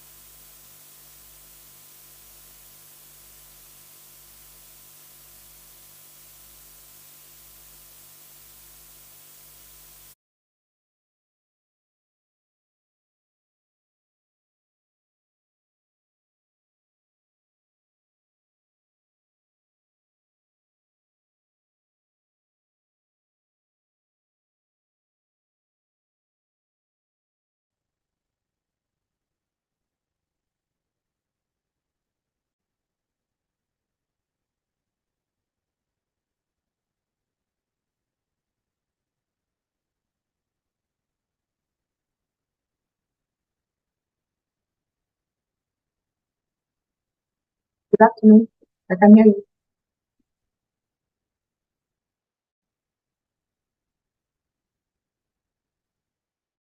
Yes, I can hear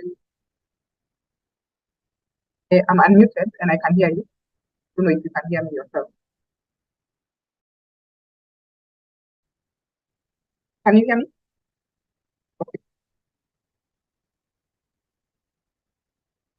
Have, I'm just projecting. I have a very brief on just saying what we're about.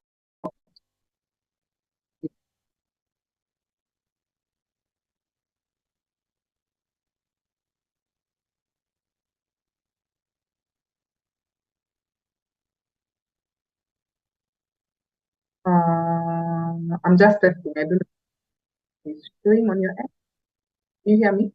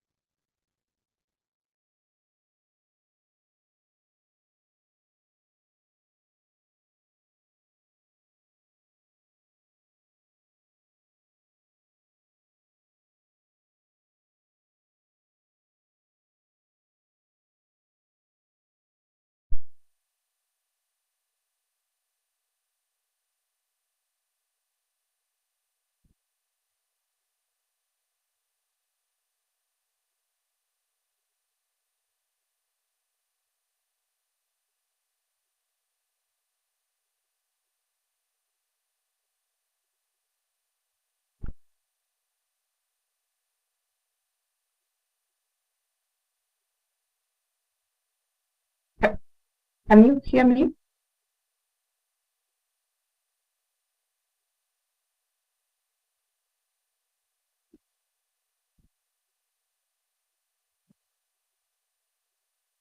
Just checking, test if you can.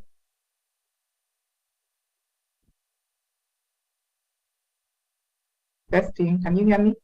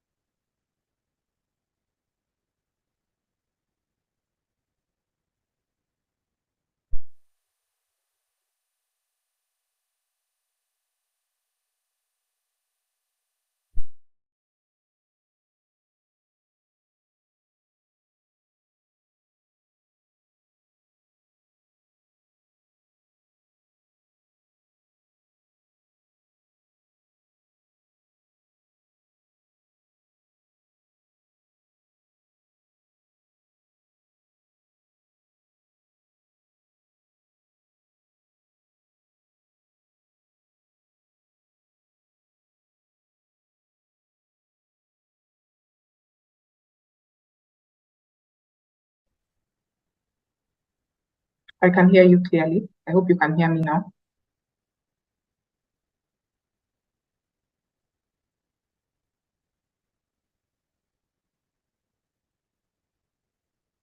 Okay. So looking forward to join the session in a few minutes after lunch. Looking forward to make a brief presentation, which I'm just testing to confirm hearing on your screen. I hope you've had me speak thus far.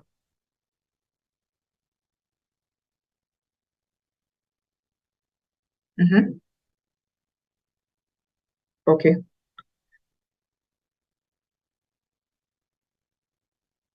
Okay. Okay, fine. Yeah, so looking forward to join the session in a few minutes after lunch. I hope the network will be good, and I'll be making a very brief presentation about FSD Africa. And yeah, so looking forward to that. I hope you can hear me. I could hear a little bit of a lag on my end or an echo, but I wonder whether it's all clear from your end. I wonder whether it's all clear from your end.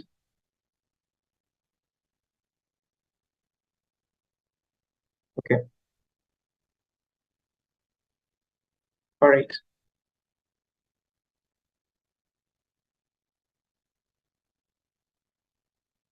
Okay, great. Thanks. And just to confirm, it's a 5-minute slot, right? I'm just going by what's on the program. Yes, I think it's my session, which is right after lunch. It shows 5 minutes. I just want to confirm. I know you could be running behind schedule a little bit, so I just want to confirm that it's good.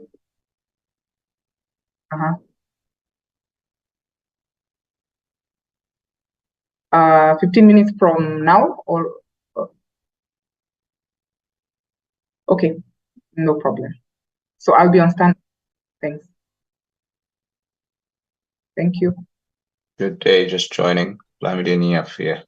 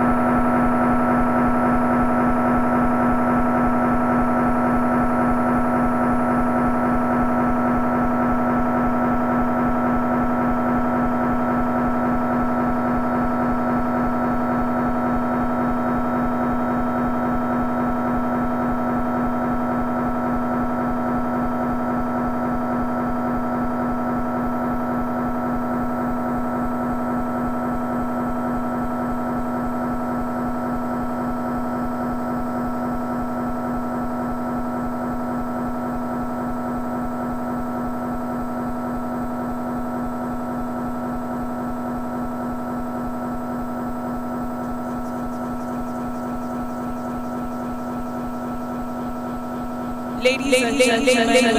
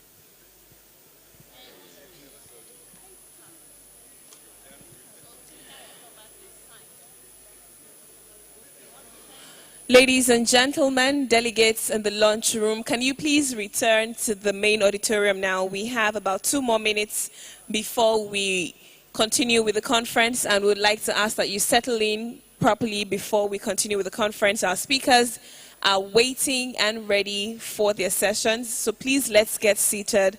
Let's take a seat. Let's settle in very quickly. If you're still having lunch, please wrap up now. If you've had your lunch, please come back into the room. We have 2 more panel conversations, and then we'll wrap up for the day. Our speakers, our panelists and moderators are ready, waiting to receive us. Please come back into the auditorium. We have about 2 minutes before we continue with the conference. Thank you very much as you comply. If you're done with lunch, please return to the main auditorium so we can wrap up early today.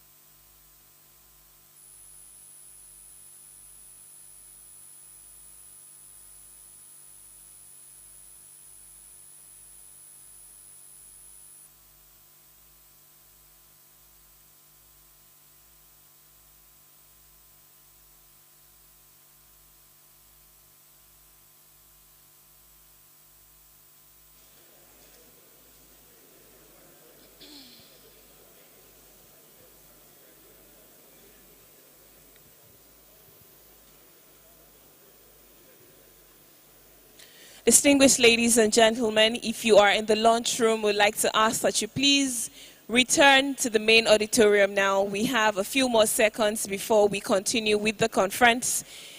We hope that you have enjoyed yourselves during lunch, and we hope that you had a great time with the good food that we brought your way. And for our non-Nigerian brothers and sisters, especially the Ghanaians, I hope that you enjoyed our Nigerian jollof, and we'll take feedback after this session.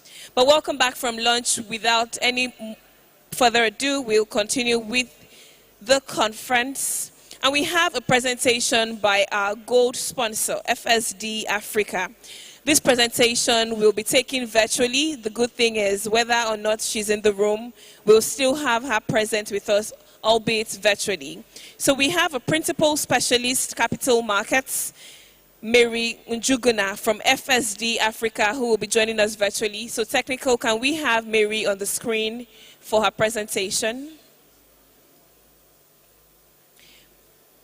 Mary is from FSD Africa, and she is representing one of our gold sponsors. She's a principal specialist of the capital market, and she has a presentation that will come up on the screen now.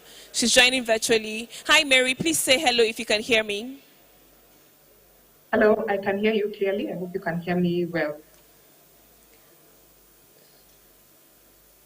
Okay, Mary, over to you now. Thank you, and good afternoon, ladies and gentlemen. Allow me to stand on existing protocols.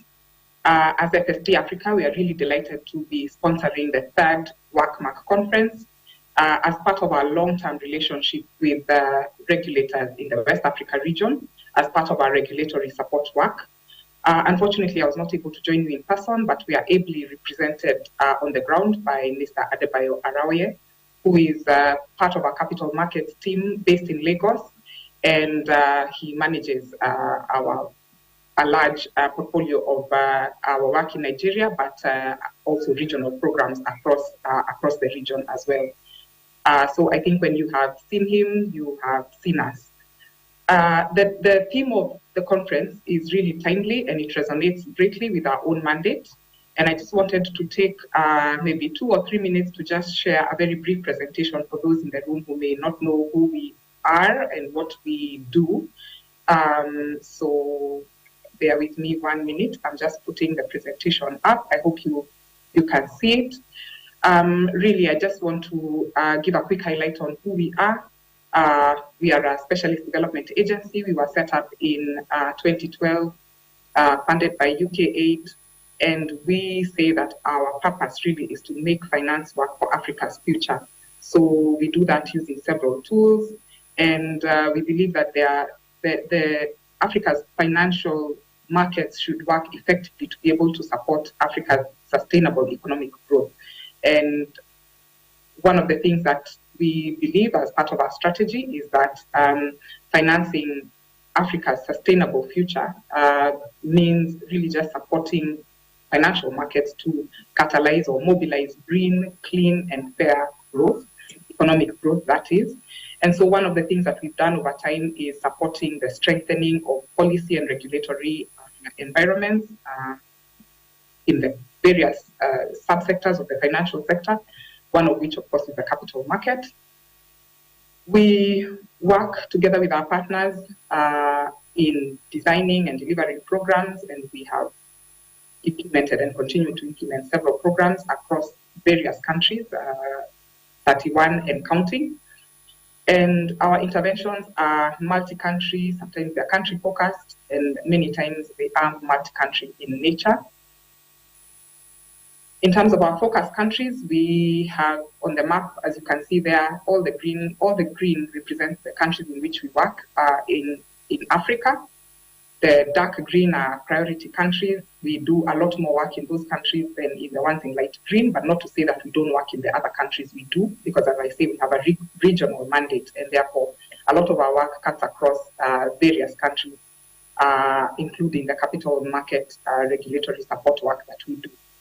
Although just to say that's not the only thing that we do, we also support the private sector on demonstration transactions, various demonstration transactions. There are various transactions that we supported in Nigeria as well as other markets in the region. And so this is just really a snapshot of where we are focused right now.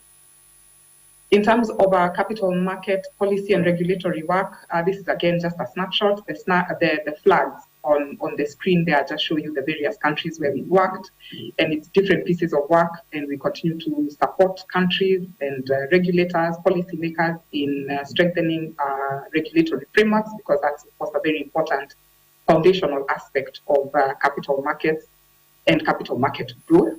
But as I say, this is just one side of the ecosystem. The other side of the ecosystem that we work in is providing technical assistance for demonstration transactions, various demonstration transactions, innovative structures, funds, thematic bonds, and the like. And I think I will stop there. I think the purpose really was just to highlight who we are and what we do and how we can partner with stakeholders in the room to actually leverage capital markets for infrastructure and sustainable financing, which is much needed on our continent. And feel free to reach out to my colleague, Oga in the region, Mr. Adebayo Arawe, who will be able to engage you further on the ground. But we are a partner who is flexible and willing to work with players on the ground and practitioners to be able to really move our markets forward. And we really look forward to our continued partnership in the West Africa region. Thank you. Thank you very much.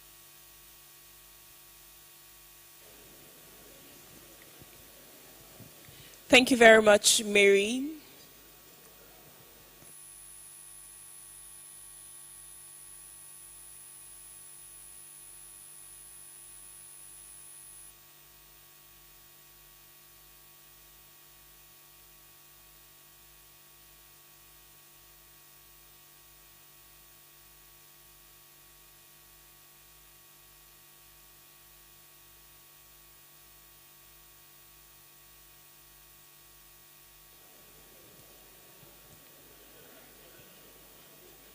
Very shortly, we'll take a presentation that speaks towards regional integration.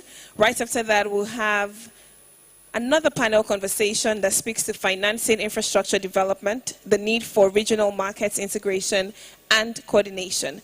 Then we have one more panel conversation before we call it a day.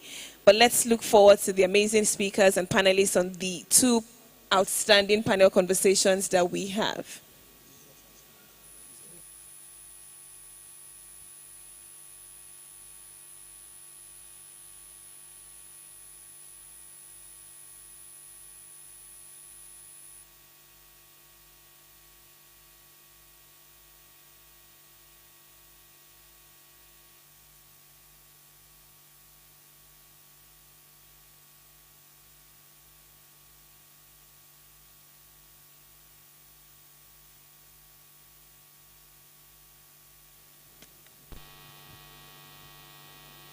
The next presentation will be delivered by Reverend Daniel Ogbame Tete, the Director General, Securities and Exchange Commission, Ghana. He'll be speaking to us on towards regional integration. And right after that, we have a stellar panel conversation that will be moderated by Dr. Afolabi Olowokere, the CEO of ADSR. And they'll be speaking to us on financing infrastructure development, the need for regional markets integration and coordination. Right after that, we'll take another presentation that speaks to digital transformation and infrastructure development, leveraging technology for growth in ECOWAS region.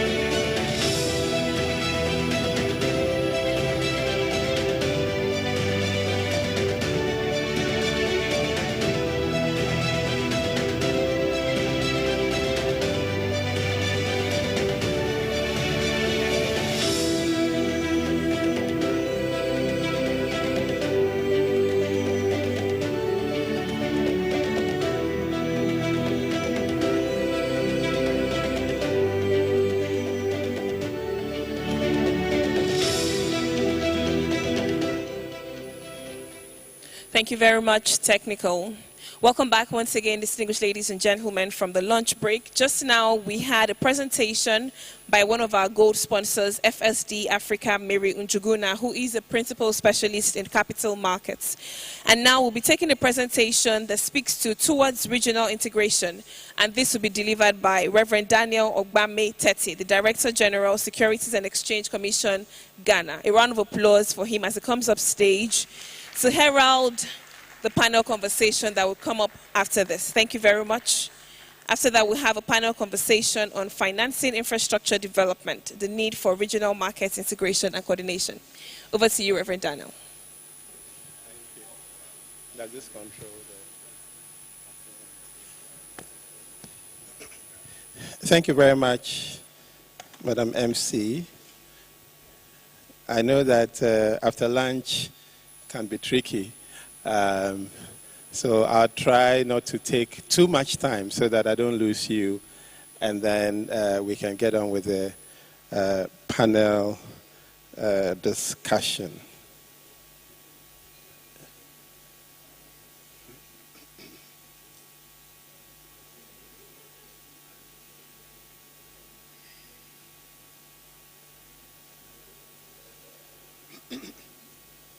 So by way of introduction, I think for most part of today we've been talking about infrastructure. And so what I try to do in this slide is basically to just underscore the need for infrastructure development to fuel the economic development agenda within the sub-region.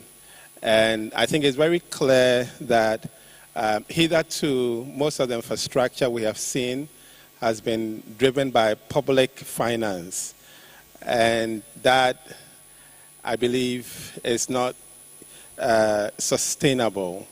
And then if we look at the banking sector, given the different constraints that they face, but importantly, the nature of the deposits that they mobilize is really not geared towards patient capital or long-term capital. So clearly, we need to look at another source where we can raise money to address the financing of infrastructure. And that's where the capital markets come in. And I think in the first panel we had today, we heard about the story of Lagos and being able to use the capital market. So it's clear that the capital market definitely has an important role to play in addressing the infrastructure gap that we have in the sub-region. This slide just tries to highlight some of the key challenges. So for instance, we understand that just about 30% of the population in Africa has access to electricity compared to 80% in other developed economies. And then we also understand that transportation costs is about 100% more in Africa than in other developed economies. And then road access also in Africa is 34% compared to over 50% in other developed economies. And then internet penetration is also estimated around 6%, which is quite low compared to over 40% in other jurisdictions. So all this is pointing to the challenge we face with infrastructure. We understand that the regional infrastructure gap per annum is estimated between 20 to 36 billion.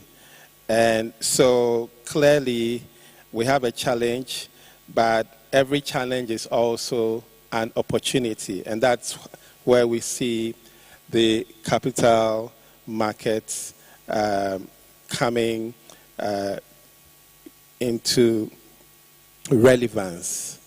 And so on this slide, I just, basically bring out the fact that the capital market really is the hope for dealing with the infrastructure deficit in the sub-region, and therefore the need for us to look at how to harness. And clearly the conversation about integration is because we know that great benefits will accrue to the sub-region if we can leverage on a big integrated capital market.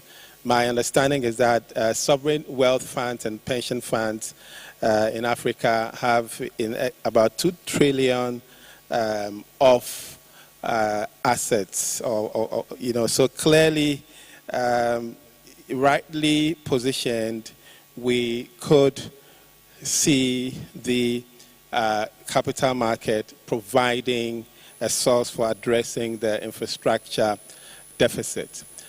In this slide, maybe I might be preaching to the choir, but I basically highlight the need for market integration in the sub-region.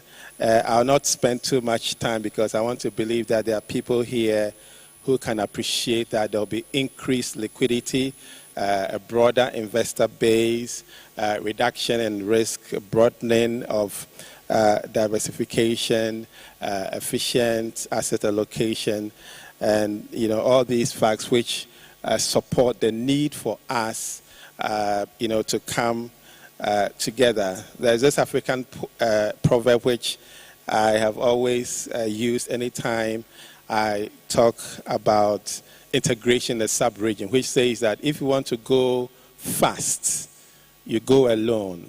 If you want to go far, you go together. So clearly an integrated capital market would definitely be in our interest. And for the conference that we are assembled at today, the focus is how we can leverage on the capital market to close the infrastructure gap. Now, if you talk about an integrated capital market, the regulator will still have to play its role. And in this slide, I just again highlight what typically drives the regulator in the securities industry. So in as much as we are looking to integrate the market, we are saying that as regulators, we have to remain true to our mandate. And drawing from IOSCO, the principles of regulation, so you have the need to ensure investor protection. I know the concept or the construct investor protection may have different meanings. Some people think that you are supposed to be a debt collector, all kinds of meanings. But however you understand it, one of the core mandates of the regulator is to ensure investor protection, also ensure the efficiency of the market, and of course the need for fairness so that everyone knows that there is an even playing field. We are also mandated to ensure the reduction in systemic risks, promote market transparency, foster coordination and cooperation, encourage innovation and competition, and then have a robust legal framework. These are all principles that IOSCO has promulgated, and for all the securities commissions that we sign to IOSCO, we work with this mandate.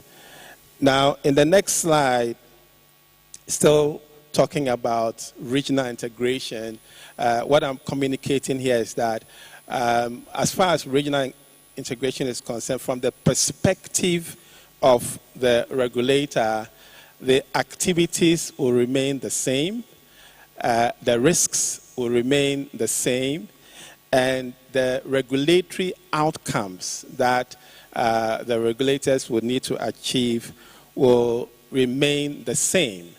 The difference is that instead of now just looking at your market, we are looking at the same activities in a broader or bigger or an integrated market, the risks will be the same, maybe a bit heightened because of the nature of a bigger integrated market. So for instance, here in Ghana, there's an issuer in Nigeria, and so on and so forth. How are you able to, fully track issues? But the germane point is that in an integrated market, the activities will remain the same. The risks that we are concerned about will remain the same, and then the regulatory outcomes will remain the same. And so for the West Africa Securities Regulators Association, WASRA, bearing in mind same activities, same risks, same outcomes, we've been working towards how to come together with a framework that would give assurance to all of us that when we push for the integration, we still will be able to achieve the regulatory outcomes that we have been mandated to achieve. So how far so far with WASRA?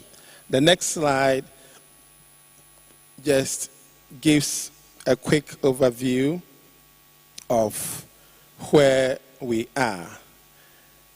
And I think after this slide, I have just 2 more slides and I'll be done. So from this slide, when WASRA started, WASRA WACMaC, we came up with a 3-phase approach to achieving the integrated West African market, giving all the advantages that I've already alluded to. So the phase 1 was a sponsored access level where brokers can trade through their brokers. So that was approved in 2014. There wasn't too much activity on the back of the sponsored access window. My understanding is that it was really between Ghana and Nigeria, a couple of trades that were conducted. But I think a lot of interest has been on the phase 2, which is supposed to be the qualified West African brokers stage, where we have the concept of issuing a common passport that would allow the brokers, to trade in the respective markets. So that is where we are at now. So you can see that it's ongoing. We've worked at harmonizing the rules, and as you can see in the dialog box over there, it's completed. So we had WACMaC come up with a number of rules, because like I said, same activities, same risks, and then same regulatory outcomes. So we've worked on rules, and we have completed those rules. We got some support from African Development Bank to support us with strengthening the access to information. And so that's to create a database and a website that would allow access, because as I'm sure you can identify with information or access to information or data is very key in any capital market. So that's ongoing. It hasn't been completed. Then still under the phase 2 was the activity of building capacity within the sub-region and creating more awareness of the potential of the capital market, and then the workings of the capital market. And that is completed because the team has gone around a number of states within the sub-region to promote the awareness and the knowledge of the capital market. The fourth point, which is still ongoing, is how we bring the other markets in the sub-region who do not have, if you like, well-established or well-functioning capital markets, up to speed in a sense. So we are talking about the Gambia, we are talking about Guinea, we are talking about Liberia, and then we are talking about Sierra Leone. And, part of the work stream here is basically to conduct a needs assessment study to see where these countries are, because they all have some semblance of capital market activity. But the idea is that if we are going to achieve an integrated market in the sub-region, it must cover all the countries in the sub-region, not just Ghana, Nigeria, and then UEMOA, the Francophone bloc. So that is also that's also ongoing. That's on the phase 2. But at least we can point to 2 of the key activities as having been completed. The ultimate is the phase 3. That is where we have a virtual West African capital market that is seamless, is integrated. So that is the dream.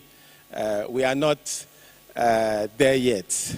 We want to first clear the phase 2, and then once we clear the phase 2, we'll have more confidence that we can get to the ultimate dream of having one integrated capital market in the sub-region. 2 more slides and I'll be done. So, in this slide, I talk about what I call the critical success factors. Because once we are thinking about an integrated market, we need to avert our minds to some of the things that would enable us to be successful. So I've listed 5 of them. It may not be an exhaustive list.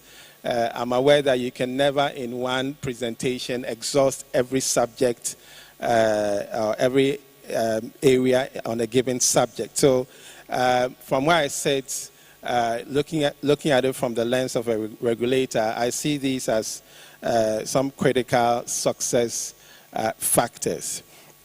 So the first is the payment system, how to ensure that, we have a robust, solid payment system within the sub-region. Well, thankfully, there is PAPS, which was pioneered or driven by Afri-Exim Bank, which is creating, a platform where, the payments for transactions can be, facilitated, speed at low cost and all of that. And so it's a solution that we have, and it's good. My only comment here is that there's a lot of work that still needs to be done where acceptance and adoption is concerned. Because as in anything that is new, if you have to move from the status quo to a new platform, there's a need for awareness, there's a need for troubleshooting, there's a need for to get people to adopt it and get used to it. I recall some years ago when in Ghana we started the use of mobile money.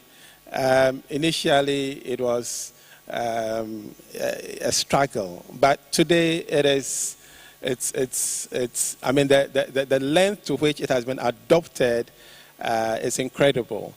But for PAPS, I believe that is a good initiative, but a lot of effort needs to be put in to ensure acceptance and then adoption. My understanding is that PAPS relies on some very solid or high standards, ISO 20022. And again, my understanding is that various jurisdictions are being aided, to be able to adapt to those high standards. So again, efforts need to be doubled on that. There's also the interoperability issues with it. So point is, a good, reliable, solid payment system is key.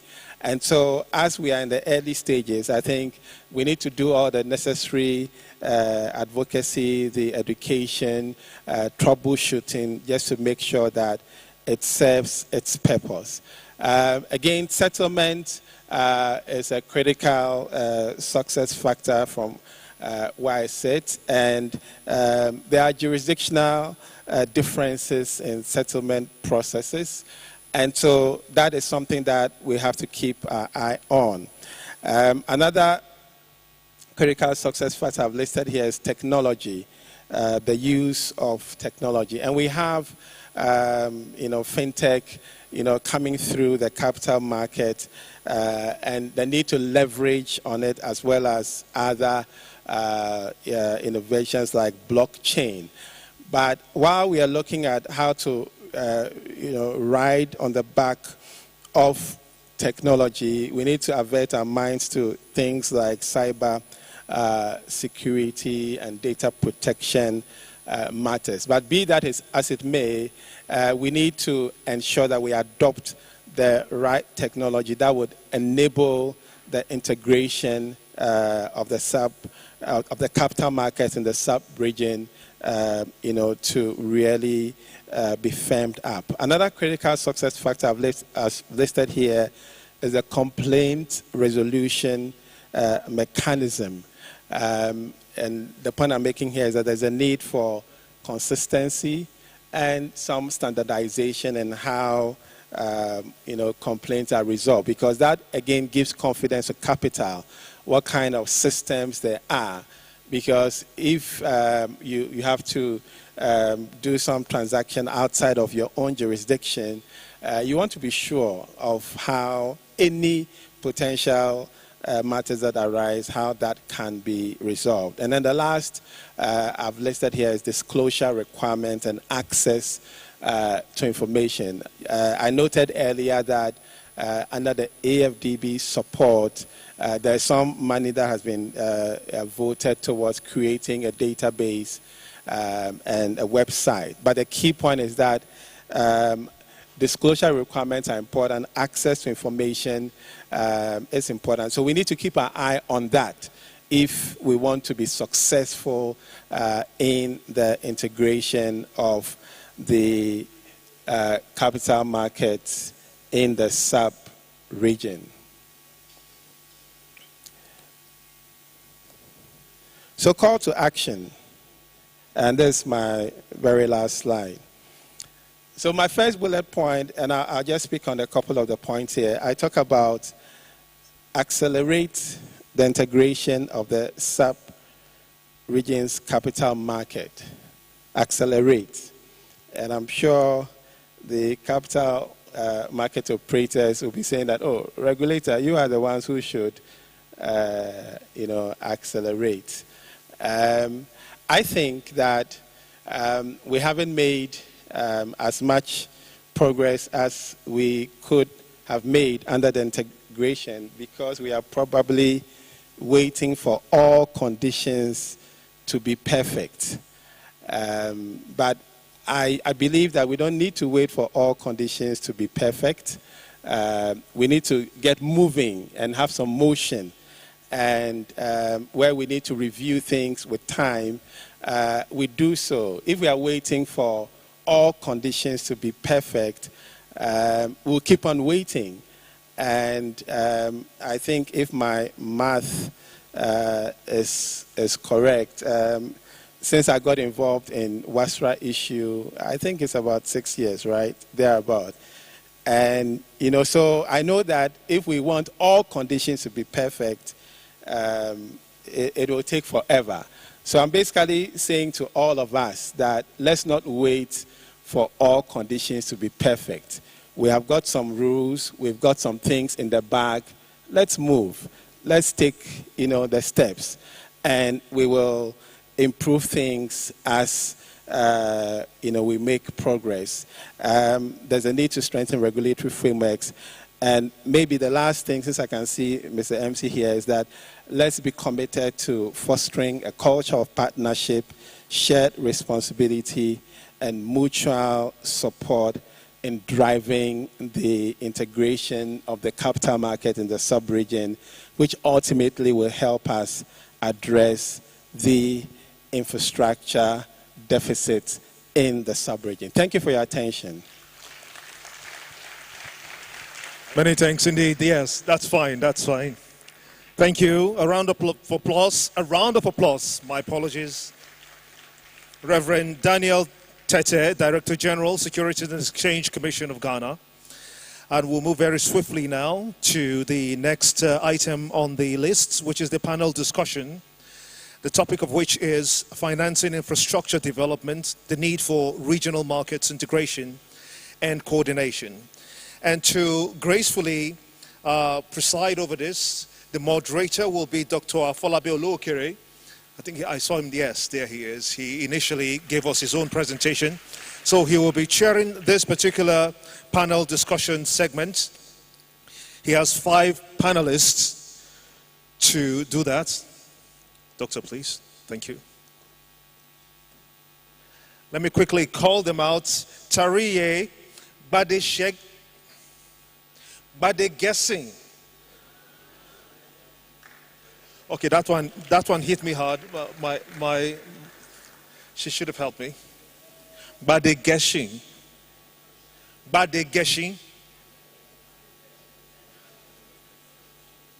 Okay, there she is. A round of applause for her. My apologies. I hope I didn't murder it too much.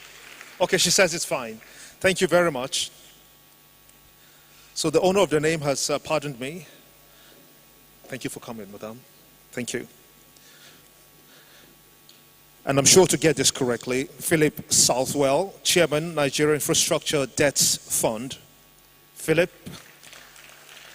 Mr. Philip Southwell. Mr. Philip Southwell, okay, maybe he will join us at some point. Chinua Azubike, the Managing Director and Chief Executive Officer, InfraCredit. Thank you for coming. Working very brisk and smart as well. And Mr. Lawal Pedro, Senior Advocate of Nigeria, Honorable Commissioner for Justice and Attorney General of Lagos State. You're highly welcome, sir. Let's keep the applause. When you see people like this, they represent the whole of Lagos State and by extension, Nigeria.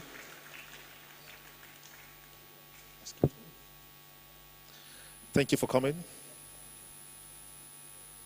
We also have Grace Kibuthu Ogola, Operations Officer and Project Lead, International Finance Corporation, the IFC. Thank you for coming. Let's keep the applause up. I'm sure with this panelist, we are ready for a robust discussion, primarily focused on financing infrastructure development, which is one thing we have talked about here today extensively. Thank you for coming, madam.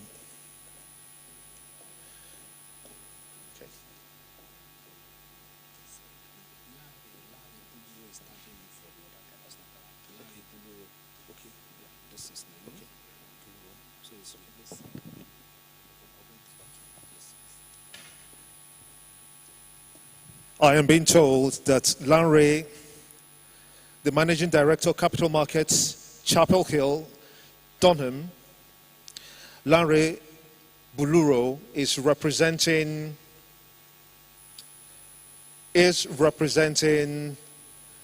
that would be Philip Southwell, the Chairman, Nigeria Infrastructure Debt Fund. Is Mr. Lanre here?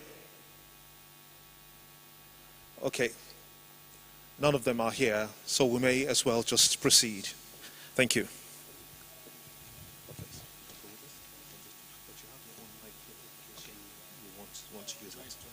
Do you have a mic? Okay, we can use this one. Okay. Good afternoon, everyone, and thanks for staying to this time. I think we've heard a lot about infrastructure deficits and infrastructure financing. One thing is very sure that we all know. The continents and also the sub-region has huge infrastructure deficits. And we need to develop an infrastructure. And to develop this infrastructure, we need to finance infrastructure. And in financing infrastructure, we need to look for the best form of financing that's going to be optimal in terms of delivery and the cost and nature, and also that can be very sustainable. But when we try to do this, we also have to know that our individual countries' markets can be small, maybe in terms of the kind of capital that we can attract, or in terms of the possibility and usage of our own capital. So integration is very important, because via integration we can invest in other markets, and also via integration we can minimize risk and diversify our portfolio. And when we integrate, we must also coordinate. Otherwise, we can be shooting in different directions, and we may not be able to get the best out of our investments outlay. So this afternoon, we have these strong people on this side to discuss this with us, and I'm sure we are going to get a lot of insight from them. So I greet you. Good afternoon, everyone. You're welcome. The way the panel will go is this. We are supposed to say a lot about the last discussion, but I think it was very explicit. Maybe we just move forward. Many people would like to know what we do individually, as well as what can be done. Not only to pay attention to too much of the problems, but an outlook. What are we planning? What are we doing? What benefits are there for people, so that people can then start planning going forward? And I think that is very important. So we're going to go maybe twice, and I would like us to keep to time, maybe 3 minutes for each of these. So, Tari, I will start from you. So, infrastructure deficit is everywhere. But gladly, your company does a lot of things in infrastructure, especially in the West African region, energy, transportation, sustainable finance, and things like that. I would like us to have insights into your experience. What do you see as the status of development of infrastructure in the sub-region? And what are the challenges and success factors that you see there? Thank you. Okay, thank you. And thank you for having me. I think it's, you're right. We've spoken a lot today about the deficit. We've spoken quite a bit about the challenges. And so I actually want to spend a bit more time on our experiences, the opportunities, and success factors before going into what we need to do to be able to do more. And so to give you some context, ARM Harith Infrastructure Investments is a private equity infrastructure fund that invests in West Africa. And we have a Nigerian vehicle for the Nigerian pension funds. And so we're in a unique situation in that we manage capital from Nigerian pension funds as well as international capital. Majority of our projects are in Nigeria, but we also invest in West Africa. And we've had some very good experiences with some supportive pension funds in our private equity fund. We've also invested in projects, real projects. We were part of the Azura Edo IPP. We've also invested in the first embedded energy power project in Nigeria. We did the groundbreaking a few weeks ago. And we've also invested in a port services company in Ghana, in Takoradi. And I think what's interesting about these two projects is that the Nigerian embedded energy platform received facility and credit risk support from InfraCredit, which Shinwa leads. We also had support from NIDF. Unfortunately, Chapel Hill isn't here. They provided the debt into one of the other projects in the vehicle, and we provided the equity, and we have Nigerian pension funds in our fund. So there are capital markets at work delivering energy infrastructure to Lagos imminently. So that's a great story, and we should speak more about what drove that success. In addition, in our Takoradi Port Services project, we've also done equity into that project, and very happy to report that the Ghanaian pension fund sector is also doing a small check into that, and some of the rationale is led by some of their policies on having a minimum amount of capital that's going to go to alternatives and infrastructure. We see that coming through in their interest in investing in the port project that we have in Ghana. So we've had we've had quite a bit of, have some success stories, but we want to do more. And we do think it's critical for the African institutional financial sector to play a much bigger role in infrastructure.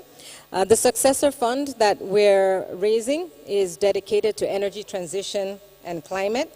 And I'm happy to report that several more Nigerian pension funds are interested and they're looking at joining us.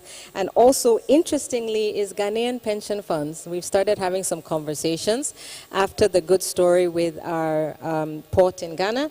There's some of them that are expressing interest. And so in the spirit of integration, there are green shoots, but we need a lot more support to scale this interest. And so some of the key issues and the key opportunities for the capital markets integration as well as linking to infrastructure is really this ability to provide local currency. I mean, regardless of whether we have an FX rate that's tied to a currency such as in the Francophone zone or in our case, Nigeria and Ghana, we need to build African infrastructure with the currency of the nation. And at the same time, we need integrated capital markets to be able to achieve scale. And one of the benefits we are able to present to investors is our ability to provide a diversified project pool across West Africa. So imagine the strength of having a capital market that's seamless, that allows us mobilize capital across multiple markets into a diverse range of projects. And finally, there's a very key opportunity in respect of instruments and what we can do to create new types of instruments to drive additional participation in infrastructure. I just want to highlight a key point, which is that the infrastructure space really is an ecosystem of capital providers. And there are key nodes that need capital, whether it's the project development stage, the equity stage, debt, and all sorts of instruments in between. And not all of these are perfect for a capital market. For example, project development. There are alternative space for private equity, which was what we do. We need all segments of the ecosystem to be working seamlessly. And I'm happy to report that our fund, being a private equity fund with pension funds from this market, has done equity, mobilized project development, given sponsors confidence to invest in project development, and we've mobilized debt and delivered infrastructure of about $1.5 billion, just by virtue of having the private equity fund that we have with some of the participants here invested in today. So let me hand back to you. Just wanted to give some success stories. I think we've spoken a lot about challenges.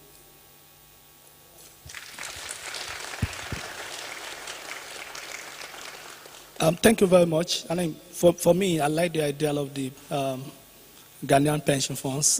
That's very useful for us to know, especially when pension funds are also trying to invest in some of this infrastructure. I know in this country, Nigeria in this particular case, there are cases of when we have 15 trillion, 16 trillion, what percentage of that goes into infrastructure, and how do we make sure that they invest long term? And I think it's also very useful that not only in the country, but even some other countries in the sub-region are also paying attention to using their pension fund for infrastructure projects, especially sustainable finance. Thank you very much. Grace, please, I'll come to you on this. Integration, I mean, is something that we desire. As a single country, there's little you can do. I mean, if we are able to do much, all of us collaboratively, we can solve our problems in a composite manner. And what you can gain when you collaborate is probably more than what you can gain if you are a single country. When we look at IFC, you do a lot of infrastructure, you do financing, collaborating with the private sector. You have done quite well in Eastern Africa and also some activities in West Africa. Can you just share your experience and what you're actually doing in bringing integration to West Africa, doing or planning? And if you can also use your experience in East Africa, it will also be useful for our audience. Thank you. Thank you very much, Dr. Folabi, and it's a pleasure to be here again to just join you all and have this really important discussion about how we can use capital markets to mobilize financing for infrastructure. IFC has been supporting integration of capital markets.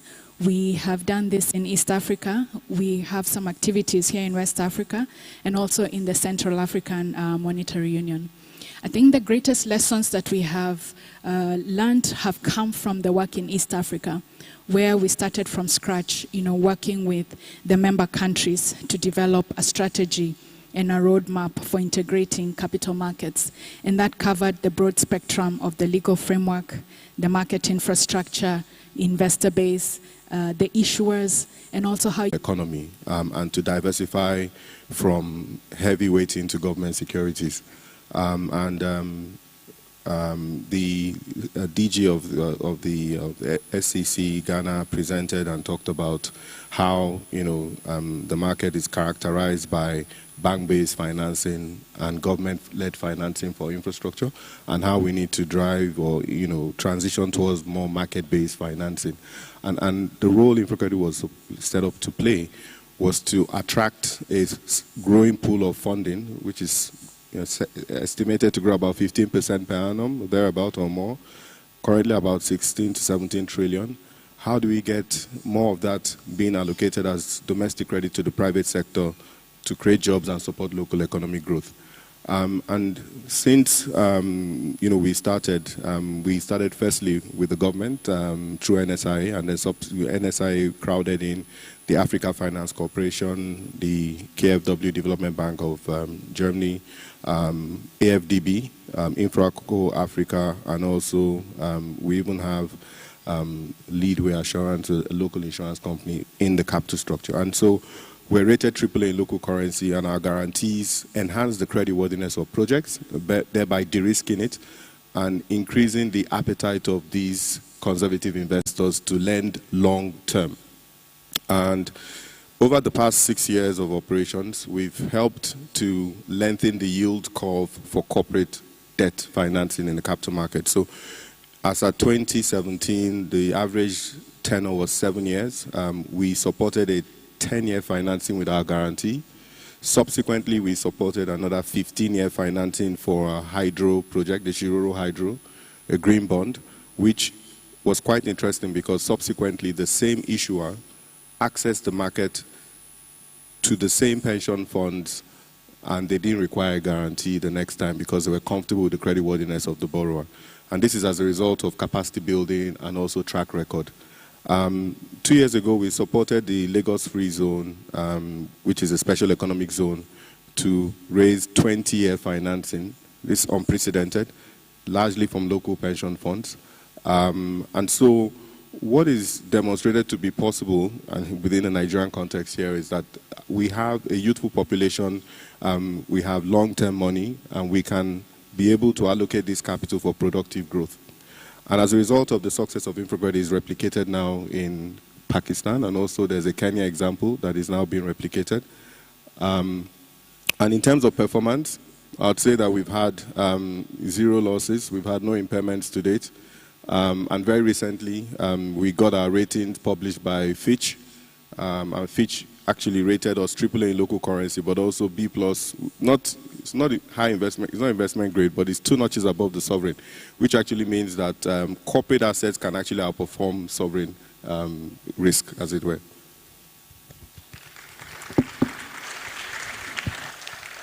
Okay, thank you. I mean, someone just whispered to my eyes.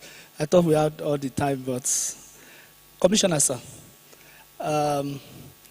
when we integrate, I mean, we are talking of multiple countries. Reverend was making a presentation, and he listed some success factors. One of them was, how do we harmonize our rules or our regulations and the rest?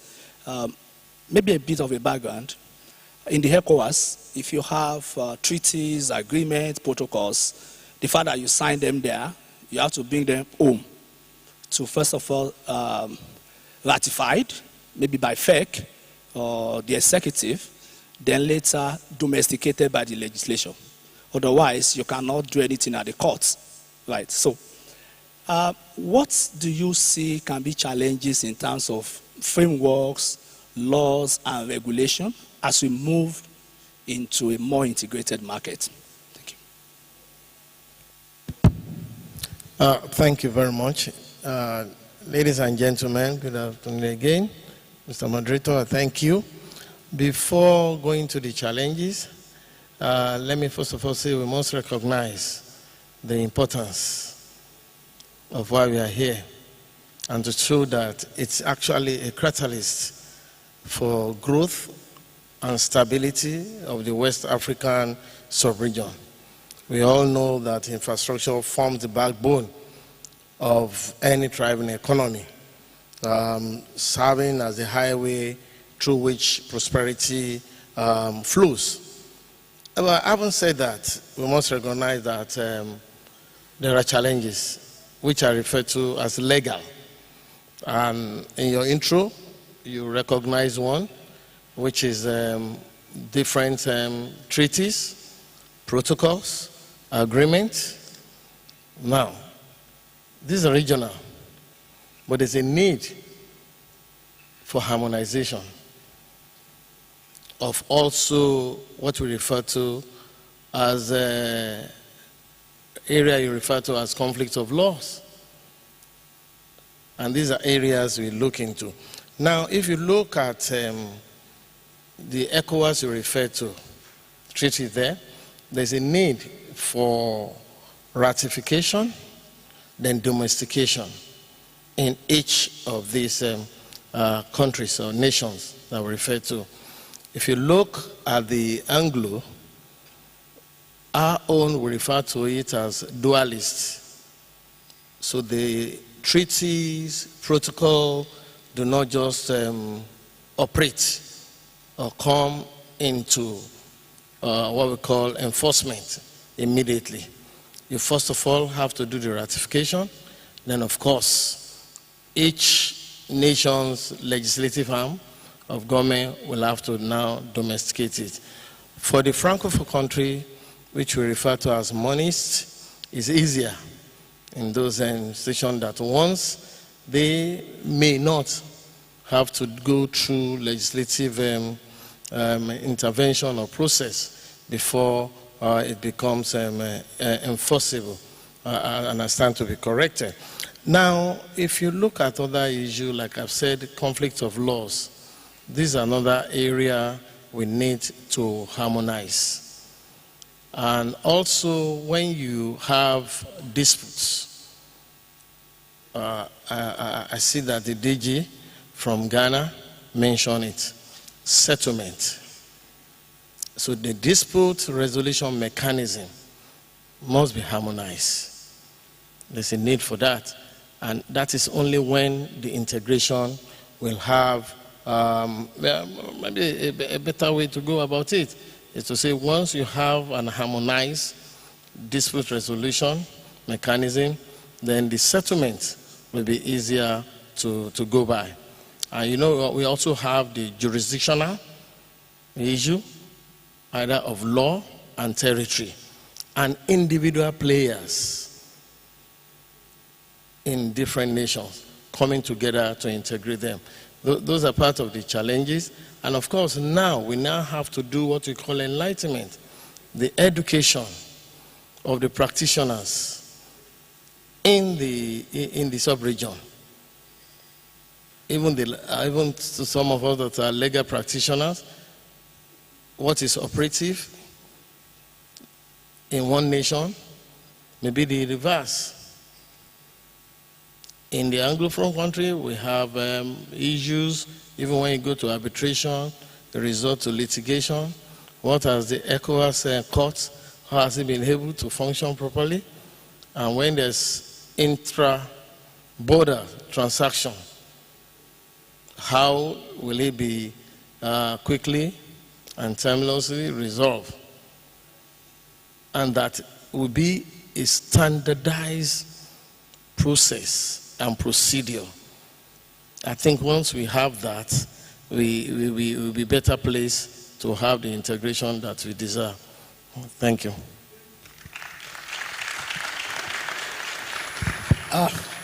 Sorry, I wanted to do another round, but I'm being warned. Apologies, my panelists. I can take 3 questions. 2 questions. Oh. I think this is too sweet to allow to sleep. So please, 2 questions for our panelists. If there's anyone, you can please raise your hand and then they will take them. Please, you can also direct the question to the specific person. Thank you.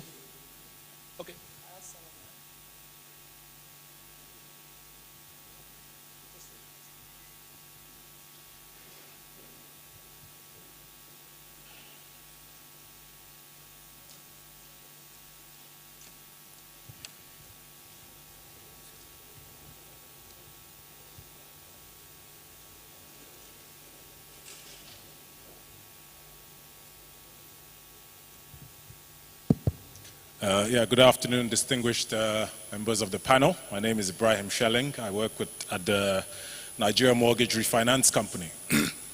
Terry, I wanted to ask a question. You mentioned that infrastructure financing should come from domestic sources, which we all know tends to be more expensive. And given the inflationary conditions in Nigeria, does that not drive up the cost of infrastructure funding? That's the question I wanted to ask. Thank you.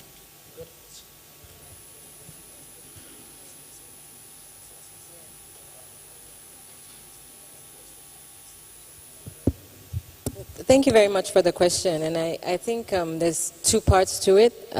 One is cost relative to cost of dollar financing and what's happening in real terms when the dollar is appreciating relative to the local currency. And so what's been priced into that is that inflation in Naira terms. But what we find is that quite a lot of borrowers will prefer to pay that higher price in Naira than even to pay 0 interest in dollars in Nigeria. I've had borrowers actually say that. But that's a separate issue from price. And one of the points I was unable to touch on, so I thank you for your question, is the role of blended finance. Because what we find in Nigeria is increasing amounts of local currency debt, but we don't have enough low-cost, long-term local currency debt, which is what is required for infrastructure. And so part of the delivery of capital markets and liquidity into infrastructure will be the requirement for blended finance solutions. And blended finance solutions, a classic case is the InfraCredit Blended Finance Guarantee Fund. That's a guarantee institution. But there are many other forms of guarantees that serve as a wedge to reduce pricing. And globally, as the various international thinkers in the financial system architecture and how that needs to be reformed, a big part of that work involves systematizing and institutionalizing blended finance so that in markets that do have high inflation based on all of these macros and the pricing is high, that when it comes to either infrastructure or renewable energy or key impact asset classes like that, that we can drive down the cost and extend. So at the very least, infrastructure is borrowing at the cost of the sovereign, and in some cases, if we can pierce the ceiling, theoretically less so. But we've seen that even when the rating pierces the ceiling, that it's still priced at the risk level of the sovereign anyway. But blended finance is critical, but dollar finance for long-term infrastructure is still a challenge.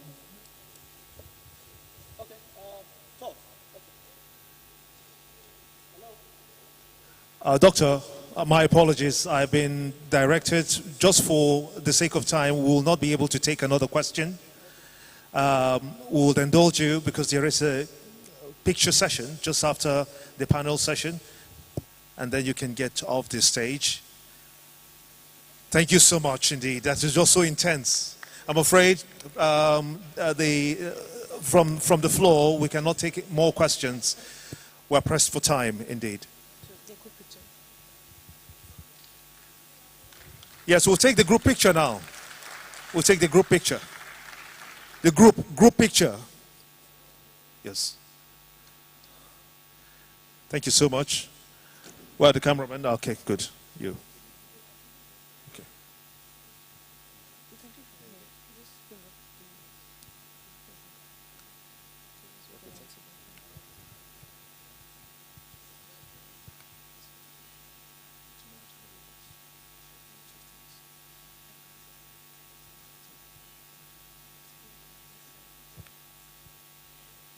All right, thank you very much. A round of applause for them as they now exit the stage. Thank you. Our next presentation, which is the final presentation before the final panel conversation today, will be taken by Dr. Olufemi Oyenuga, who has taken his position on stage already, and he'll be speaking to us on Towards Regional Integration, WACMaC, West Africa Capital Markets Integration Council. Over to you, Dr. Olufemi Oyenuga.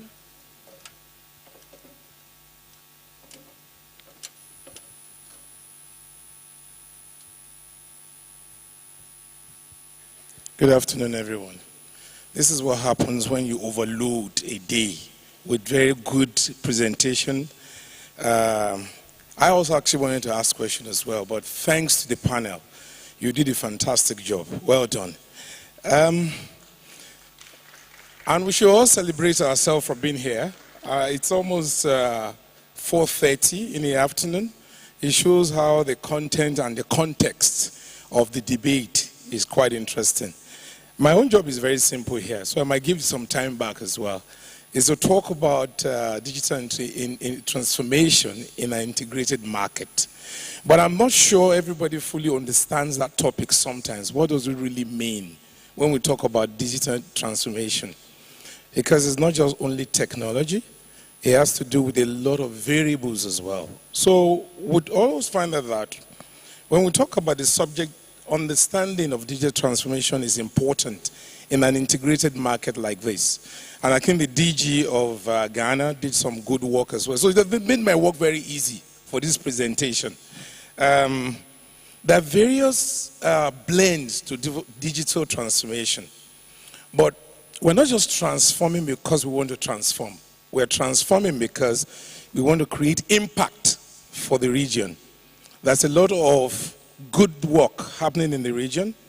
And so when I look at Nigeria, for example, there's all this digital transformation strategy. When I look at Ghana, Cote d'Ivoire, Togo, a lot of digital transformation strategy. But how does that impact our market? How do we now drive an integrated market from all that debate?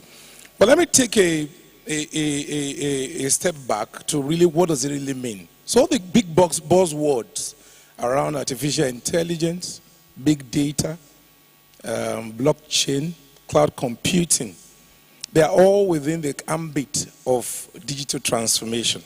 But it in itself talks about culture, organizational changes, talent, and skills. That's what it actually means, to drive an integrated market.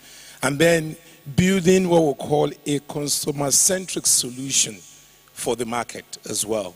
So, and that's very key, because ultimately, although we have our regulators here, but they are customers of our customers. That's what we call 360 degrees view.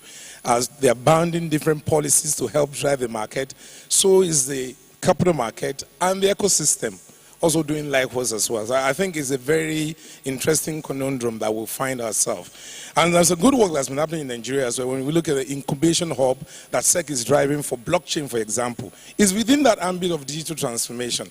When we look at what happened in Nigeria, where we did e-distribution of IPO and seamless, paperless transformation, that's digital transformation. When we look at the right issue that is now integrated and is going to be autonomous, that's digital transformation. Ultimately, we're looking at two things: impact and revenue. I think those are some of the buzzwords around the cloud of digital transformation, but key to this for me is cybersecurity. And I think the DG of Ghana did mention it as well. The core competence of cybersecurity is so much even interesting now in the 21st century as we pivot into 2024 and 2025. How do we put all these things together and then ensure that we have a layer of cybersecurity overlooking all this? Because there are 5 pillars within digital transformation. There's a customer-centric pillar for digital transformation. There's the digital infrastructure pillar for digital transformation. And there's the digital technology pillar for digital transformation, underpinned by audit, risk, governance, and digital analytics. That's where AI, artificial intelligence, and Internet of Things plays into that entire matrix. So it's important to understand what we're solving for. So when we look at the West African market, I think the last 5 years has been very interesting. Now we have the orange money in Senegal. We have that floater waves in Nigeria. We have the one I mentioned, the e-distribution of offers in Nigeria. We have the Ghana blockchain technology as well. So, but there's a lot of things around digital transformation that we should put at the back rear. Something around collaboration, how fast is actually the regulators getting ahead of digital transformation?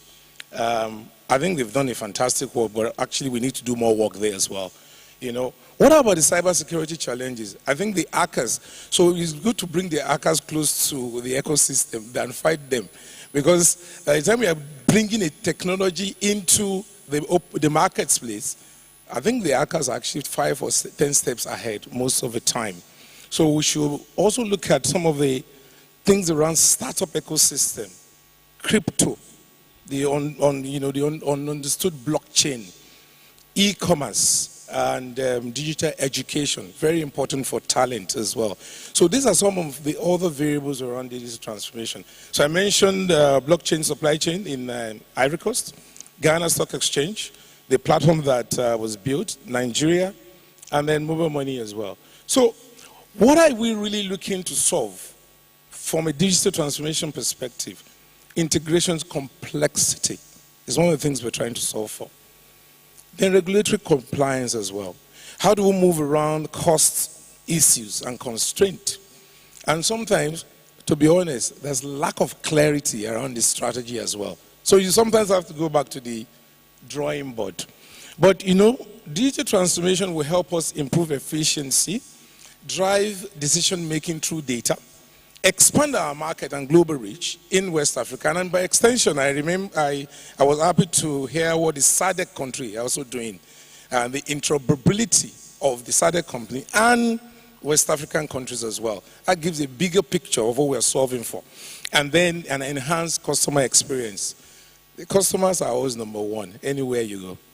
So the other takeaways that this gives us is an increased revenue stream.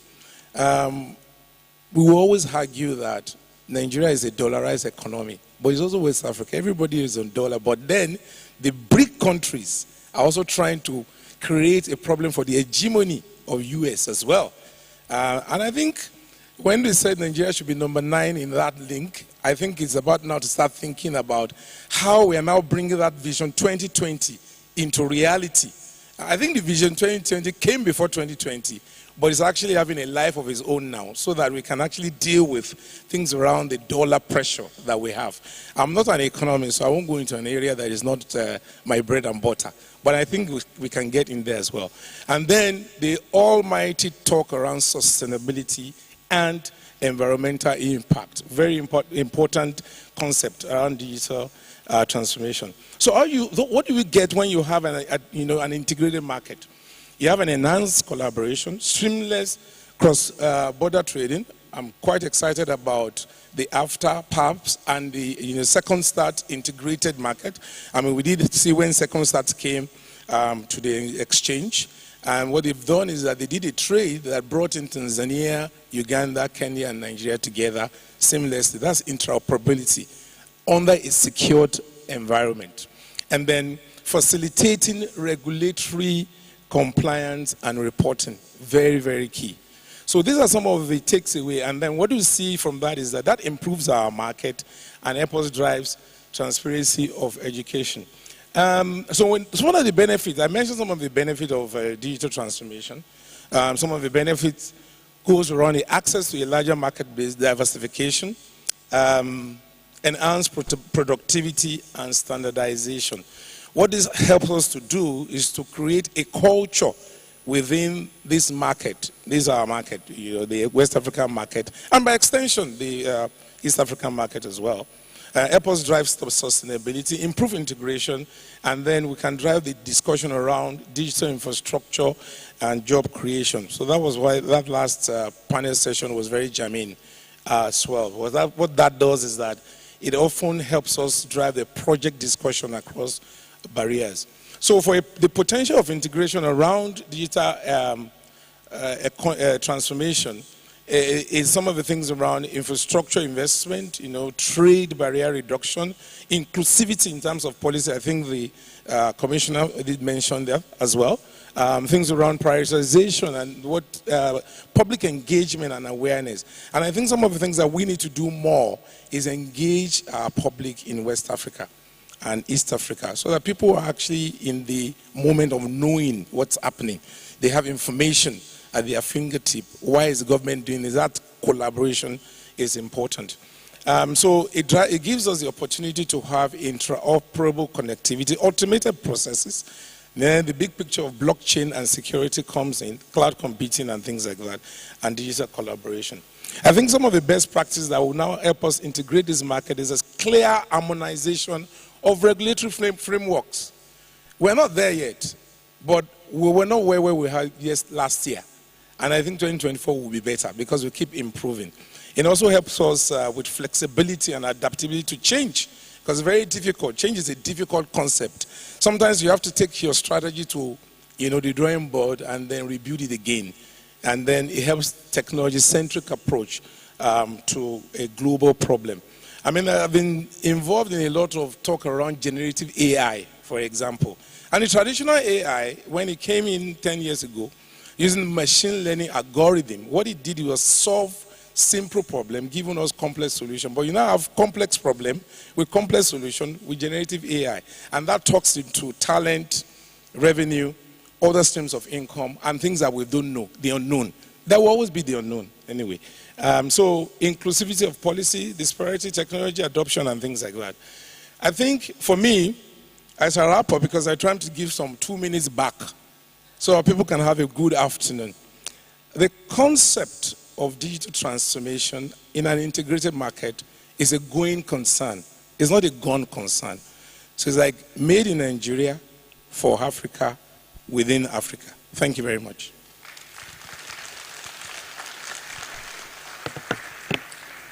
Dr. Olufemi Oyenuga, many thanks indeed. That was indeed insightful. As it is detailed, I'm wondering if there is somewhere where we can have a link and follow this up online. So there is a link which will be provided for some of us who are interested to follow this very quickly online. We have yet another panel discussion, a panel session, which is the final one, so we're almost there, which will be moderated by Winston Nelson Jr., President, Ghana Securities Industries Association, Ghana.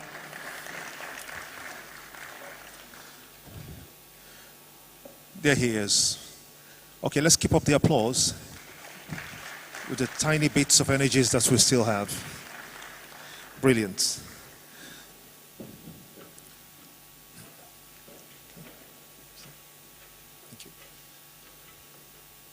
Thank you for coming. And very quickly, the panelists are Mr. David Tete, consultant, Ghana Stock Exchange. He's been up here severally. We still want him to return back here. Also, Musa Davo, Department Director, Operations and Information Systems of BRVM. Temi Pupola, Chief Executive Officer, Nigeria Exchange Limited, NGX.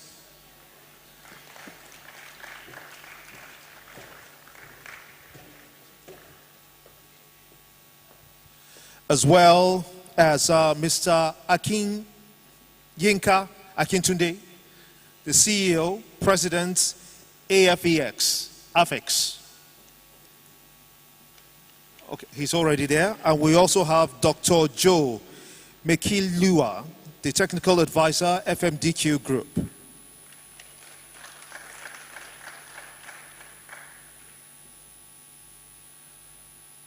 So the stage is now set. It's now over to you, Mr. Winston Nelson Jr.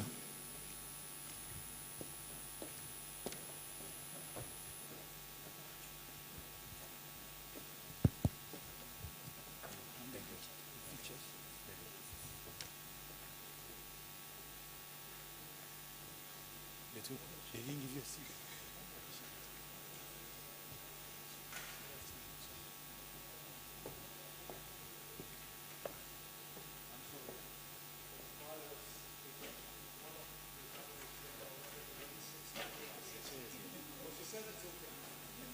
maybe we can put her in the center.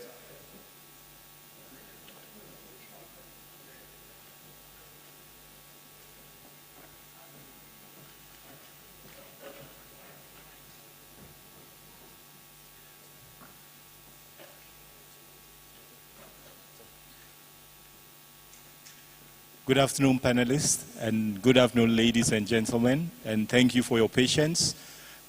We have the last presentation for the day. It's the last, but it would not be the least.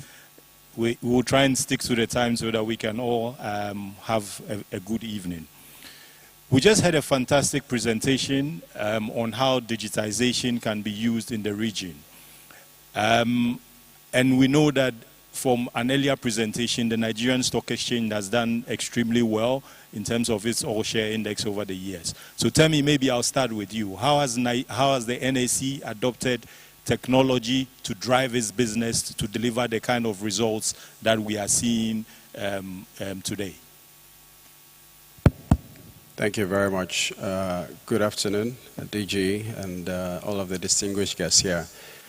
Let me start first, of course, by commending my colleague, Dr. Oyenuga, who just spoke on the presentation now. I thought it was very short, concise, and straight to the point.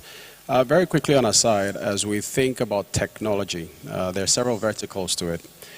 And I usually try to talk about, you think about digitization, you think about digitalization, and you think about digital transformation, three different buckets. And very simply, of course, one talks as to how we as a company consume technology, which is a very critical piece to what we do. Another lens to think through this technology conversation is really how we then use tech to deepen our capital markets. And then the third, of course, is when you think through tech as an asset class itself, how do you interact more with technology companies that we all see that raise capital in private markets and things of that nature. But I think because of time, let me speak very quickly to the second bucket, what we have done through tech to deepen our capital markets. In December 2021, we had what was a landmark transaction through technology. We had a large secondary share sale in our capital markets. And thanks to the support of the Commission and a few of the other intermediaries, you had the first time in the history of our market where on a mobile phone, on a device, end-to-end, that transaction was completely digital. You didn't have to call anybody. You didn't have to, do anything manual. So I think that's a very good building block to what tech can do for capital markets. The second example is 2 weeks ago, for those also who are familiar with our markets, with Ghana, the stock exchange, with Second Stacks, which is a Ghana-based tech company, we facilitated the first ever transaction across borders, Nigeria-Ghana bilateral trade, Nigeria-Kenya bilateral trade. This is a completely digital affair, and when you compare that, with all credit and kudos to the work that had happened around the AELP before that time, you could very easily see how technology scales that further. So I think it goes stating the obvious that it remains a critical piece to what we need to do across our markets, both in-country and intra-country. Thank you. Thank you very much, Temi. Musa, I would like to pick you up on the next one.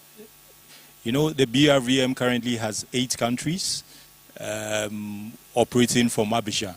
And I can only imagine that technology plays a big role in making sure that this integration within an ECOWAS region works smoothly. Can you share some of your experiences on how technology keeps this BRVM running on a day-to-day basis, please?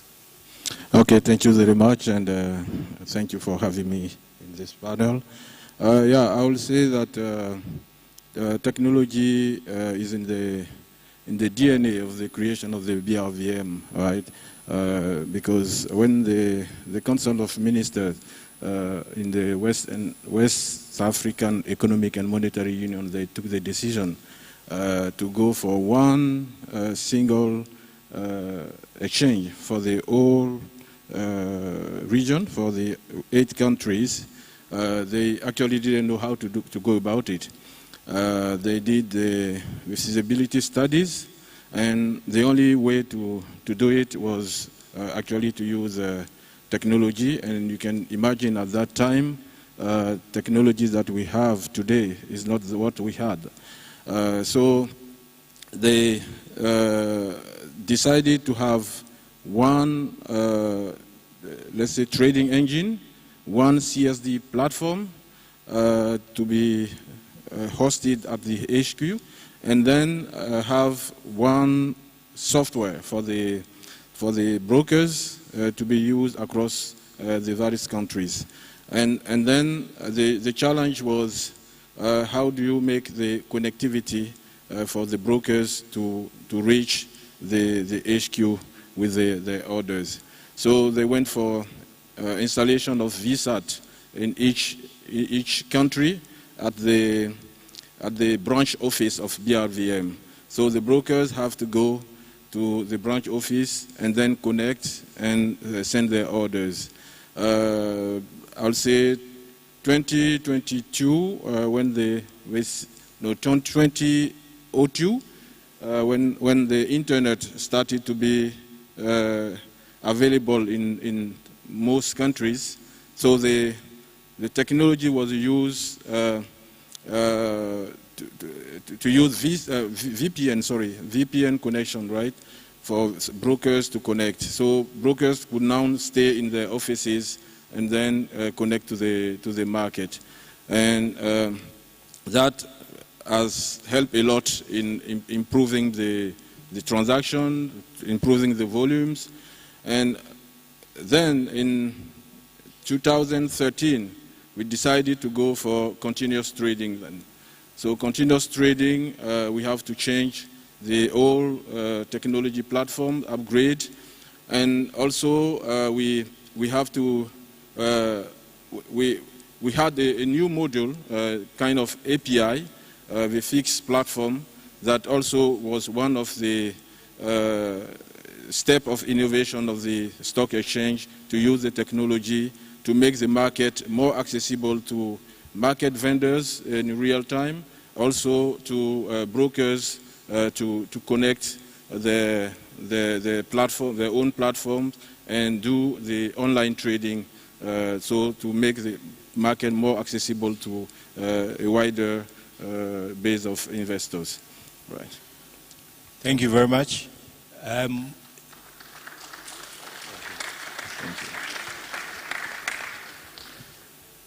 So, Mr. Tete from the Ghana Stock Exchange, I just want to find out from you, how is the GSE using technology to improve financial inclusion and bring more people into the investment fold in the Ghana market?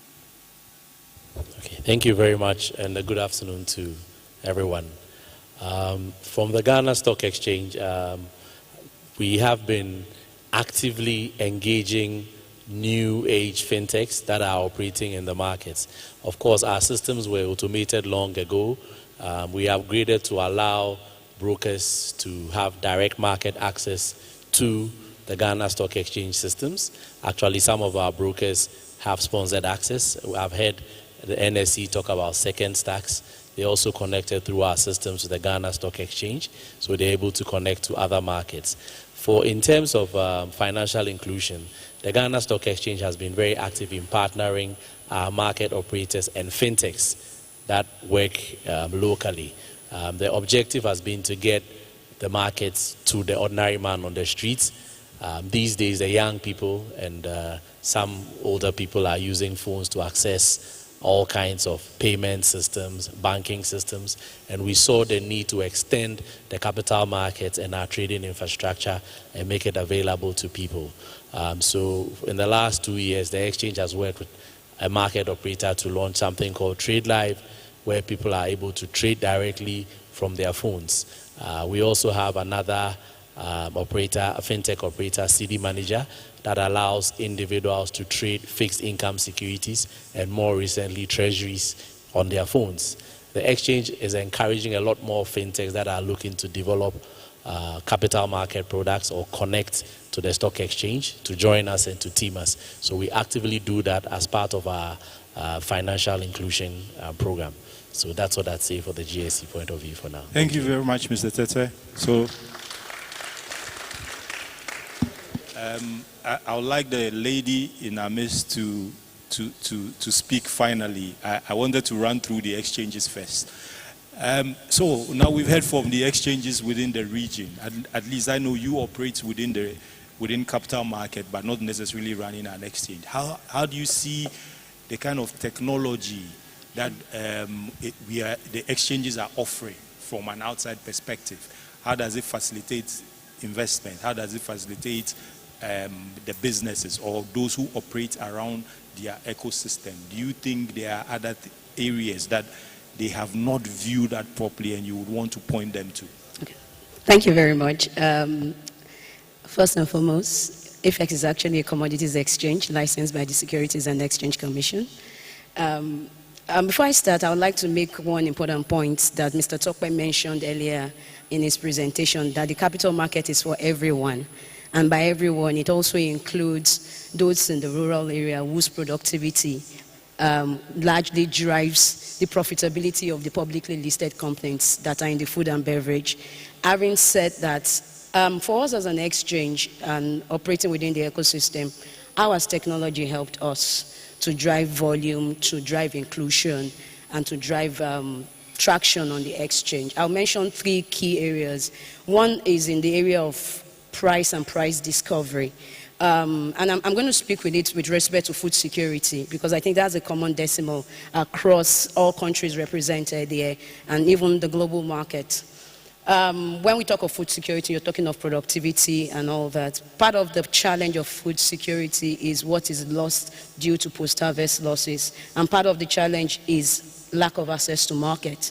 And an offshoot of that is at what price do we sell these commodities that are being produced from the producers. So from the exchange, what we have leveraged on is ability to provide price data to everyone within the value chain. So the buyer of the commodity and the seller of the commodity know what is obtainable, and there's an exchange of fair value across board.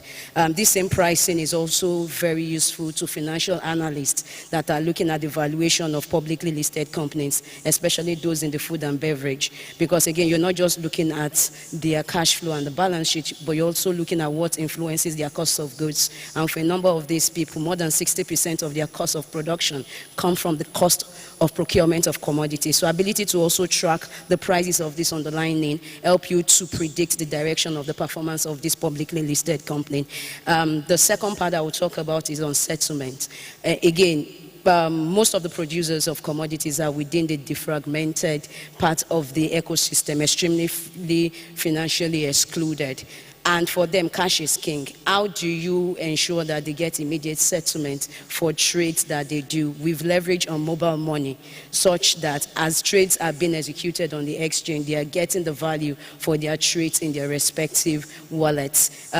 We also saw that help and play well significantly in our Kenya operation, leveraging on the M-Pesa, because we have operation in Nigeria, Kenya, and Uganda. The last part I'll talk about quickly would be about traceability. As more and more companies begin to focus on ESG and sustainability goals, it is very important to them to know the sources of where this commodity comes from. So we've implemented the ability to have barcodes attached to commodities that go out of the country, such that when it gets to the European countries or the Western country, you can literally know where these commodities are produced from, up until the exact farm where they are being produced from. So those are the key three areas that we've leveraged on technology: price, settlement, and traceability. Thank you. Thank you very much.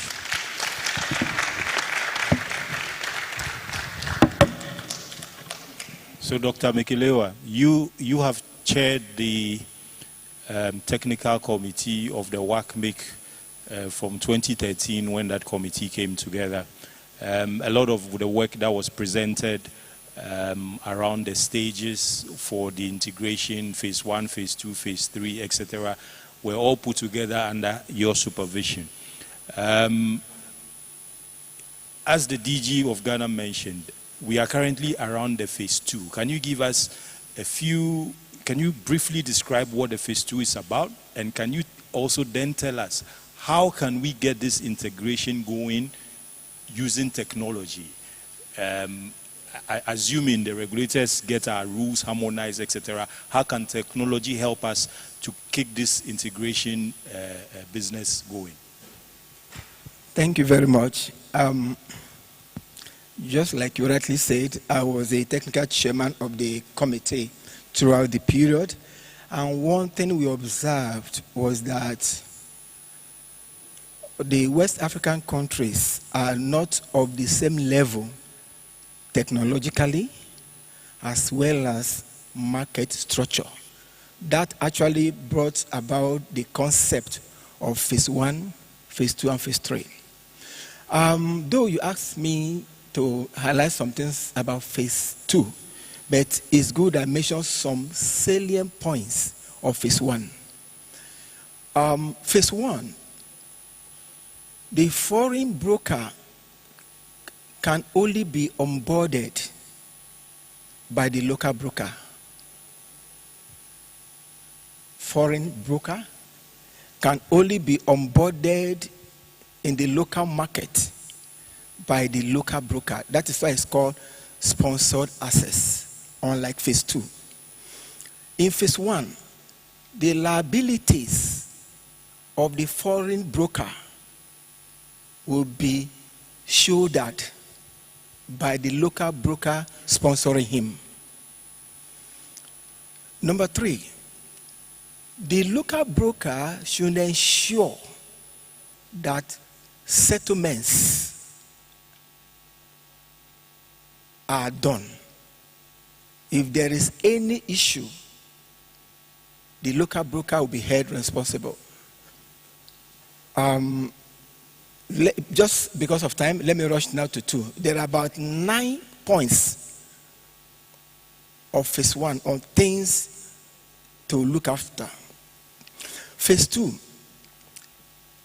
the foreign broker will be directly onboarded by the CSD of the local market and the exchange of the local market, unlike phase 1. That implies that the privileges accorded to the local broker will also be accorded to the foreign broker. 3, the foreign broker will shoulder the responsibility of settling his transaction, unlike the phase 1. More, the foreign broker will be seen, that is why we mentioned about passport, ECOWAS passport, will be seen to be a broker across the region, meaning he can play in any of the markets within the region.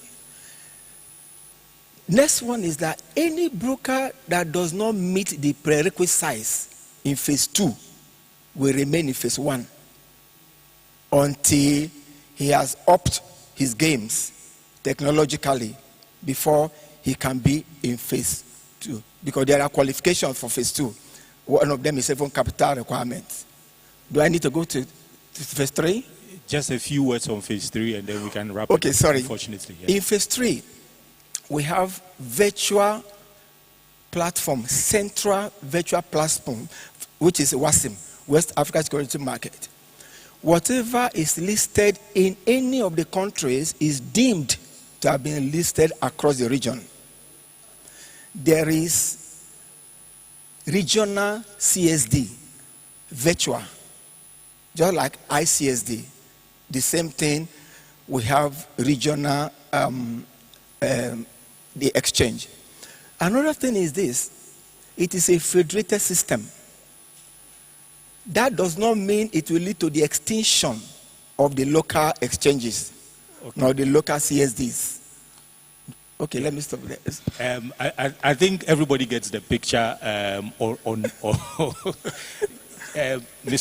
Mr. MC, I think they are enjoying the technicalities. So because I see people are saying, I shouldn't end it. Absolutely. The directive is coming from above. Well, unfortunately, room for 2 questions, though, on the floor. We have room for 2 questions. Okay. Unfortunately, I also have a boss. So I think he's given a picture of what the phase 1, phase 2, phase 3 means. We will take a few questions from the floor, answer them quickly, and then we can wrap up the session, unfortunately. So, okay, so the questions we have, I think you have to give us You will have to choose the 2 that you would rather. Okay, I saw the gentleman's hands up first, so we just go from, let's say, from one. There's one here. I'll take one from each column. Yeah, thanks for the opportunity. And one. Okay, my name is Uche Waleke. My question is to the last speaker. With respect to phase 2 and particularly phase 3, you talked about a central CSD, you talked about a central exchange. Is there any central or centralized conflict resolution mechanism? In Nigeria, we have the IST, for example. In some other countries, we don't have the Investment and Securities Tribunal. So is there a provision for a centralized conflict resolution mechanism? Because for me, that's important. Yes, it was part of the discussion we had, dispute resolution mechanism. And there will be representatives across SEC, exchange, and the CSD. Okay. Well, and to add to that, the documents that the WASRA is looking at to approve has clear provisions for dispute resolution under this whole integration process. So you will find that there. I would come here. Gentlemen, please, if you can speak on.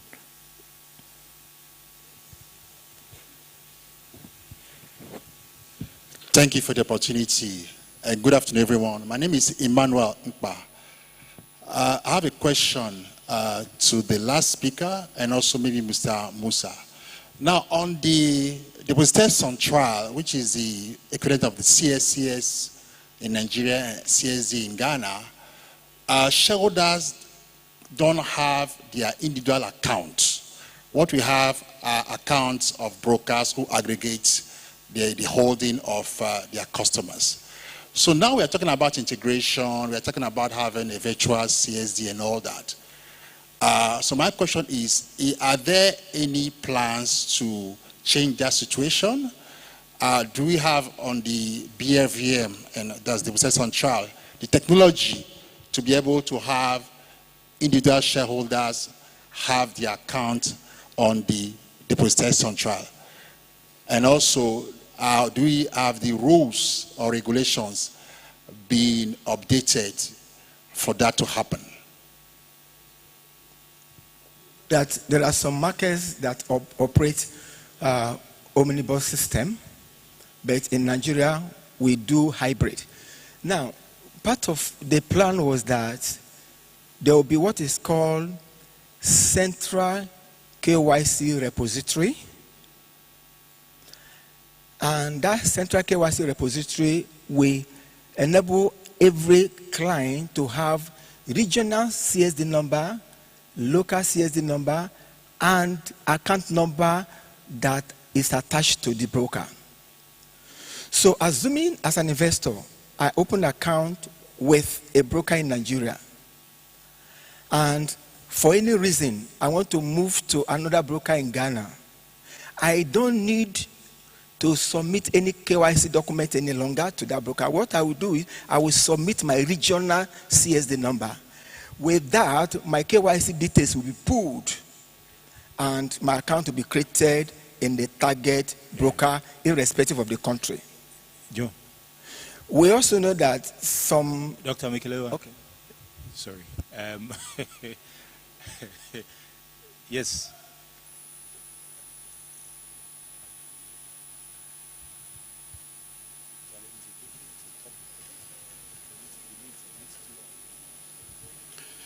Good afternoon, all. Good evening. My name is Awoka Ambrusa from SEC, Nigeria. I want to quote Olufemi Oyenuga, who says, we are now in a data-driven decision making.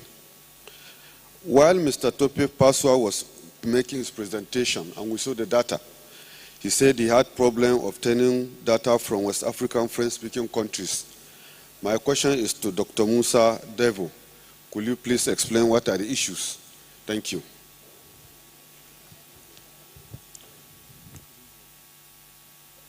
Sorry, can you just repeat your question again? Yeah, I think we're having feed here, so we didn't hear the direct question. So if you can just focus on just... Okay, so my question is, the presenters before us, I was quoting Mr. Tunde Faso, who says obtaining data from West African French-speaking countries was difficult. We want to know what are the issues, because data is key in decision making. So why are we having problem obtaining data from French-speaking West African countries? It was very easy for him to get that of Nigeria, Ghana, and other places. Thank you. Okay. I think I heard you. Whilst the question is being explained to him, I'll take the last question on this side, and then we wrap it up. Was there a question on that column? Okay, then I'll give it to you, sir. I'll give you the last question, and then we have to wrap it up.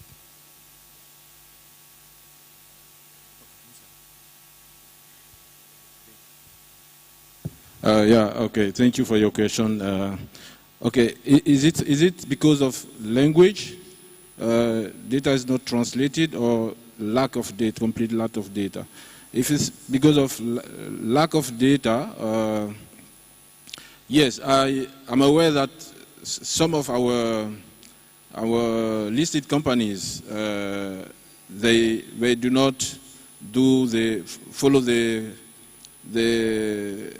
compliance in terms of meeting the disclosure, maybe in time or in some may even not publish. They've published very late. I mean, that has this kind of history because of the BRVM inherited from a couple of companies from the Bourse des Valeurs d'Abidjan. The Côte d'Ivoire has a stock exchange, and some of those companies was kind of forced to list. So they may not, I mean, they are not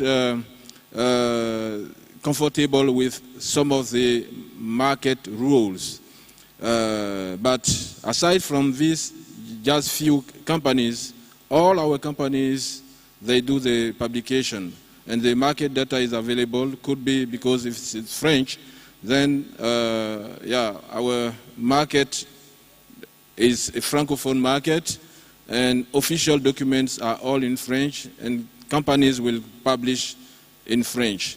Okay. Maybe we need to do some more effort in terms of translating, but I cannot assure you that we can translate all the documents.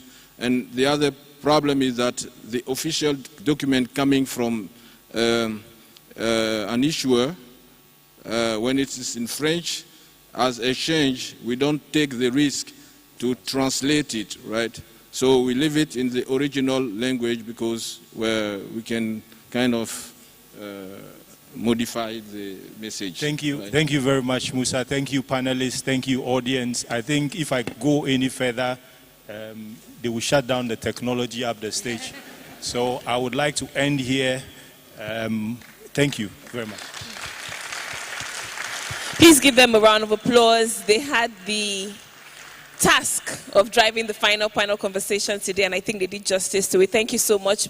You please stay for a group photograph. Thank you very much. Thank you so much to all our distinguished ladies and gentlemen who stayed up until this moment. We appreciate it, and we don't take it for granted at all. It has indeed been a long day, but I dare say it has been a productive and an insightful day, especially for the West African capital market. So thank you all for joining us. But to officially do the closing remarks, it gives me great pleasure to make welcome the Executive Commissioner Operations at Securities and Exchange Commission Nigeria, Mr. Dayo Obison. A round of applause for him as he takes the closing remarks and says, thank you to everyone for staying up until this moment. Everyone here is the real MVP. Thank you. Thank you. Okay, good evening again, everyone. I won't stand in your way. This is to thank everyone for making our time to be with us. There's a particular information that is not contained in the agenda, which is that there will be a dinner gala tomorrow at 6. We thank you very much for coming in nice and early. We hope to close tomorrow much earlier than today, just to make prep for the gala. There's no specific posh dress code, so you don't have to rush back home. And I think for the ladies that are interested in powdering their noses, I think we have enough restrooms and enough mirrors around, so you can quickly do the transformation and we see in the evening.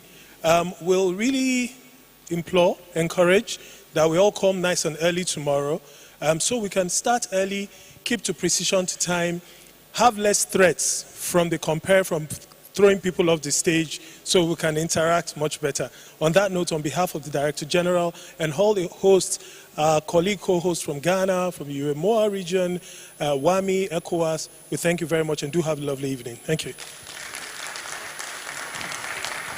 Thank you very much. We'll be taking the closing prayer now, and we'll take the second stanza of the national anthem of the Federal Republic of Nigeria. So you please rise. Thank you. We'll be taking the second stanza of the national anthem of the Federal Republic of Nigeria as the closing prayer. Technical.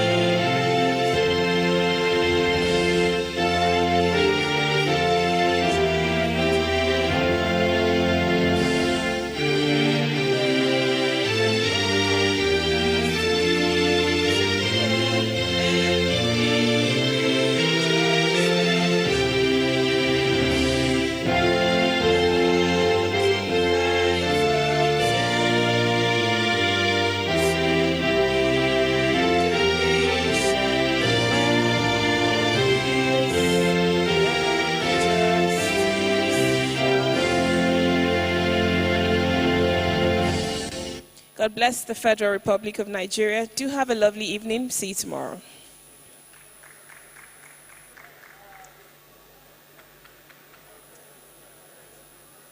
There is a lost but found NIMC card.